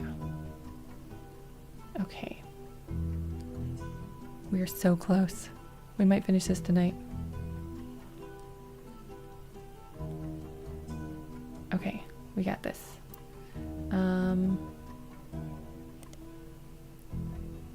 Let's go back and we'll search for Children of Eden. A musical with songs by Stephanie Schwartz. You don't need to check it out, but if you do, ha ha ha. It basically tells me you need to come over and do something different. Search the periodicals.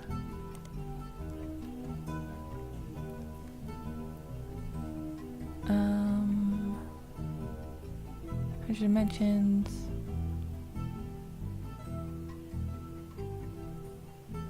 Okay, so that we've already found.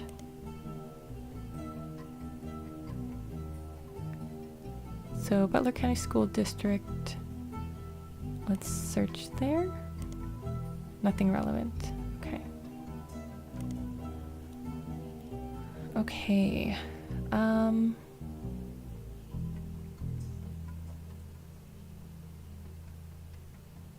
Miracle Network.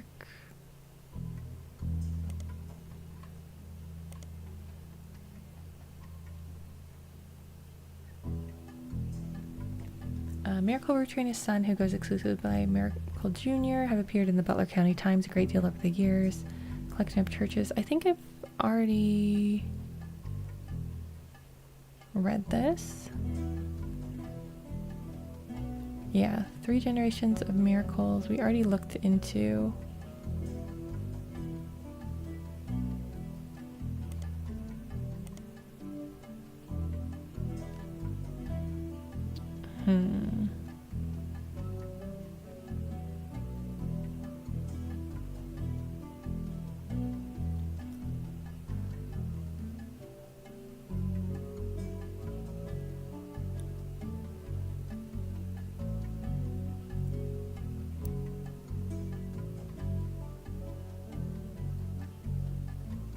I guess I don't really need to know anymore.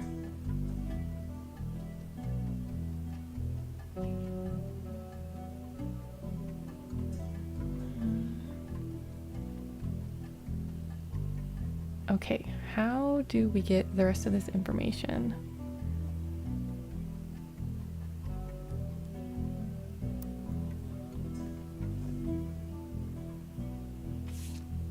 Partial explanation.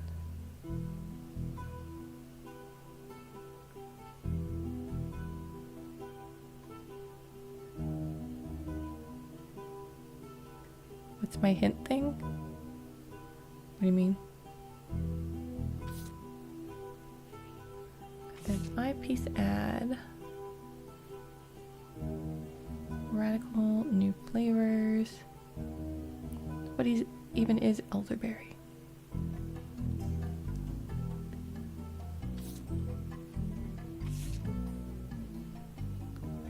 WRTD? I guess I have not.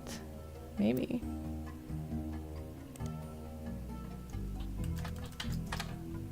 Oh goodness.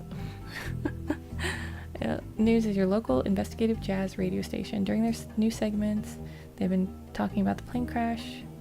They talked about a picture taken from the office. Someone with the key. I think we read this. Roottree Curse. Yeah, I'm pretty sure we read this.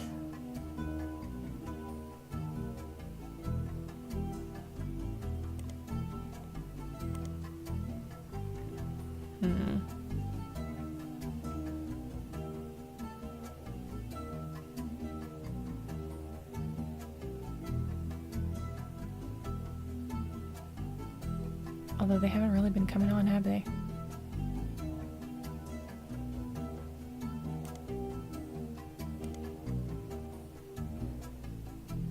Was it WRTD?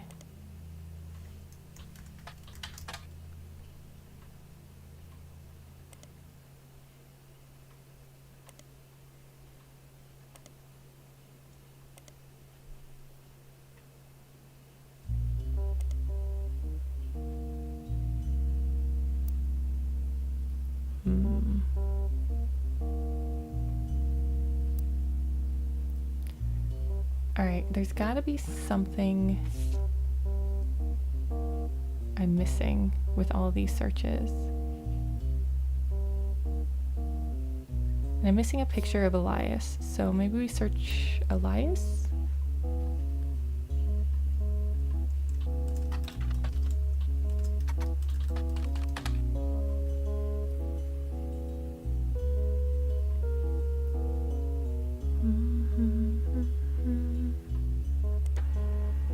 Oh, I've never searched Business Watch for Elias. Whoops. Was awarded Watchman of the Year in 1936 for his accomplishments of rolling out 5-piece to global market.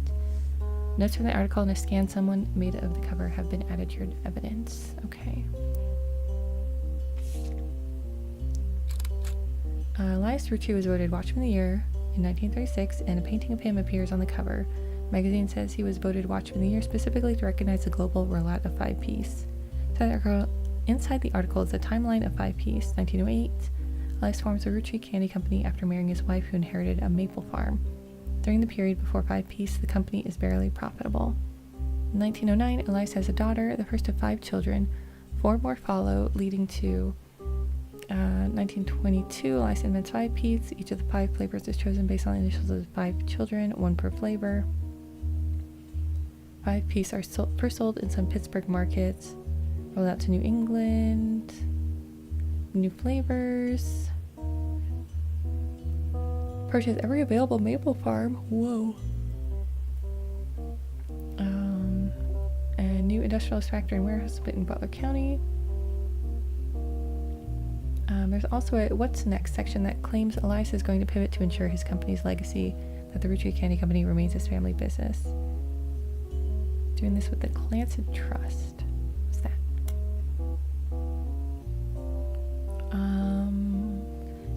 Highly unusual corporate arrangement named after Clancy Edward Roottree. Due to its unique nature, it's often brought up in online discussions about financial matters and inheritance. Oh my goodness. The company mandates that a fixed percentage of its profits are split every quarter amongst bank accounts representing each direct relative of Elias and Gwyneth. An account is created for each blood relative at birth and first accessible when they reach 18. The actual numbers have never been fully disclosed to the public, but due to the ever-increasing success of the company, it is a significant amount of money.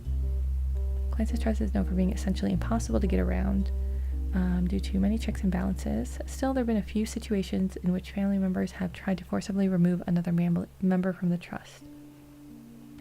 Most details online are pretty vague since the matters are handled internally.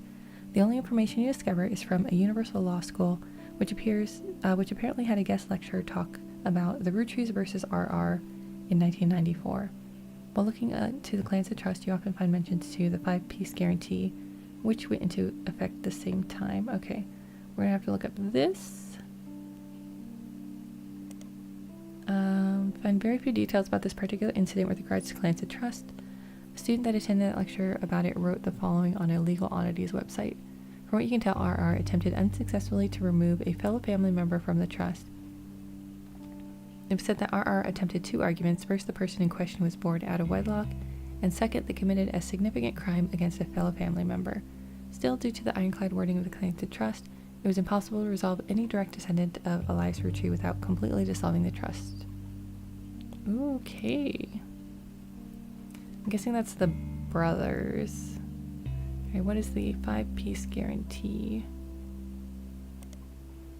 Combination with the Clancy Trust was Elias Roottree's attempt to ensure that the Roottree Candy Company would remain a family business for eternity. In isolation, it is somewhat baffling. The yearly salary of Rootree's president is always locked to the price of a single pack of 5 Piece. When the 5 Piece guarantee went into effect, this was 25 cents a year. Now it's closer to $4. Combined with the Clancy's Trust, however, it makes a bit more sense. Elias wanted to ensure that only his direct relatives could afford to be president, and he knew that because their passive income was tied to the profits of the company, they would have a vested interest in keeping the company as profitable and successful as possible. Whether or not this was a smart or successful decision is widely debated both online and in person by economics enthusiasts of all levels of expertise.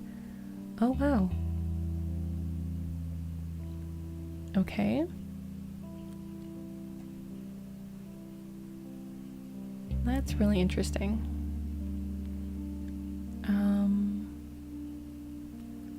So maybe we search the Rootrees versus RR in Butler. Nothing.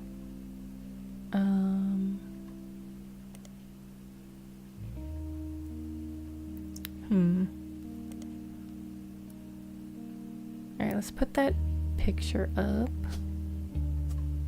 Are we really like out of... Yeah, I think we're like totally out of pictures. Who are you? Who are you? Alright, we gotta figure out what we're missing here.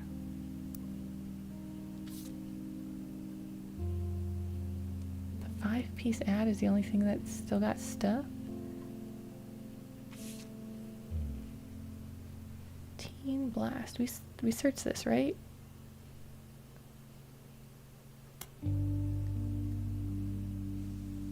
Teen Blast is a magazine aimed at teenage girls. Our website has a new section that offers condolences. And Raina Roottree first appeared on the cover on her 16th birthday.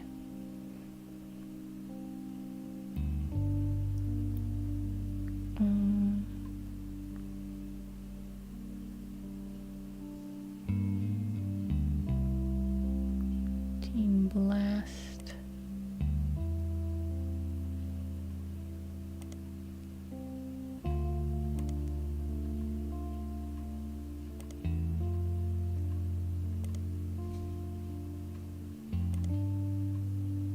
Oh yeah, that's the Teen Blast. Okay, so I can never remember how to spell her name.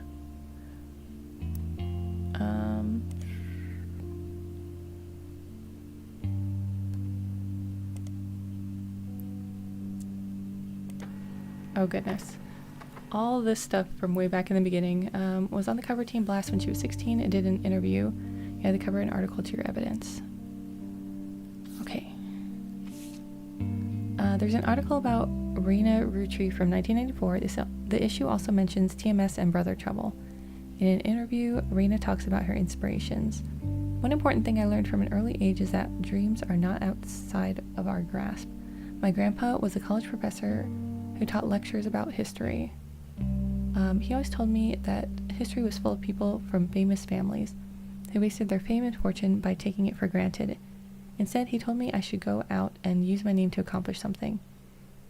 I think he may have practiced that lecture a lot because I have other people in my family that have also made the Roottree name famous for things besides candy.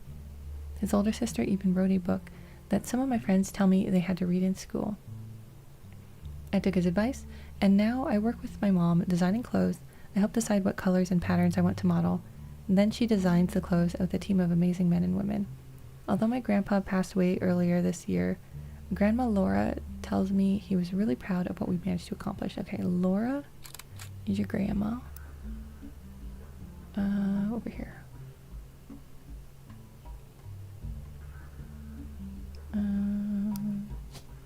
Laura. Which means you are probably Sarah. And you're probably Luisa Garcia. Okay, and we've got our second picture.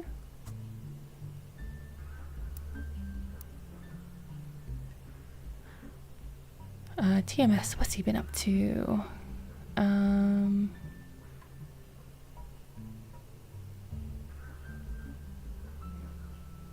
Okay.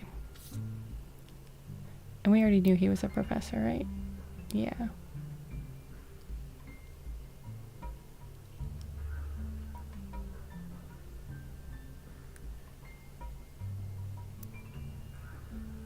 Oh my goodness.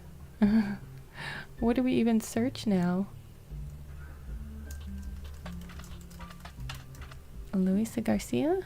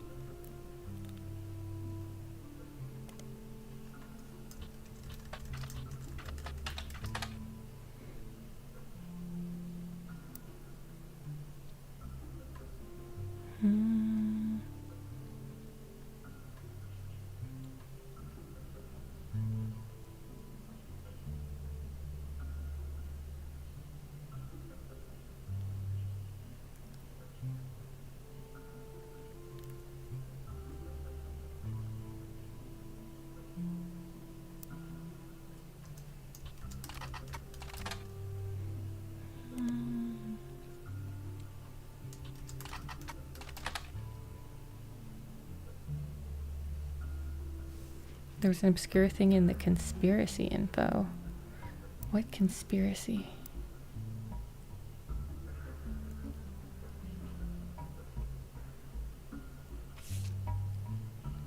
Oh, the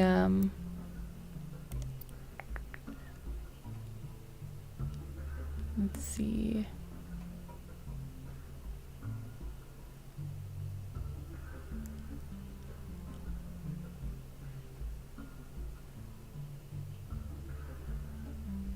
Oh, the Roottree curse. Okay.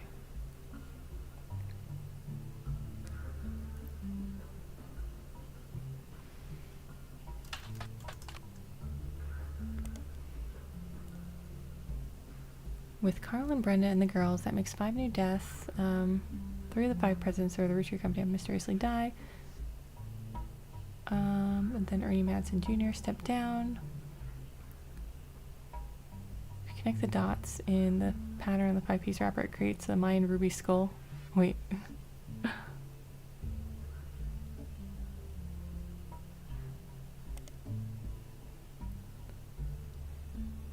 You find a few conspiracy websites that claim the Mayan ruby skull is a symbol of death. The alleged proof is a blurry photo of a reddish shape that is supposedly a cave painting from South America. According to legend, discovered beneath the painting were bones from hundreds of different people and animals. One site also mentions that the photographer who took the picture died when their boat capsized after crashing into a skull-shaped rock. Amongst the spinning skull gifts, you find no source of verifiable details to back up any photos or claims. Okay. Chris Raff, 75. Oh. Chris Raff. He's an expert at creating fake evidence. So this is Chris Rafferty. You find a simple page called The Art of Rafferty, copyright 1997, on Prodigy that lists the author's email address. Below a bunch of gifts that say under construction, there are a few art pieces. First is a painting captioned Me and My Fiancée Lulu, a painting I did for my first year of college that I plan to give when we get married in May. Go Tartans. There's an odd collage called Cousins, which seems to be made up of 3 scrambled images. The accompanying artist's statement says, "We had to create a piece of art about our family. I asked as many of my extended family of cousins for their pictures as I could, even some I've never met. Only a few of them got back to me, and my teacher said I wasn't allowed to use pictures of Raina, Riley, or Rose, so I had to get creative and use only my third cousins. This includes Davy, he swims for Yukon, and Bethany's yearbook pictures. She's Davy's younger sister, and Stephanie, who is an only child." Okay. Chris's artwork has been added to your evidence, but the cousins' photos will need to be unscrambled before you can use them. You've downloaded a new application, Pixpop, to edit the photos. Oh goodness. Okay. Okay, so first off, let's take a look at the picture.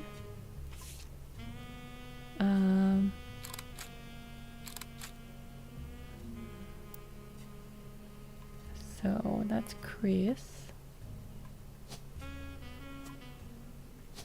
What does he do? He's like a...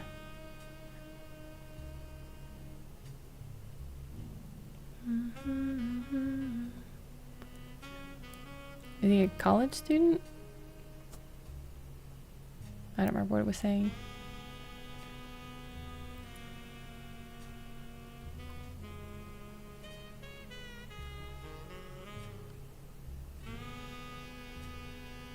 Painting you did first year of college. Yeah, he's got to be a college student, right?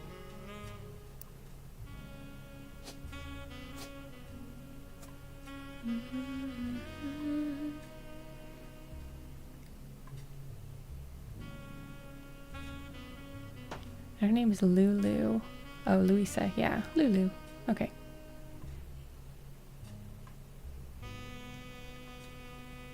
Alright, so we got Stephanie and then Bethany and David's pictures. Perfect.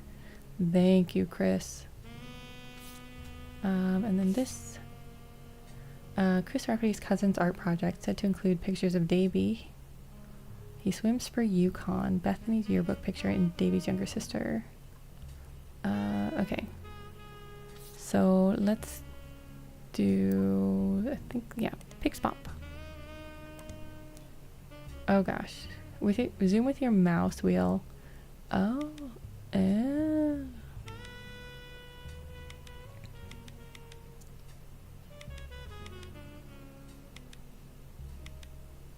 Interesting. Oops.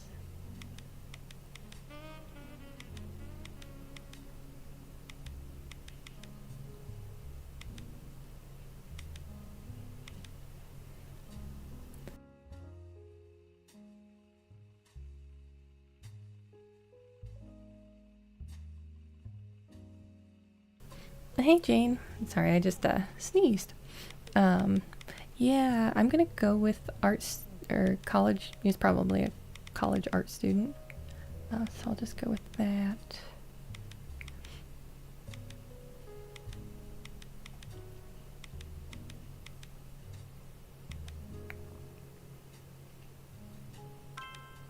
Sweet.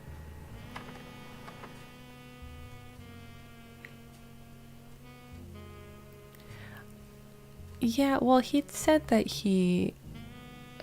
yeah, I don't know. Rotate mouse wheel. Oh.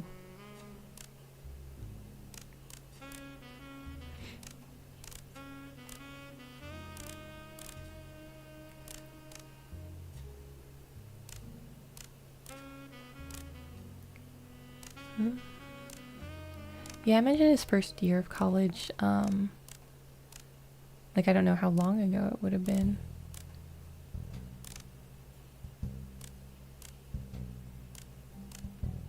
Mm-hmm.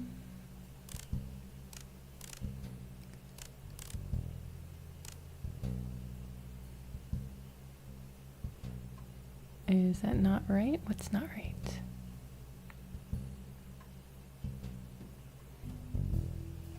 Oh, the center. That was mean. Alright, cousin sliced. Oh, goodness.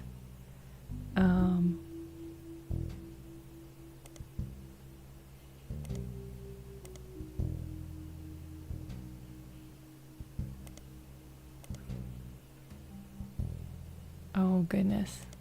This is a little crazy.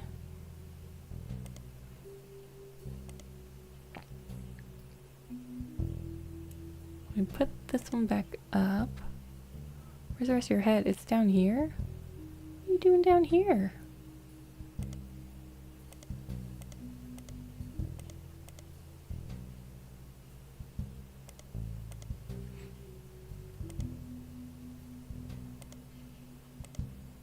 Oh, that's mean.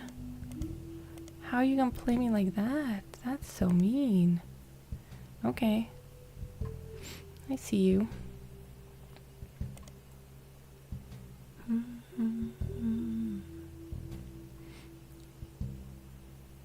Okay, this one needs to go up, up, up.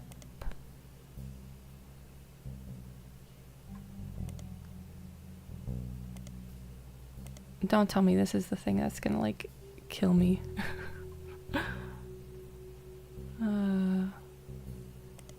Alright, let's pop you up.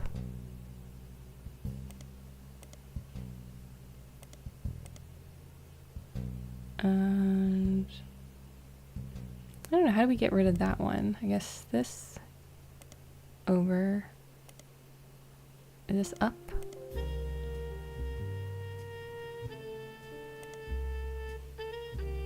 Oh, I shouldn't have put it so high up, huh? You can go over.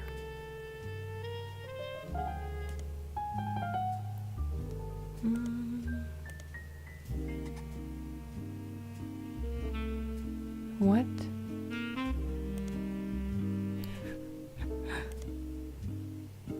I guess I've been taking too long. It's like, hey, do you need some help?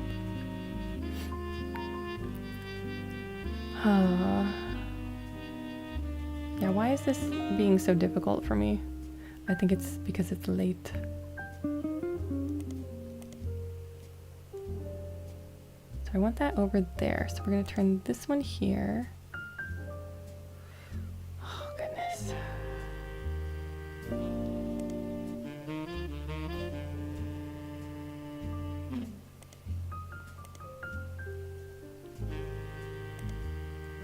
Yeah, they rose the difficulty up quite a notch.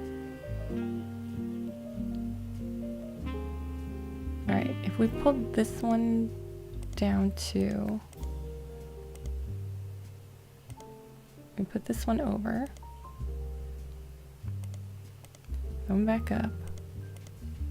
Okay. Getting somewhere.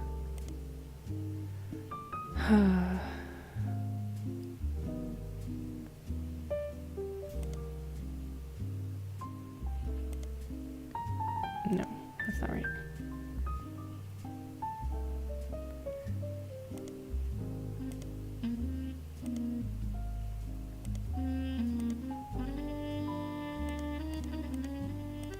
Oops.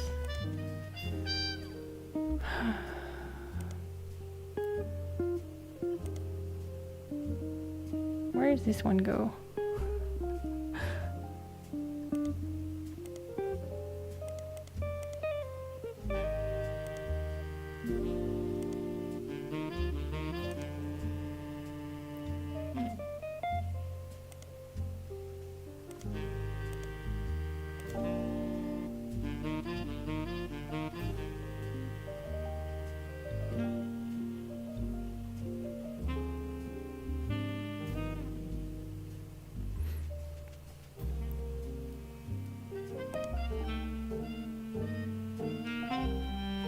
Dun, dun, dun. My brain is just not computing this right now.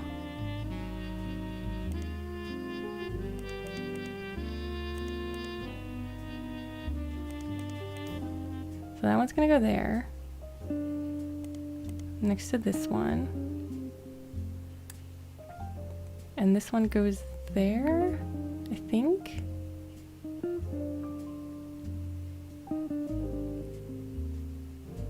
So this one needs to go up one. Oh my gosh. Hey, Superior Greaser. I think it wants to help me. Everything's going on here. Alright, I'm thinking that if we pull this down, we pull this, oh gosh. This over. Okay, these are in the right spot, sort of. So we'll pull these over.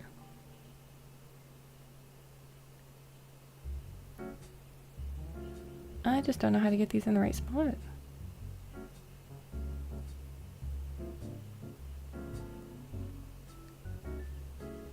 Looks like the wrist and forearm. This one? No.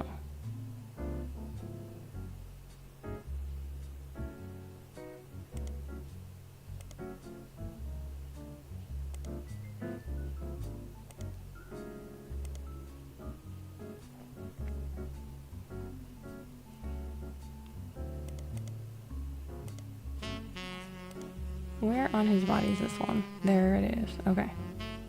How do I get this one out? Oh gosh.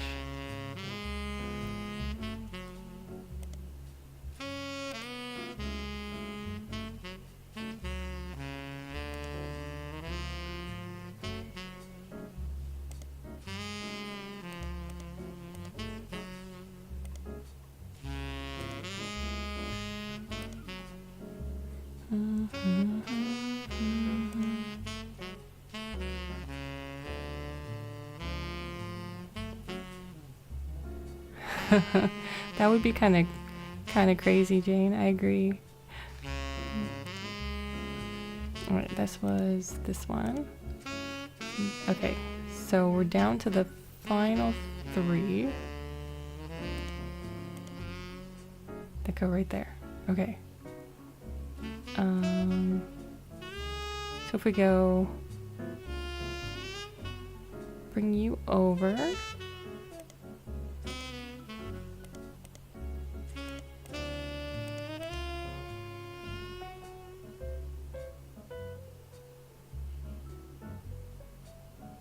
I don't know. I don't know. Why is this so hard? My brain for some reason is just not.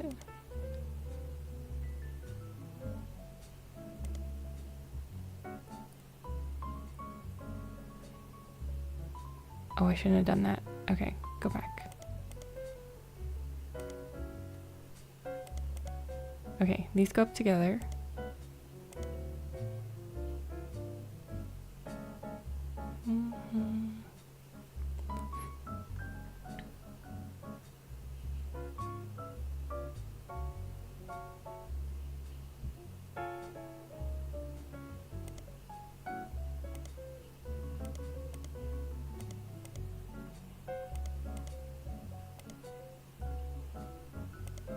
No, that's not gonna work. Works until there.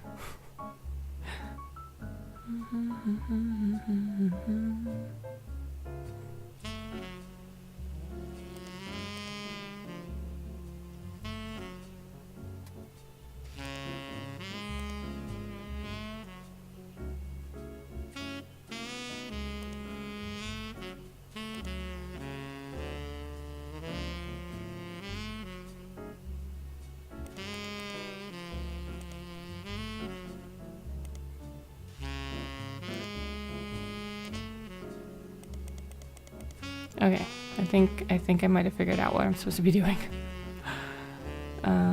This one.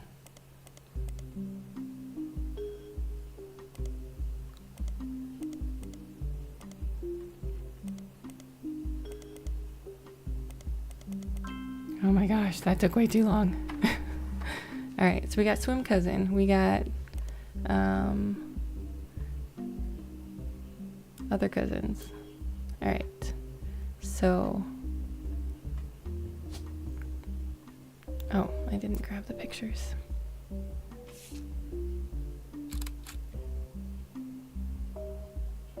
Okay, cousin 2, cousin 3. Okay, I'm gonna go on a limb and say that Stephanie's got glasses and she is a student. Did we fill in all of the others? Yeah, I did guesses on some, and okay, all that is filled. For rubber ducky, yeah. They like to use ducks in this, it seems like.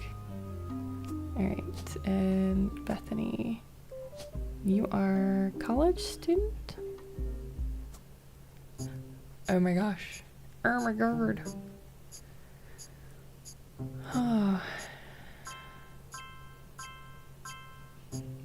49 out of 50.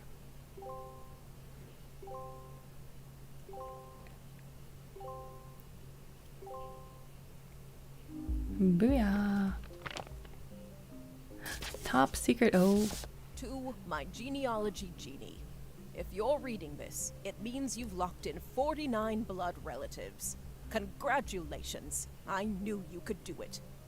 There are 2 more entries on the family tree I'd like you to consider. These last 2 are optional. You can summon me whenever you wish. However, this will end your search and reveal the truth. So make sure you're ready. Okay. Oh.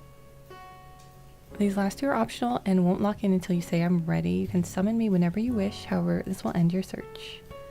Okay. Oh, but we need a picture of him.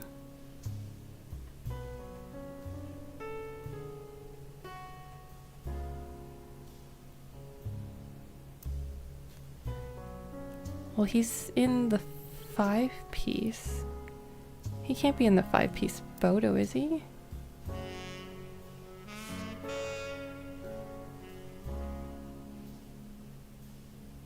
No. Oh my gosh, are you kidding me?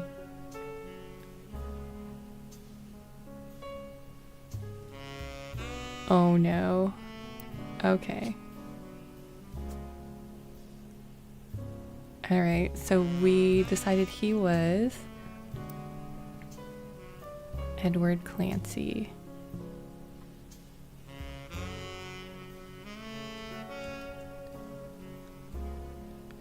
Did I type in right? Yeah, Edward Clancy. Okay, I'm pretty sure it was John, but let me just double check with, I think it was in A Life Between.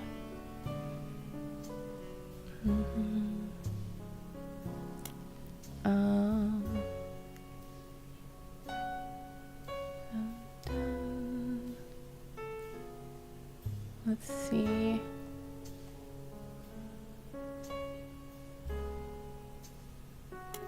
Dynasty.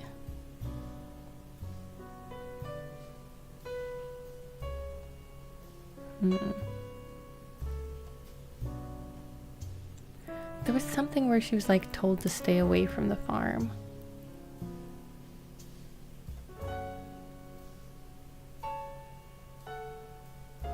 Yes, Clancy swore he saw Sam working alongside the farmhands, EC and John, when he used to drive past the old Anderson farm.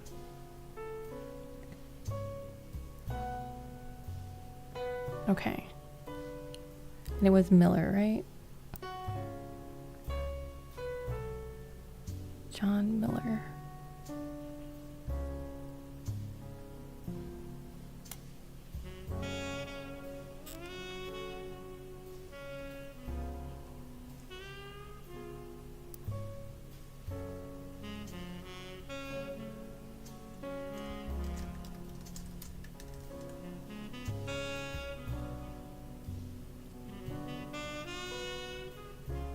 Oh my gosh, do we think this is it?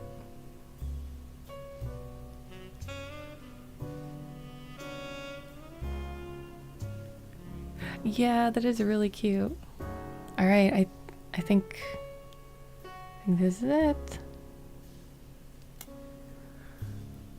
Oh, fingers crossed. Oh, but first, here's the final optional entries you found. Oh, yeah. Family tree complete. Yay! Booyah. So, you thought EC was Edward Clancy Roottree, and his partner was John Miller? That's exactly what I needed to hear. Heck yeah. We did I'm it. Sam Madsen, though you know me as Samantha Roottree. Yep, I got old. The only picture you have of me is from 40 years ago. My book tells the truth about Elias, the 5 pieces, and my parents. Not my biological parents, Elias Jr. and Patsy. My fathers, Edward Clancy Roottree and John Miller. By now, you've either read Lauren's diaries, or you're just an incredible guesser. Lauren was right. I hated the 5 pieces. She just didn't know my full reasoning. My father, Edward Clancy, was a great man, but his identical twin Clancy and his father, Elias, were not. At age 16, my father was caught kissing a farmhand. Back then, they wouldn't even acknowledge gay people existed. Having one in the family was unthinkable. The same year, I was born. A bastard granddaughter. 2 stains on Elias's perfect family. He decided to fix both. Oh, that's so unfortunate. They tried to erase Edward Clancy. They even removed his 5 pieces flavor. His name was deemed a dirty word. He became EC. We were sent to the farm, and the 5 pieces did their best to keep the next generation away, to isolate me from family. But Elias couldn't erase us from existence. Laura never realized I was the little girl from her diary. Who could blame me for being so confused that day? Her father was an exact copy of mine, except without the beard.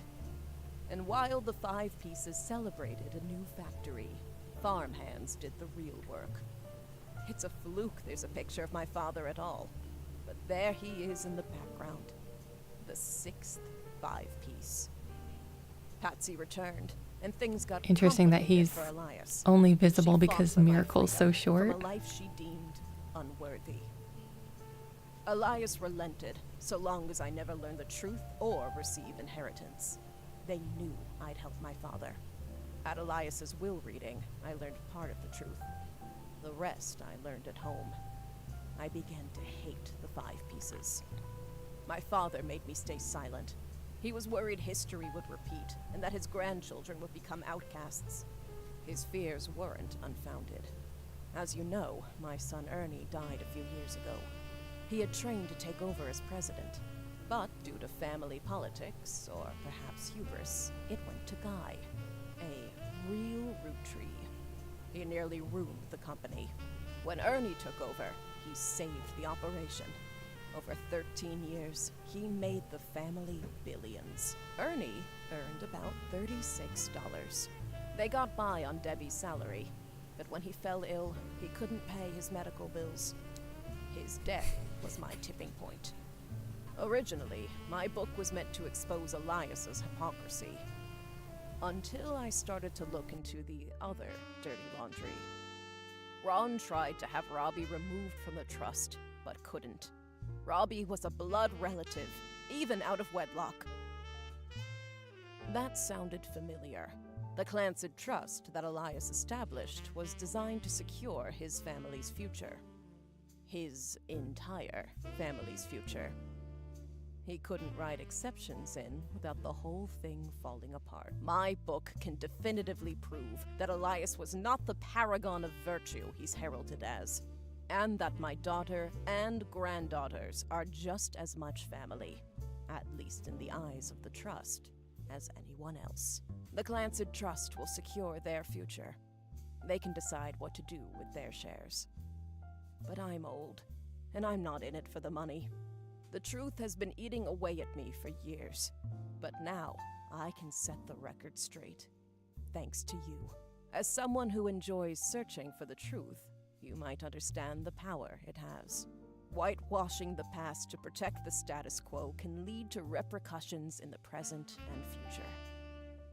So thank you. You knocked it out of the park. With your expert work, the truth will come to light.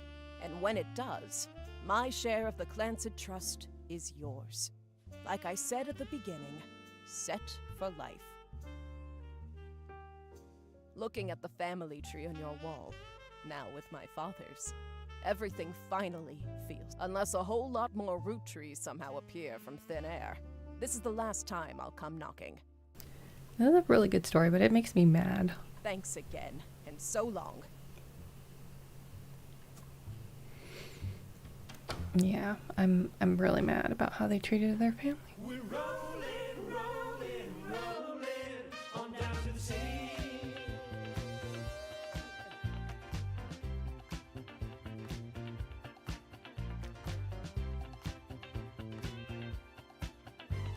Saturday night and you're quite a sight. The world might be burning, but I'm feeling right. Making ends meet, so they rent and you. We can't Ooh, another mystery, and my kiddo just woke up. Guys all Roottree Mania. say that I'm pretty. ladies blush and find me so witty. They're out of luck tonight, what a pity. We're rolling, rolling, rolling on down to the sea.